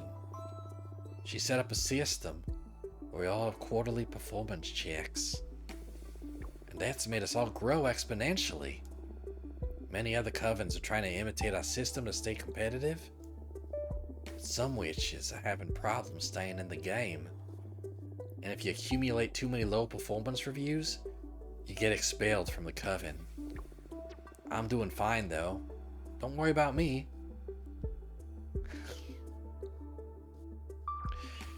I don't know what side Jasmine's on. You've always been so talented. I'm sure you won't have any problem keeping up with the elite. I guess. Although I feel bad for all the sisters left behind. Yeah, that sucks. We should trust in Adana's direction, though. Yep. Jasmine. She's the oldest, and I'm sure there's an important plan for all this.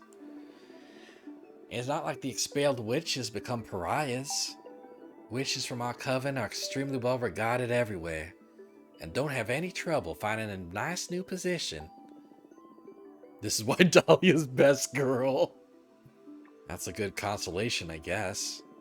Anyway, why am I trusting her with this? Listen, I'm crafting a new divination deck. Oh, wow. What was that look she gave for like a fraction of a second? Is it safe?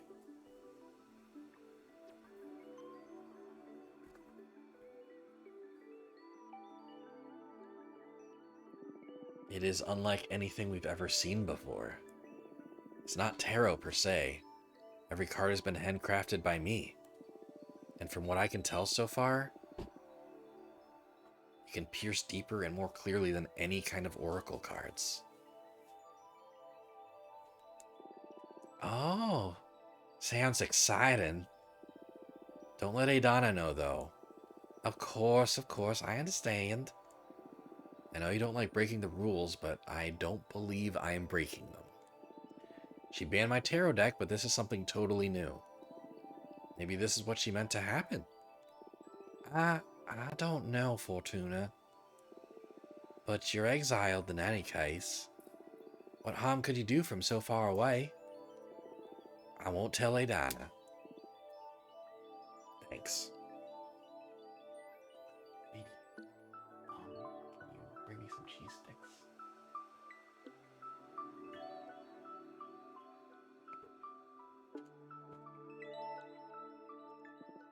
So, do you want me to read your fortune?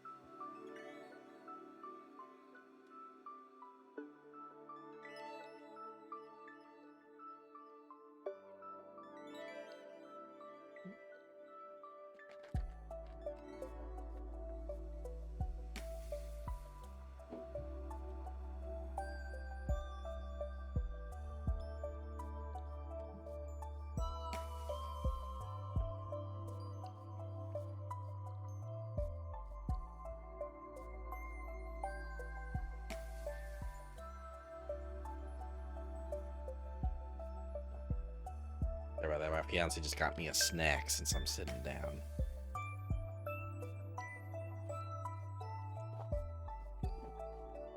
Thank you. Yes. It's been so long. It's been so long since the last time you read for me. What was the last thing I asked you? How to make an arbiter fall in love with you. Oh, shut up.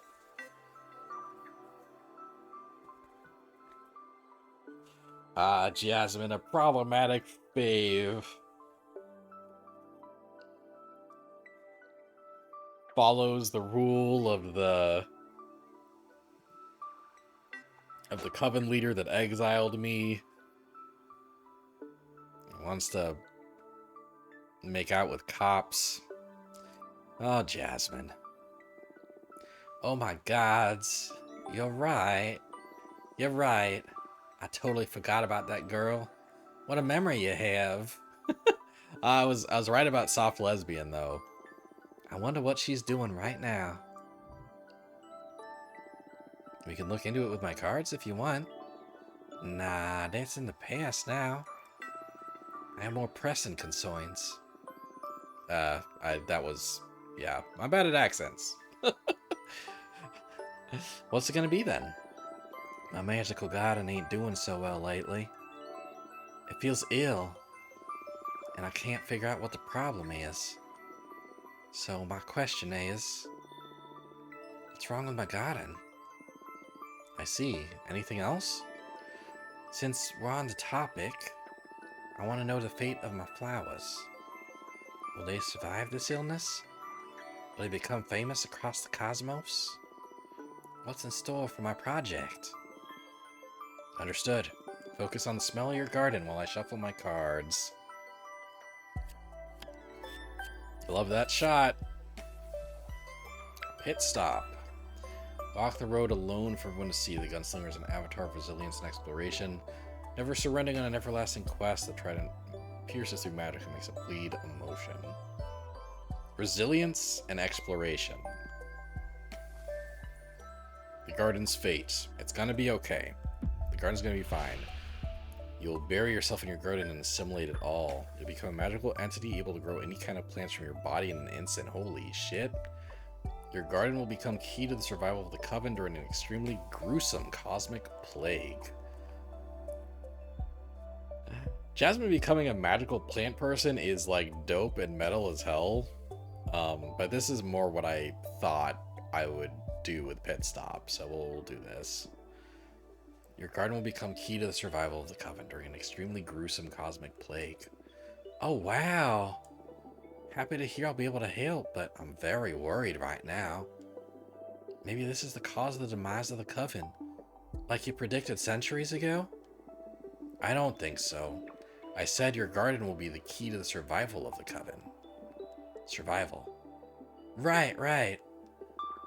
Then I better put myself to work if we want to minimize this plague's damage. Thanks for the warning. Don't burn yourself out. You're gonna make it no matter what.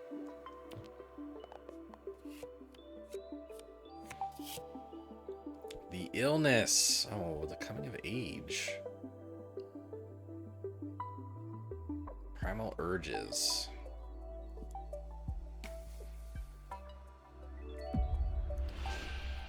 There's nothing wrong with your garden. You're just tired and you need to rest.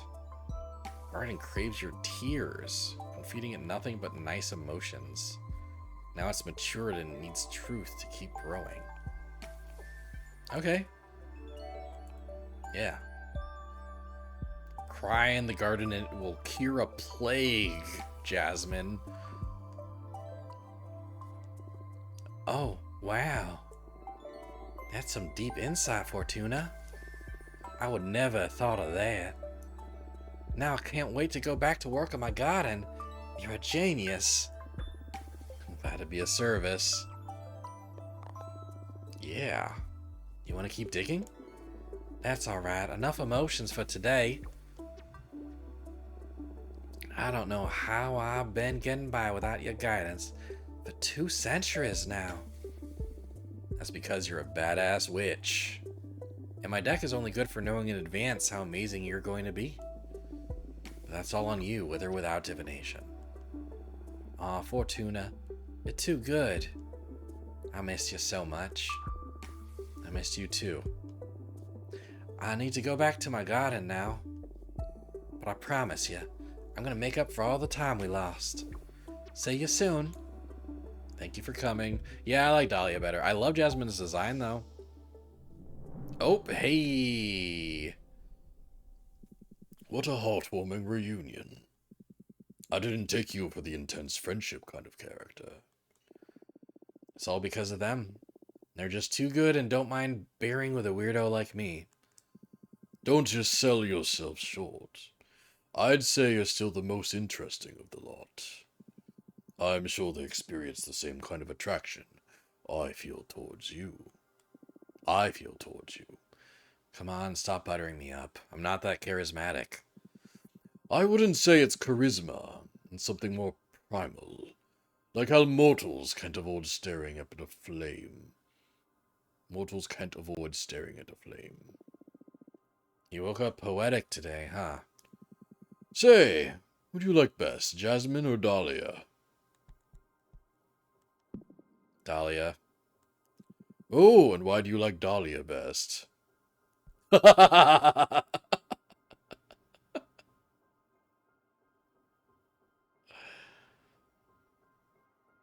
Where's the all of the above, man?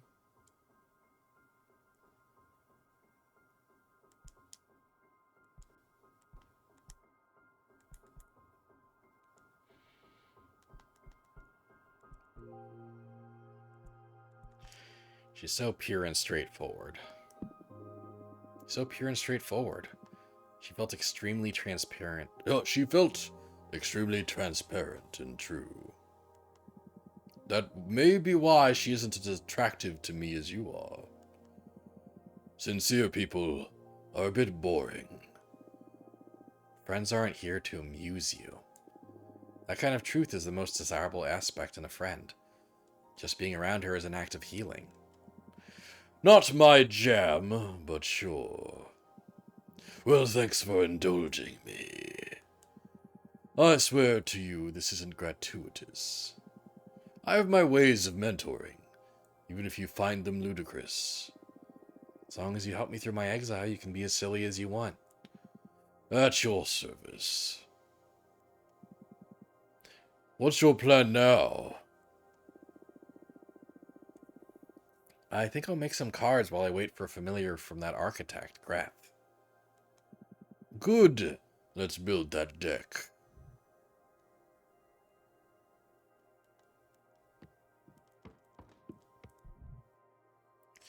Yeah. Make more cards. Make more cards. Time for me to make more cards. I should make something really wet because I have so much water. Yeah. Um.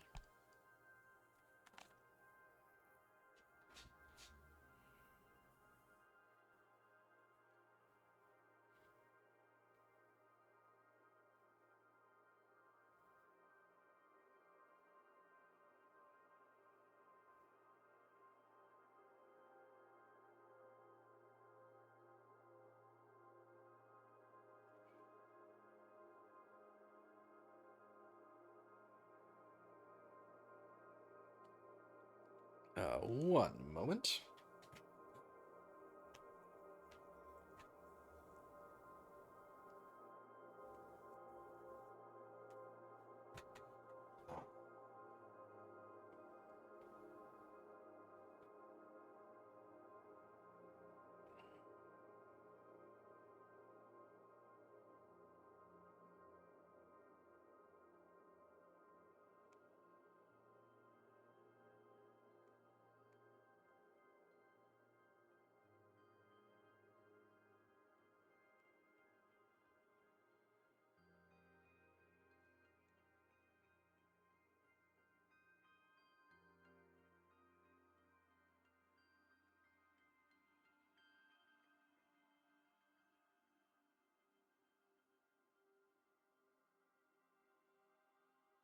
Okay.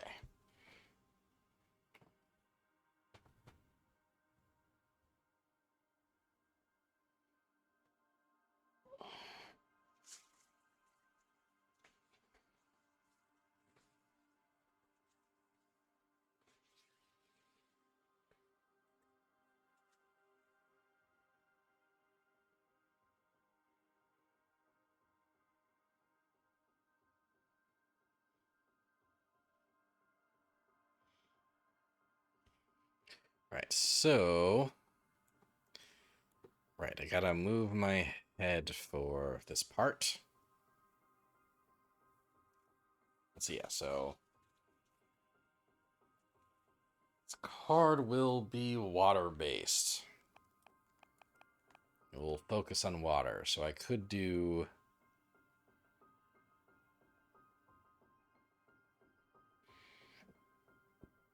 Right. The planet that bleeds lava grants access to profound emotions. That's cool. The Sunset Dock. Ooh, I've been wanting to do this one actually. Cursed by a heartbroken witch, the legends say that anyone who parts ways with someone and sails away from this dock will never meet the one they left behind again. Yeah, sad. Cool.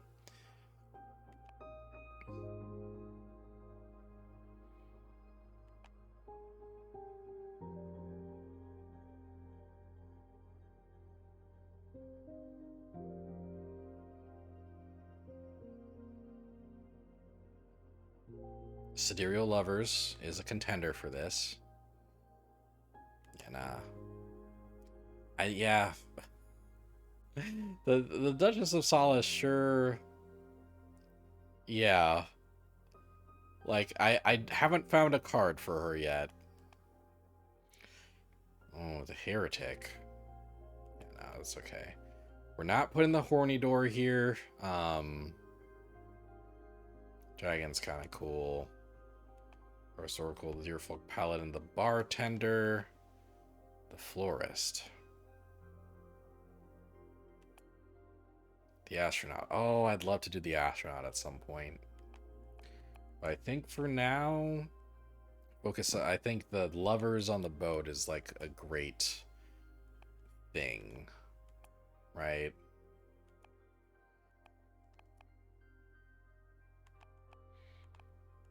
And then I should hold on to 3 more air so I can afford the astronaut, I think. Um,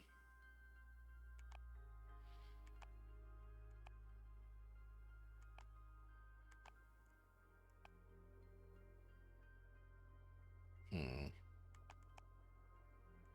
Partial, the swordfish liquor. The right, not the horny drink. Dark matter boat. The Viridius mirror. Ooh. Yeah, and that adds some wet because I have plenty of wet. Okay. So, where's that boat? There's the boat.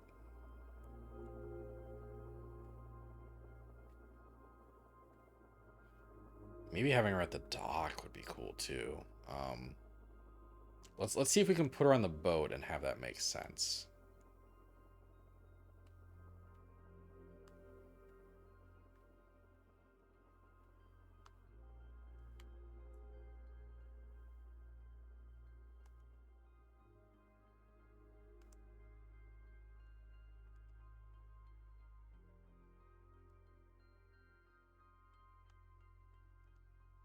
Ooh, can I flip you? Yeah, I can flip you, but then you don't fit on the boat as well. You fit on the boat pretty well here. Yeah, you fit on the boat pretty well this way. So maybe what I want is to move. Yeah, that's what I should do. That's what I should do.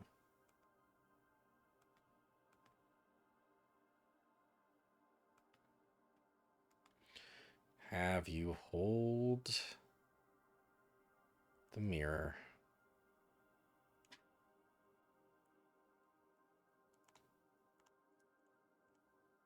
Yeah. Maybe make you bigger?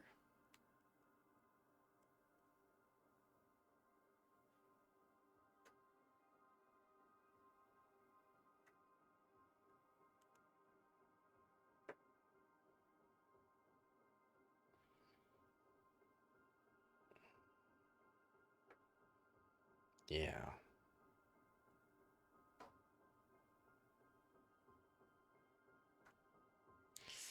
I feel like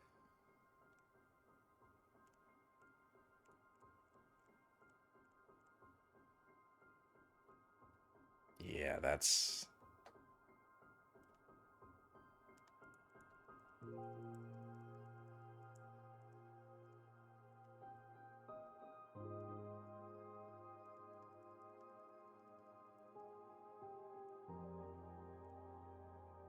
yeah.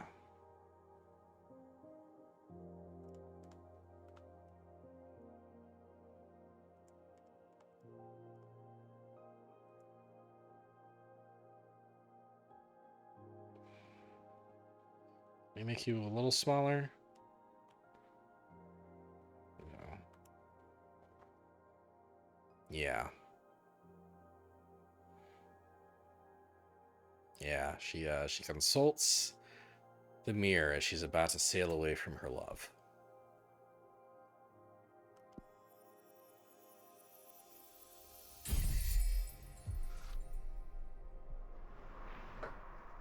Yeah, tired of salt and melancholy, in need of finding a partner, a pain that can beget isolation. The mirror dispels what isn't true. A flood of water can unleash hidden potentials. Summer lovers.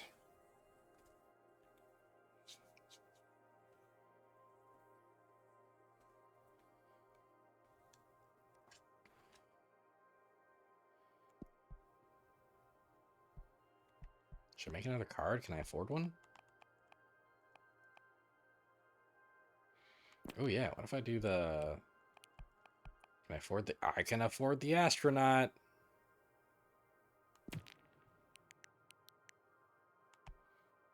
And then...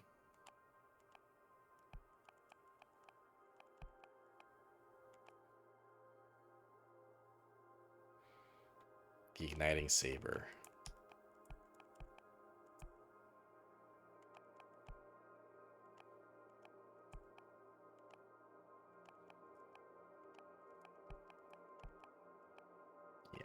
lightsaber.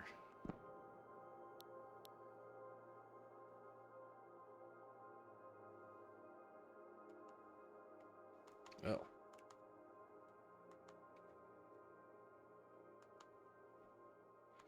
Oh, I see.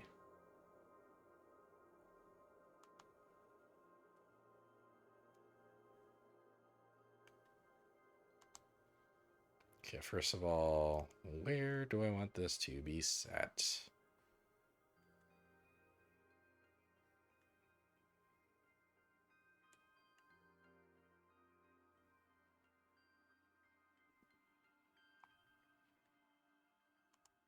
Flip it? No, not duplicate. Flip.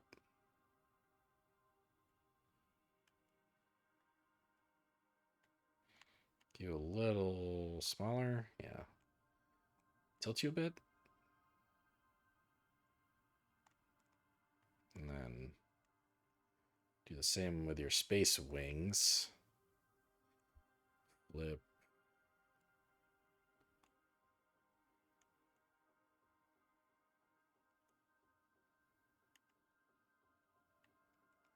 Yeah. And he's in space, so he can't really breathe. So maybe I should do his helmet. Now. Flip. Little tilt.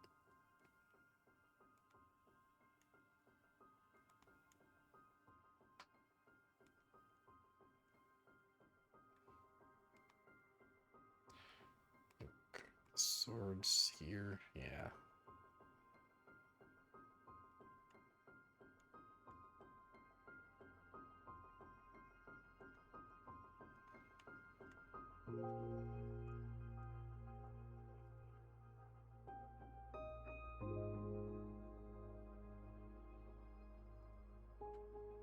No.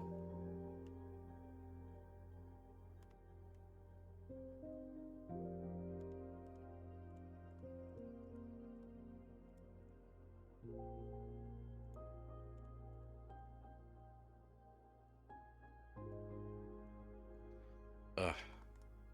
The controls are pretty good, and also, like, they can be kind of rough on me sometimes. Okay.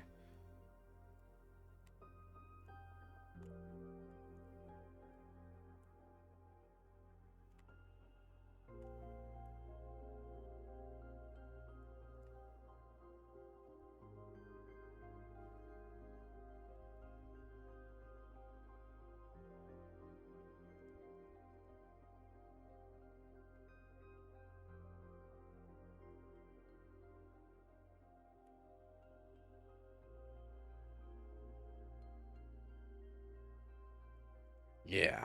No.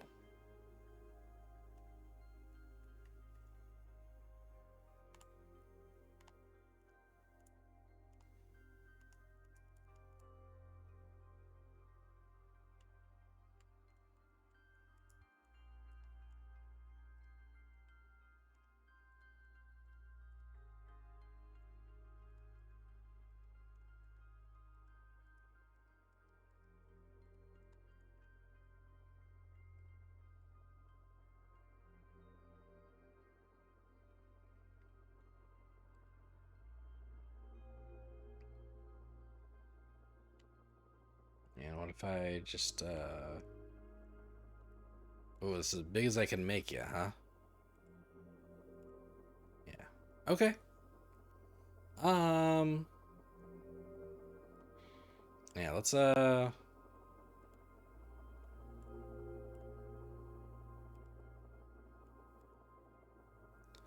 some space bugs in here.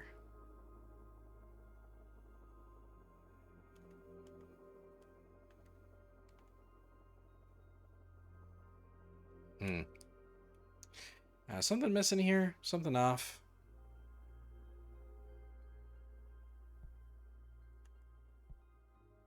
Nah.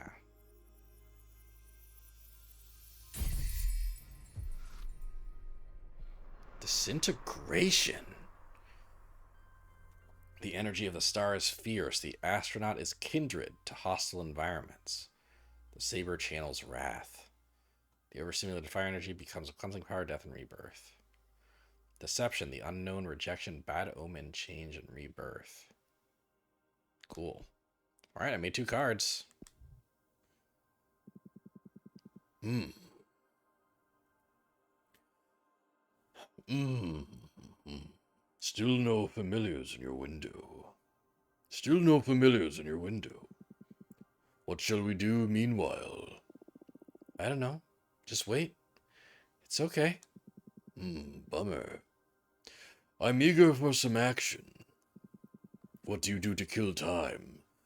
You must be an expert at it. Usually I just drop myself on the bed and feel sorry for myself. But when my mood allows for it, I study or enjoy some interactive fiction.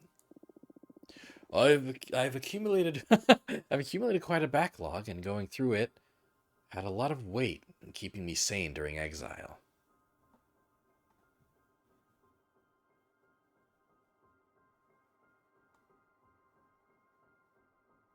Honestly, I feel like I have enough interactive fiction, aka video games, to keep me occupied during 200 years of exile. I feel like I have enough games to cover me for that. Like, if I stopped getting games right now and you exiled me for 200 years, you could catch up with me in 200 years, and I wouldn't be done with everything yet.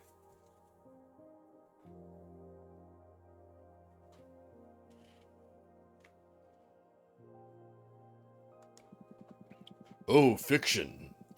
I'm not a fan of fiction, but the universe is already a great purveyor of stories. But you go ahead and do some reading. I'll look at the stars or something.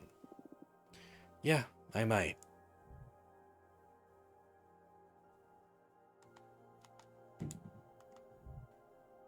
Oh, hey! What to do? I'll pick an interactive tale at random from my collection. Oh, that's fun. The Secret Cut by Jordi DePaco. Cool. It's nice to see Fortuna's design up close. There's always been a legend among butchers on the island of Terra Nova about a secret cut hidden inside cows with crimson fur. Cows with crimson fur are already a rarity, but finding this piece of meat is even rarer.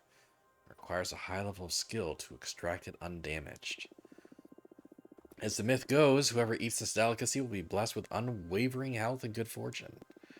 Not once in your 70 years as a butcher have you ever come across a crimson cow. Until today. A farmer friend of yours brought it before dawn. A very young calf, just a few weeks old. He doesn't want to have anything to do with crimson cows since he believed they bring bad fortune. You're not sure if he's unaware of the legend or if he's had really bad experiences with them.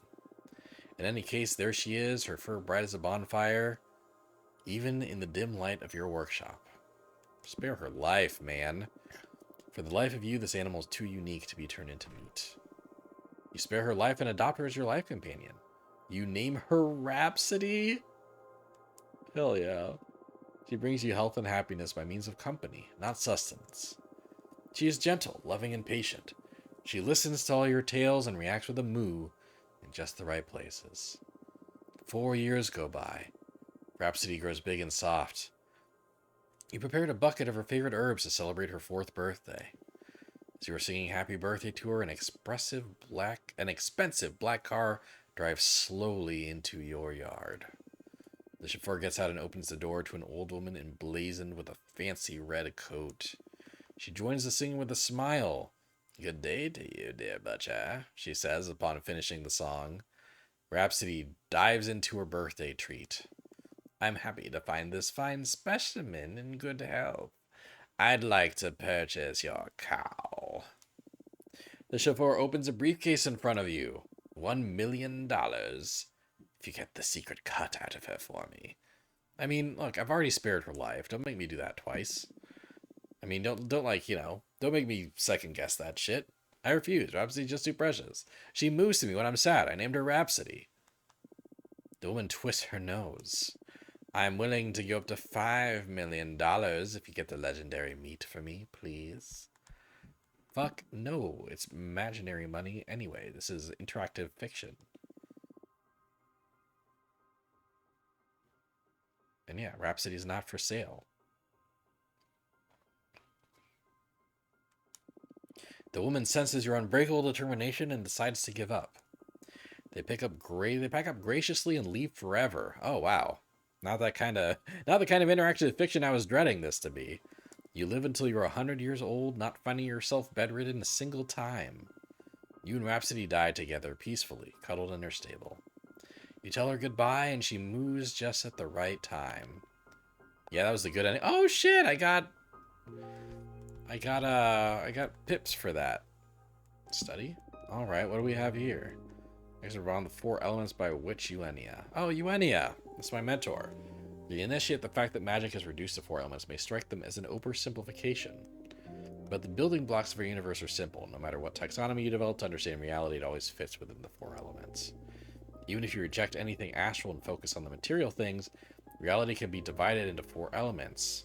Gas is air, liquid is water, solid is earth, and energy is fire. In a more philosophical sense, you can dissect anything by analyzing its where, earth, when, air, why, water, and how, fire. You can even pick apart the most mundane things by these rules. For instance, a stone. Its air will reveal to you how it affects its environment, what the social preconceptions are about it, or how much time it has been standing there. Its water will allow you to access its potential to become poetry. The reason this stone and no other ended up in that particular place, or what its initial form was before erosion, shaped it in that way. Its earth demonstrates what that stone is made of, how good it would be as part of a wall, or even what kinds of carvings you could work into it. Its fire tells us its potential to cause harm, how easy it would be to break it apart, how coveted that stone could be. As you can see, the 4 elements open the gates of thought to infinite modes of analysis. What to do? Sleep. I'll just rest for a bit.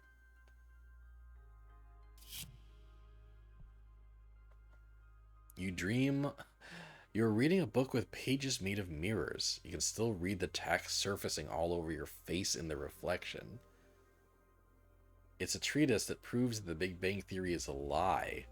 When you close the book, the universe stops existing. Damn.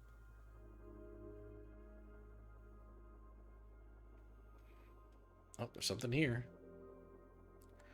Oh, there's 2 somethings here.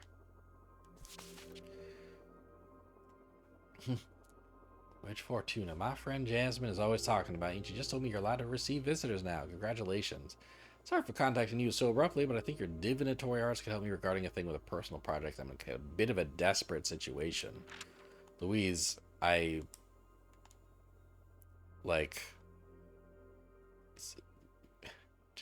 Dahlia's friend is merged with a god. I'm going to talk to her first. Hello, Fortuna. My name is Greth. I'm a witch architect. I believe our common friend Dahlia told you about my situation. I need the maximum discretion regarding this matter. So I'd rather talk about the rest in person if you are willing to have me. Thank you, Greth. Oh. Hi, Greth. Ooh. Welcome, Greth. Hi, Fortuna. Thanks for having me. Dahlia filled me in briefly on your situation. Not that it is obvious just by looking at me, huh? Yeah, it looks bad. Let me say it out loud anyway, for the sake of therapy. I've got a behemoth fused with me. How does it feel? Whoa. Never thought I'd get that question. The few who know assume it's just fucked up, I guess. But if we're talking feelings here, it doesn't feel bad at all, actually. I mean, aesthetically, it's terrible. But it doesn't hurt. I can sort of communicate with the behemoth at an abstract level. If anything, I feel more powerful. Well, glad to hear you're not suffering in any case. But it isn't worth it. Firstly, because summoning a behemoth could well get me executed. But more importantly, I want my cute cheekbone back. Looks like an important loss, yes. So, do you think you can help me? If there's a way to cure you, my deck will find it. But I need to know more about you first. Mind if I ask some questions? Of course. Ask away.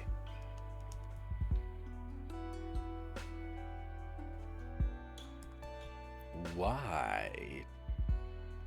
Why summon a behemoth?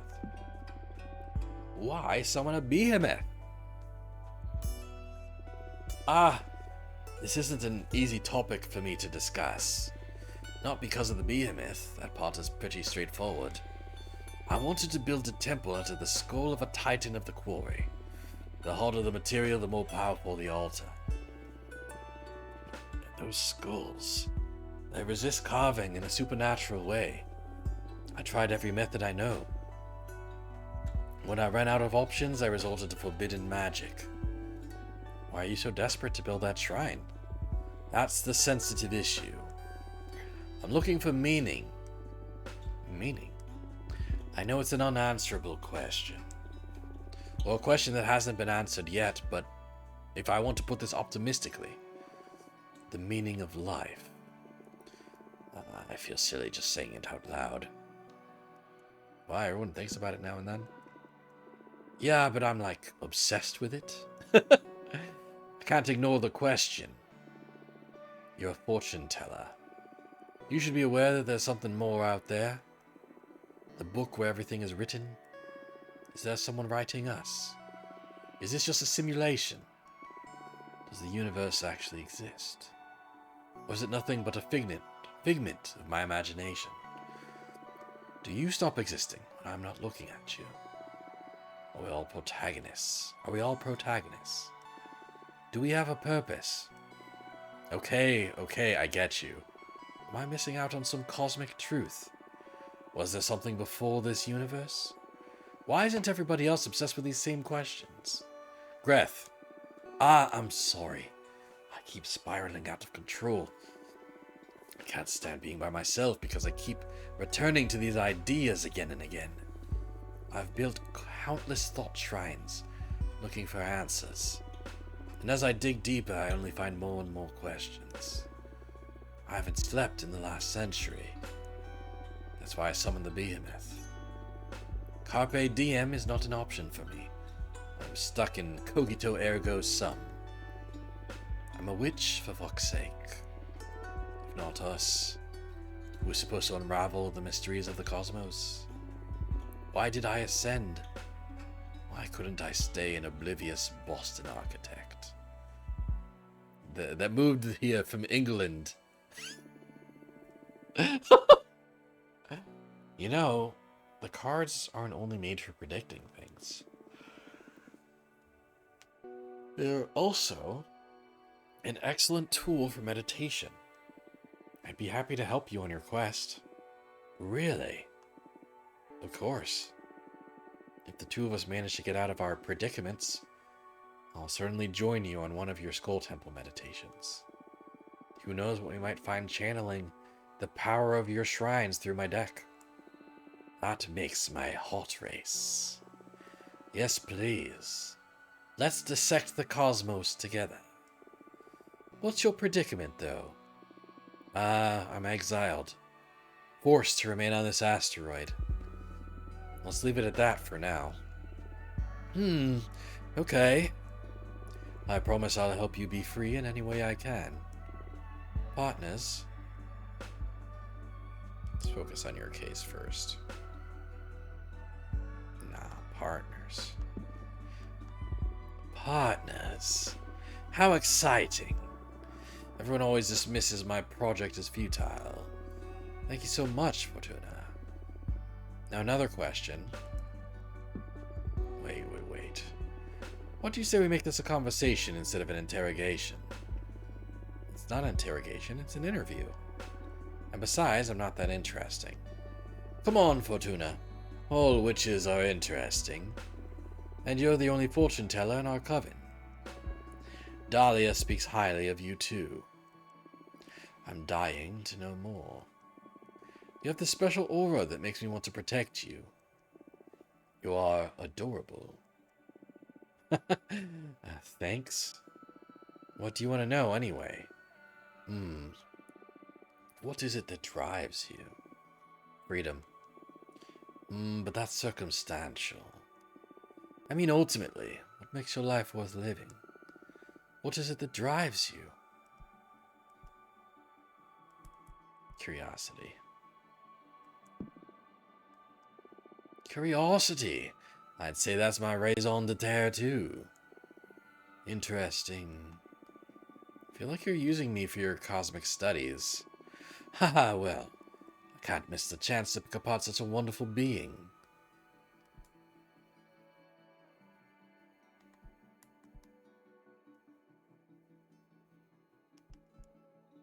It's alright, bring it on.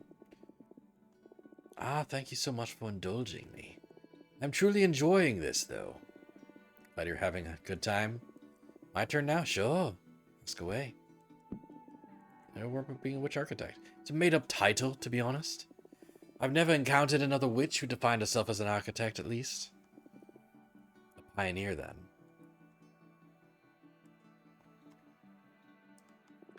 I just like to build things. I was also an architect when I was a mortal. But being able to design and execute projects by yourself is way better than overseeing years of development. And all the bureaucracy, ugh. I'm sure that I ascended out of pure stress, plus using magic to avoid having to deal with the laws of physics sure is a perk. Sounds like a pain, building things on Earth. You bet. I was one of those people who preferred playing Minecraft in creative mode. Oh, man. Yeah, I'm so fascinated by the timeline of this game. Like the timeline of the game lore-wise, you know?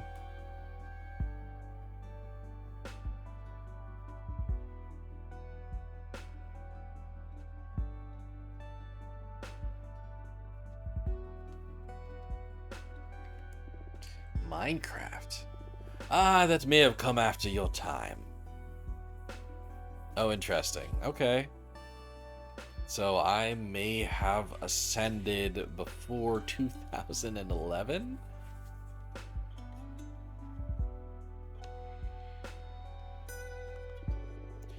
You come from Earth too, right? When did you ascend? Oh, please, answer. 1968. Oh, wow. Oh. Oh, wow, that's... Damn. Okay. So I made my prediction, like, probably right around then. Like, mid to late 1960s. And then space travel probably happened around the 2050s. Whoa. I was born in the year 2000 and ascended in 2032. Oh, that's cool. So, like... Okay, cool. And does feel like we're all meant to be adults. That's nice. Adults even before we ascended. Were you a hippie? Not really, but I met a lot of them. I owned a food truck and visited a lot of events. I had a side business reading tarot, too. That sounds really cool. Glad to know you're not one of those medieval witches. I can't stand them. Yeah, they're so uptight. So, Fortuna, tell me, what are your thoughts on relationships? You asking me if I'm single? No, silly. But are you? Yes. Cool. What I mean is, what are your thoughts on romantic relationships? Some people can't live without them, some others don't want them at all. I'm curious where you stand on that. What are your thoughts on relationships?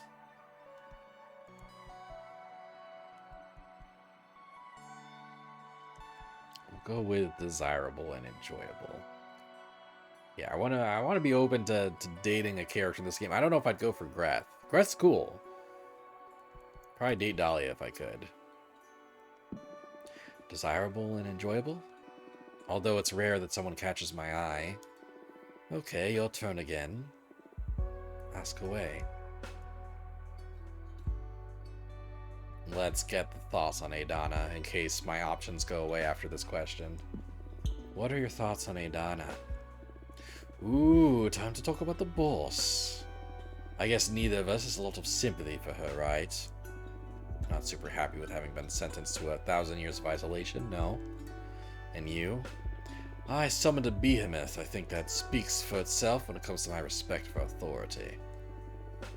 I didn't mind her before, though. She's always let me focus on my project. But now that I know she'll have me executed if she discovers what I did, I have to get rid of either this behemoth or Adana. Whoa, heavy words. What? I'm not keen on being erased. At least not before I finish my quest for knowledge. I understand. Look, I understand we need some rules to ensure the stability of the Coven, but I can't possibly agree with these arbitrary punishments. Under no circumstances should a witch ever be sentenced to death or exile. If someone made some bad decisions, they need guidance and forgiveness. We're supposed to be a family, not the army. I couldn't agree more. We need to construct instead of prosecute. I hear you.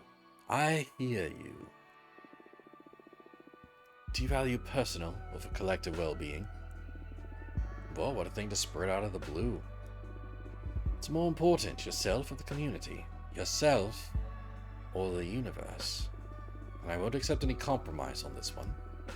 Ultimately, should you have to choose, what should the priority be, the individual or the group?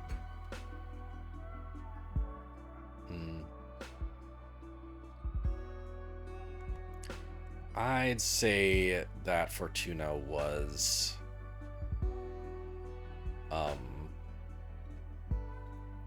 telling everyone about the end times in the interest of everyone. Fortuna was trying to help. And Fortuna still believes that? Even after 200 years? Let's go with everyone. Everyone. Even if that makes you miserable.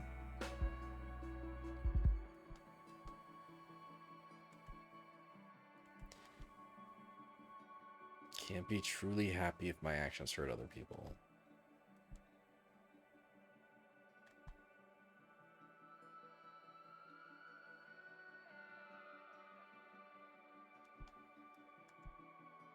Yeah, I don't think Fortuna's this selfless, but maybe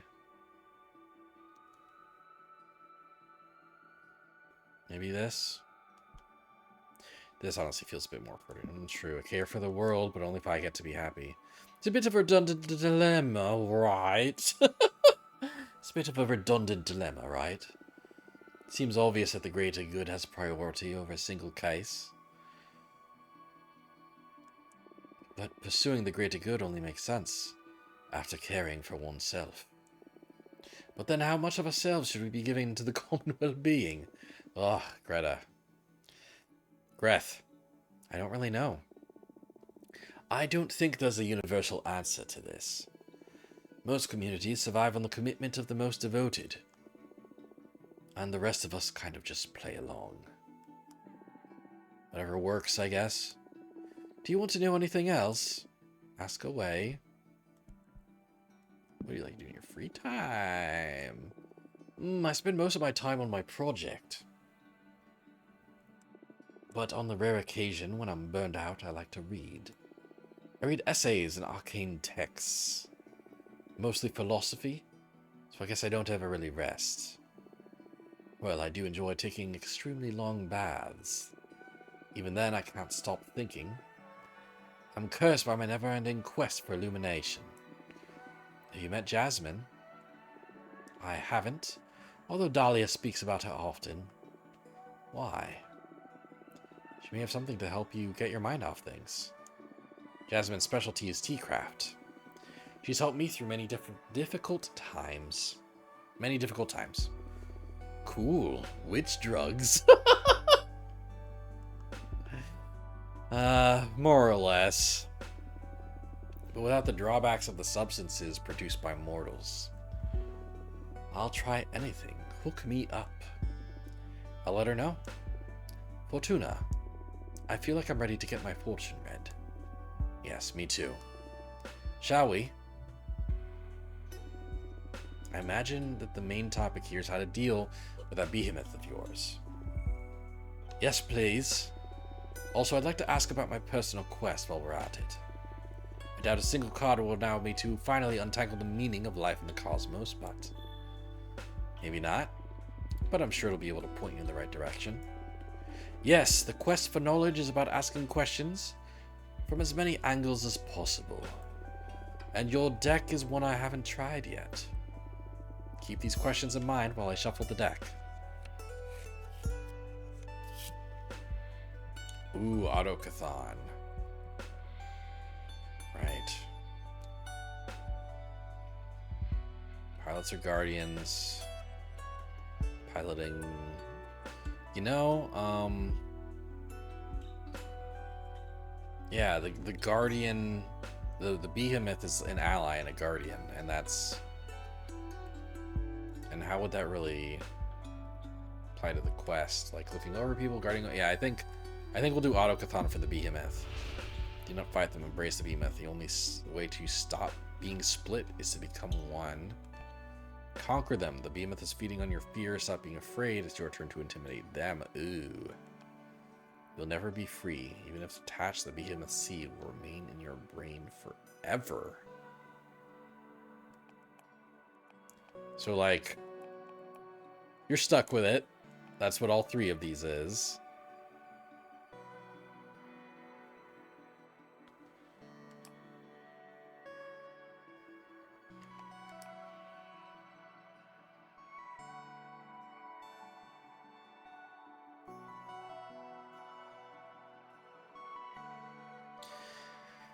Leaning towards embracing the behemoth.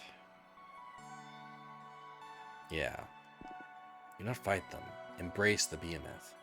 The way to stop being split is to become one. Running inwards instead of trying to escape my fate, huh? It is a smart way of keeping it hidden.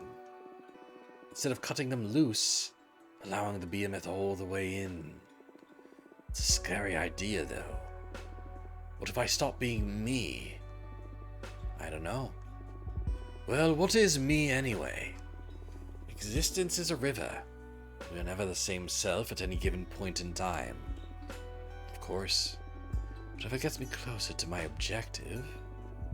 Glad you're taking this optimistically. We can't control fate, right? If life gives you behemoths. Indeed. Yeah, give me the juice. Give me that juice. Nature's Murmur. Ooh, this is my first time drawing Nature's Murmur. Chambers of the Opera House make all meanings resonate through every context. Save knowledge, they remember crimes. The sound from the trumpet garners everyone's attention. Oh, cool. This is cool for the quest. This is very cool for the quest. The meaning of life lies within the minds of others. Spend more time with other people to find progress. You'll never untangle the meaning of life, but your work will allow others to reach it. You've done enough through introspection. Now you need experience. The meaning of life is hidden beneath greatest love and greatest loss. Greatest loss. Yeah, this is cool. The meaning of life lies within the minds of others. Spend more time with other people to find progress. Ah, I don't have the patience for that. I find most interactions to be pointless. Thank you. I don't mean you, silly. I'm enjoying this. I love Greth stirring the tea. I get easily bored of company for the sake of company. I need stimulus in my life. Interesting, important conversations. But maybe that's the point I'm missing. Wasting time playing around. I guess ideas need to be pollinated. A lonely mind can run out of ideas, become sterile. Exposure to other lifestyles and philosophies can challenge my frame of mind. It makes a lot of sense. You've helped me a great deal, Fortuna. Thank you. My pleasure. Do you want to look into anything else? No, thank you. You've given me some ideas about how to get rid of this behemoth. I'll do some research on my side, too. Cool. Let's meet again soon to teach this bastard a lesson. Looking forward to it. See you soon.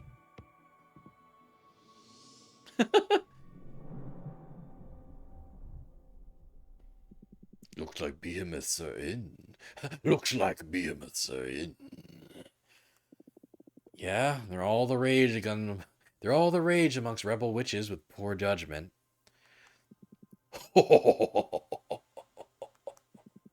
I think I can help if you're interested. I'm all ears. We, the behemoth, know each other's names. If you knew the name of the behemoth possessing Greth, any ritual you might perform to free her would be more likely to succeed. That's perfect. Tell me their name. Ah, I know we're partners in crime, but I'm not about to give up one of my siblings. Not for free, at least. Am I not paying enough to you already? The deck stuff is one thing. This is another matter. All right. What do you want? Don't fret. I just want a bit of that delicious power you're harvesting. 5 units of fire to betray a fellow behemoth, plus 2 of air to release their name to you witches. You don't need to answer right now. Save up, decide if you're interested or not. Cool. Neat alternative way to use my resources, especially especially as I build my deck more and I become more comfortable with my deck, right? Um, like yeah, that's a great like. You're like, well, why don't you spend your resources on these? I dig it.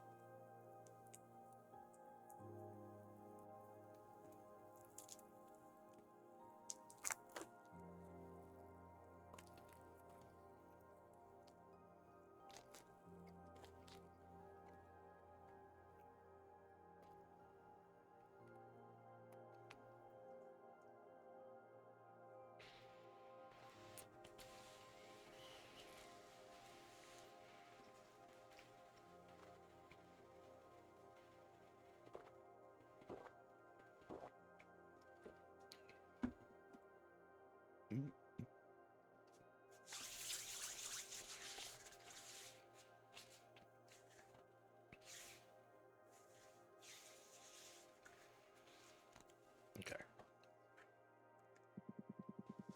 And when the time comes to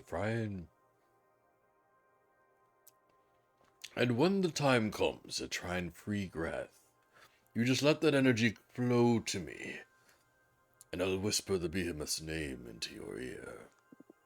I see. It's not too high of a cost, right? Just a bit of magic for your dear mentor. It's not the amount, but the thought of what you're planning to do with it.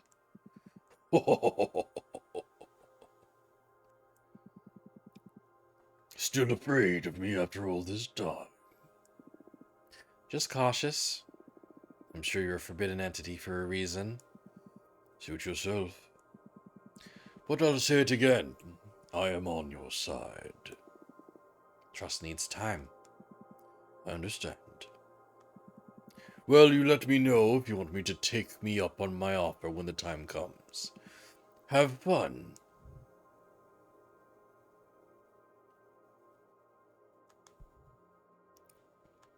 All right. What's up, Luis? What's your deal?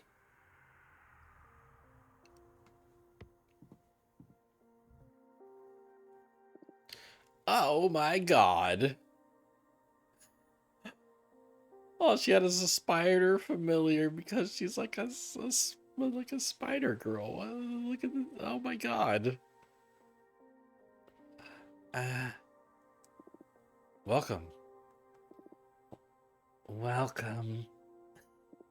Uh, hi. What's your name? Fortuna. Your name is Fortuna. I'm sorry. I'm sorry. Nice to meet you. Your name is Luis, right? No need to be so nervous. Any friend of Jasmine is welcome here. I'm sorry. I'm sorry. It's just that I've heard so many things about you that now I feel like I'm meeting a celebrity or something. Oh, yeah? What have you heard? You love Luis? I love, yeah, Luis. Oh, Luis is so good. All good things. Don't worry. Mostly from Jasmine. She loves you and missed you so much, you know that? I missed her a lot too. Why don't you take a deep breath and tell me a bit about yourself? Uh, okay. Sorry. My name is Luis, and I'm sorry. I'm drawing a blank. It's okay. How about I ask you some questions? Would that be alright? Okay, that's good. Thank you. Oh my god. Neurodivergent spider girl.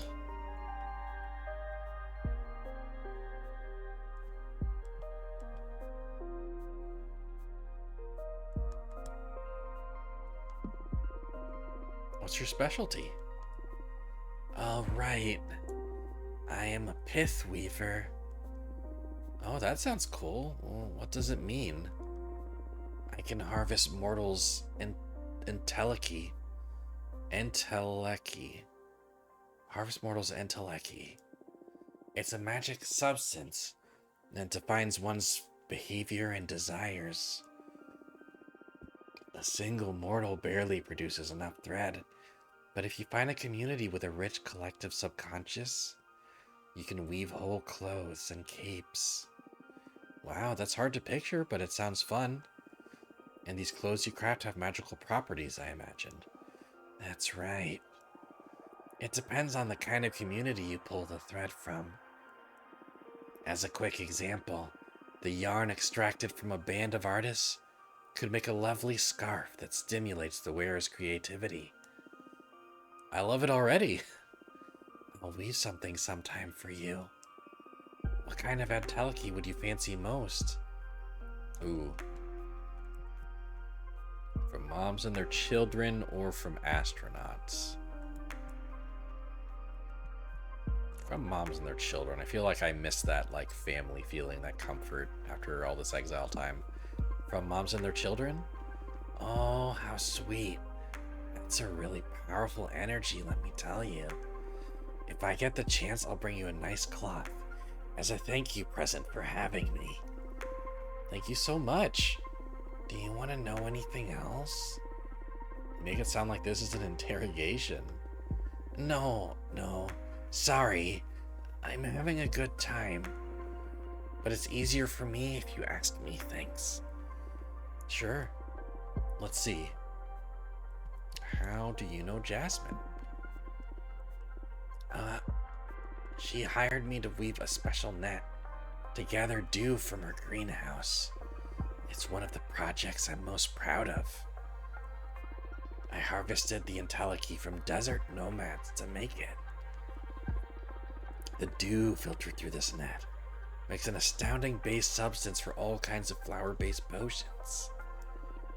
Jasmine's brews became quite popular after my contribution. It's been centuries since I've had something from Jasmine. I can't wait to try this improved version. Together, we also developed some magical tea bags that multiply the fragrance of dried mixtures. That is so cool. Now I see how you two became close. Both you and Jasmine are super crafty. It's gotta be so much fun to find someone to share your passion with. It is indeed. I always have a great time with Jasmine. Nice. More questions? Oh my god, I love her. What do you like to do in your spare time? Oh, I love reading, playing my multi-neck bass, and spying on mortals. She might be one of my new favorites. She's up there. She might be top 3 already. Oh wow, that's weird reading.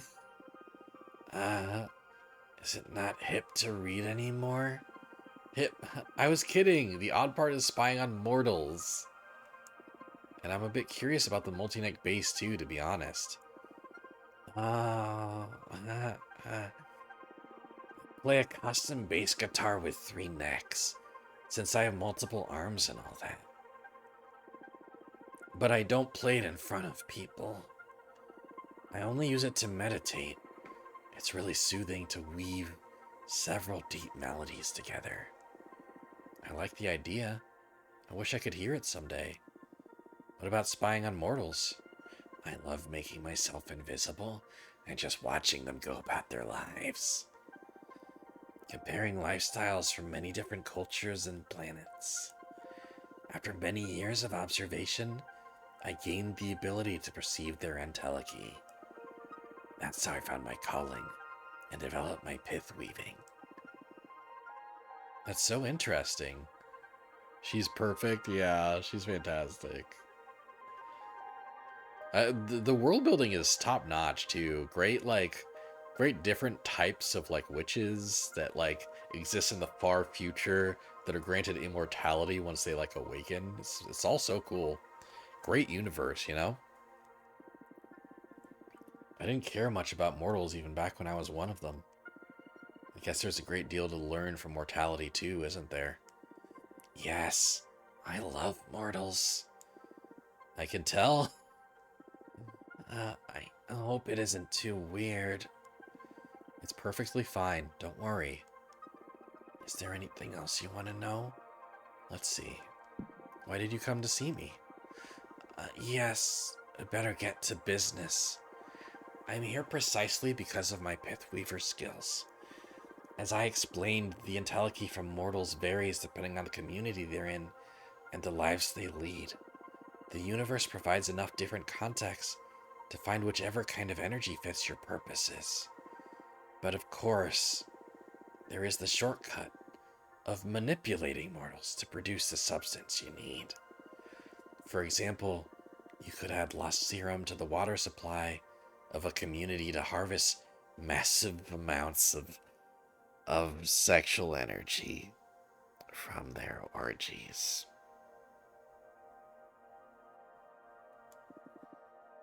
Quite an example.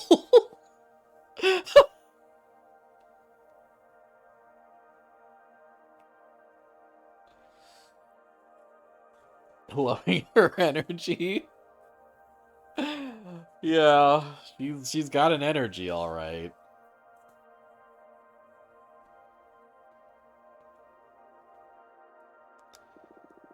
Not that I've tried this more than once. I usually prefer all natural chaos bred entelechy. The thing is, Idana saw a lot of potential in one of my projects. It started back when Earthlings began their conquest of space. The colonies on Mars were proliferating at a supernatural speed. Conflict spread through every bordering nation, on Earth, and on any planet mankind set foot on.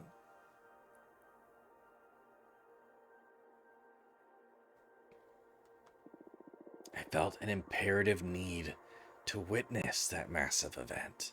It all oozed an otherworldly energy, so I spent decades spinning thread from it. And as it happens, that substance can create an extremely effective weapon for capturing behemoths. What, really? How so? Earth's entelechy was highly contaminated. It was as if the whole planet's fate had somehow been sealed. And behemoths happen to be extremely susceptible to reality-altering arts. I used that substance to weave gladiator-like webs that can suck any entangled behemoth dry of their magic.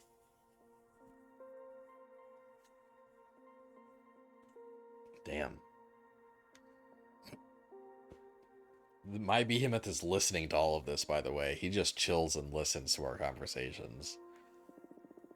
You can also craft decent pieces of armor against behemoth spells. And why is Adana so interested in developing such armaments? The cosmic echoes warned her that behemoths will threaten the coven so she wants to prepare accordingly.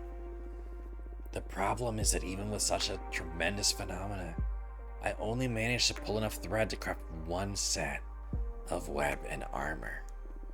And Adana is set on developing a massive weapon to erase BMS from this plane of existence entirely.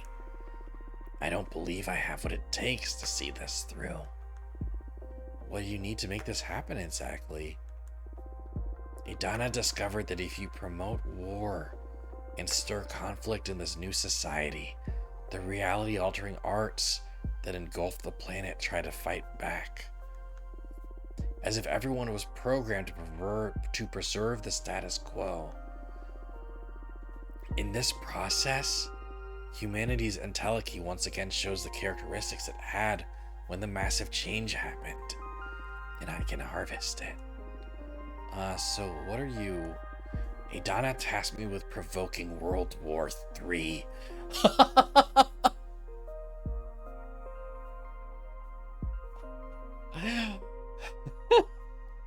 Jeez Louise. Okay, well, that's sort of we can't allow that. Is like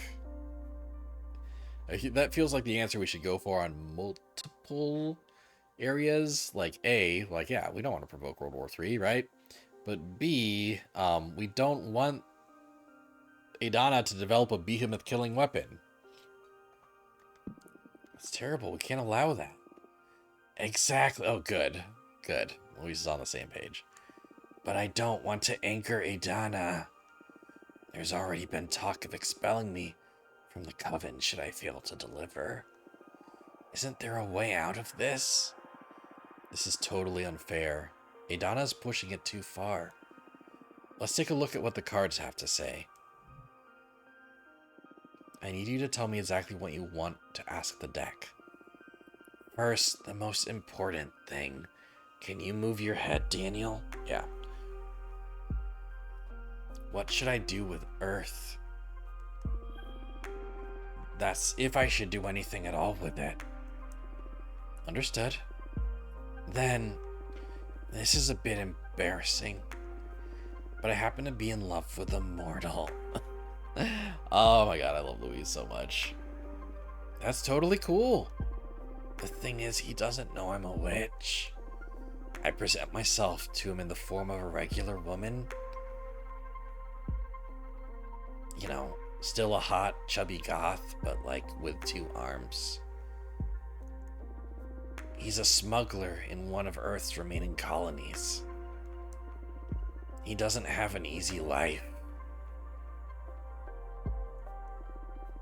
It breaks my heart, and I wish I could save him.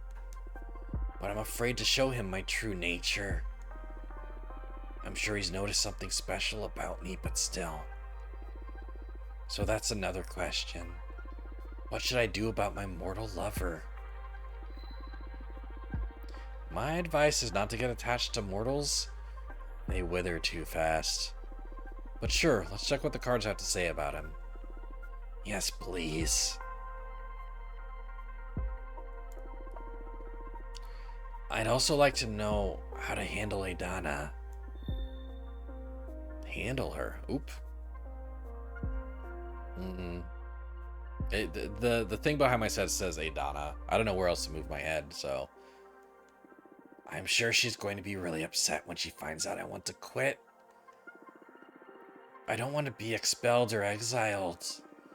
Is there any way to escape her wrath? I wish I knew. That's going to be a hard one, but this is a new deck. Maybe it'll find a solution. I'm shuffling the cards now. Keep your questions and your thoughts. Ooh, coming of age. Deity in the shipwreck scrutinizes every secret. The love from the wolf mother is infinite. The glass soul and the snowcat's eyes are teeming with primal urges. Blood of water can... Okay, so mercy, wellness, communication, peace, and power. Mercy, wellness, communication, peace, and power. Okay. Maybe I want to put this on Adana, actually. Mercy, wellness, peace, and power.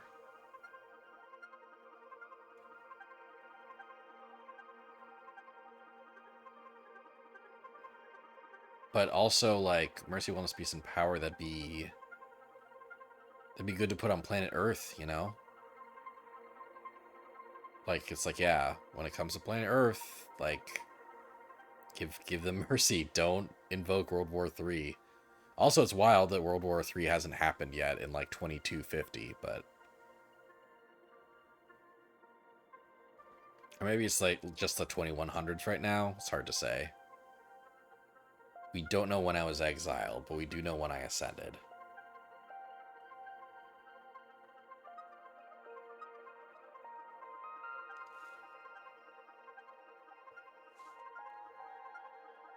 Yeah, if anything, we got to give that mercy to planet Earth. You need to find other ways to disrupt reality. War isn't the only way to mess with the established order. Ooh, Earth won't give you what you need no matter what you do.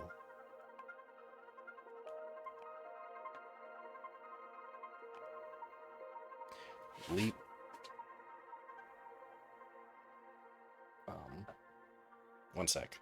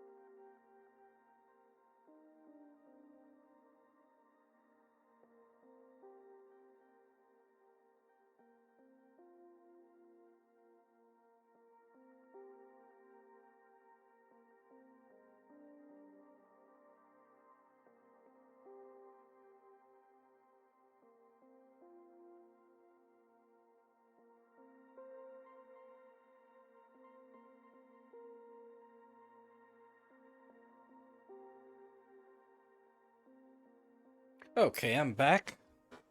Uh-oh. Ah. Okay, I'm back. Sorry to step away right as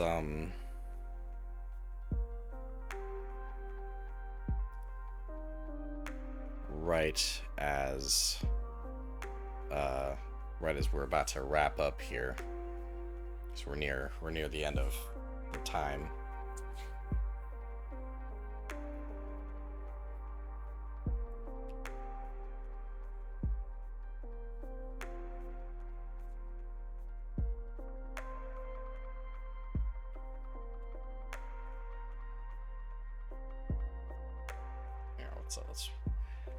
So yeah, Earth will give you what you need no matter what you do. Yeah, because I think this is a good like leave Earth alone answer, and it'll also help us save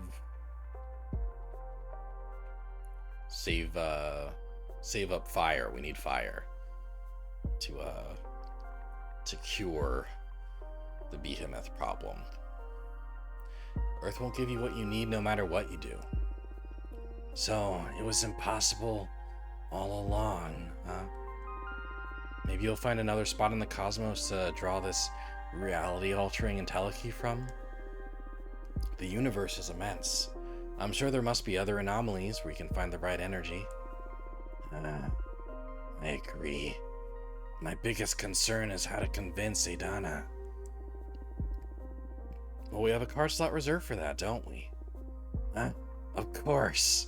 Love her. Alright, now I'm drawing Disintegration. The energy of the star is fierce. The astronauts kindred hostile environments. Saber channels wrath. Deception, the unknown rejection, bad omen, change, and rebirth. Well, we don't want to give Disintegration to her lover, so let's give it to Adana. Feed Adana some lives, and in time she'll give up and focus elsewhere. If you don't show even a bit of progress, she will punish you. Do what you can, no matter how long it takes. Adana won't ever be satisfied. You need to flee and find protection in another coven.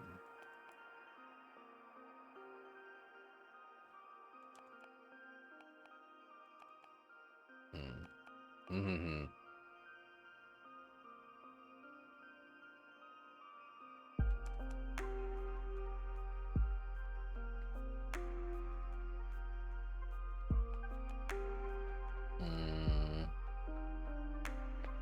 Yeah, do I want her to lie and stick around, or do I want her to potentially leave but be free from Adana? Also, let's see, the reading of Disintegration specifically, the way I've built it, I feel like this is more it. Adana will never be satisfied. You need to flee and find protection in another coven. So that's it, huh? Not even a seer can find a future for me in this coven. Maybe you can come back if Adana ever leaves power. That could take eons. It's alright. I'd rather change covens than hurt any more mortals. I'm sorry I couldn't be of more help. Oh, no. Thank you, Fortuna. You helped me make up my mind. I was utterly lost. But knowing this, I can take the reins of my life again. That's good. And for the love interest we got... Oh, I was worried about this. Omnicide. Ugh. Well, better Omnicide for the love interest than Adana, I guess, right? Oh, I'm sorry. I have so many dark cards. I need to put some happy cards in my shit. He doesn't love you, just taking advantage of you because you provide for him. Even being cut all ties will be more painful for the both of you in the future.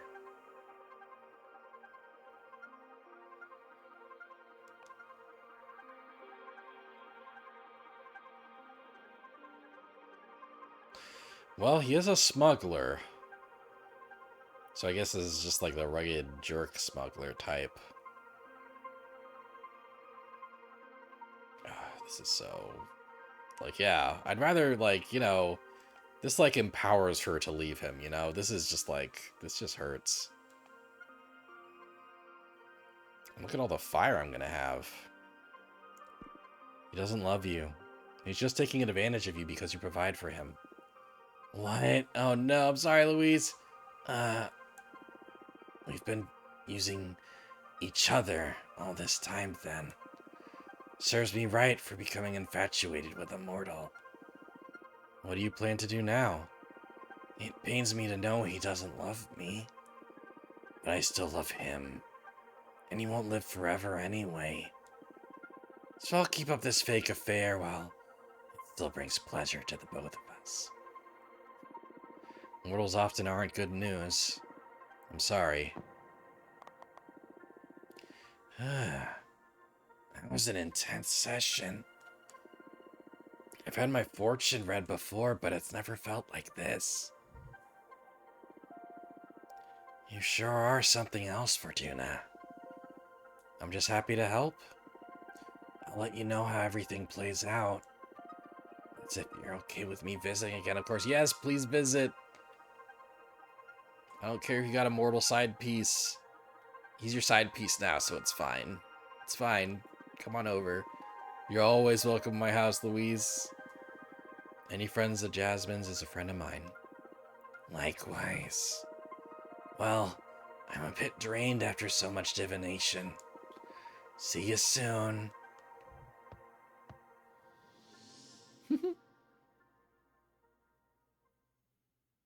What's... Oh! Isn't that, It's Dahlia! Oh, okay. Alright. Should I...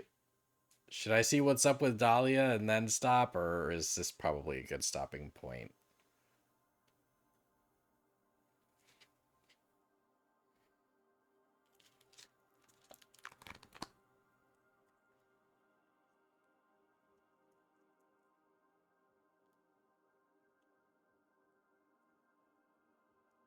Because I feel like these can't weigh in because I need to play this myself. That's fair, that's fair.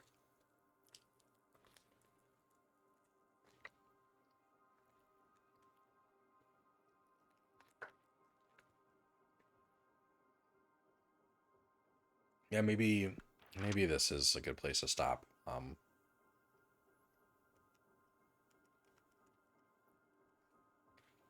But yeah, this game's awesome. Uh,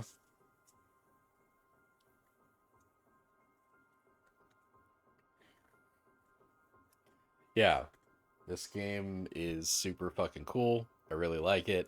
I'm definitely gonna be playing more of this. This is gonna be like, this is the kind of thing where I feel like conversation about this could pop up when we do like goatee conversations and stuff at the end of the year. You know, like it's got a lot of great ideas, like very cool storytelling, um, awesome mechanics, awesome ways for me to affect the narrative. I'm interested to see like how much impact my choices have. But right now it's all very cool. It's very cool. If I play more of this, it will be off stream. I think this was a one stream game. Yeah, it'd be nice to have like more freedom to play this at my own pace. And also, I think that next time, a character talks about fucking, it'd be nice, for me to not read it out loud in character. Yeah, that's that's the thought right now. So, um, yeah, but yeah, great game, awesome game. Yeah, I can't wait to play more of it. But yeah, thanks everyone who dropped by and watch. Yeah, sorry to the listeners that left like right when when characters started talking about orgasms. I feel that's exactly where the viewer count dropped a bit. But thanks for everyone that's still watching. Thanks for everyone that stuck around. Um, I do like playing indie games with narrative stuff. So if you want to see me keep streaming those things, keep playing those things, give me a follow. or even a sub if you want. Um, and uh, and yeah, I'll be back tomorrow with Street Fighter, very different, and Digimon Survive on Monday, which is another choice-based narrative game actually, um, which somehow is like maybe sometimes feels darker than Cosmic Sisterhood, which has content warnings. So, um, yeah, yeah, that's me for tonight. Thanks everybody for watching today, and I hope you have a good evening. I'll see you soon. Thanks. Bye.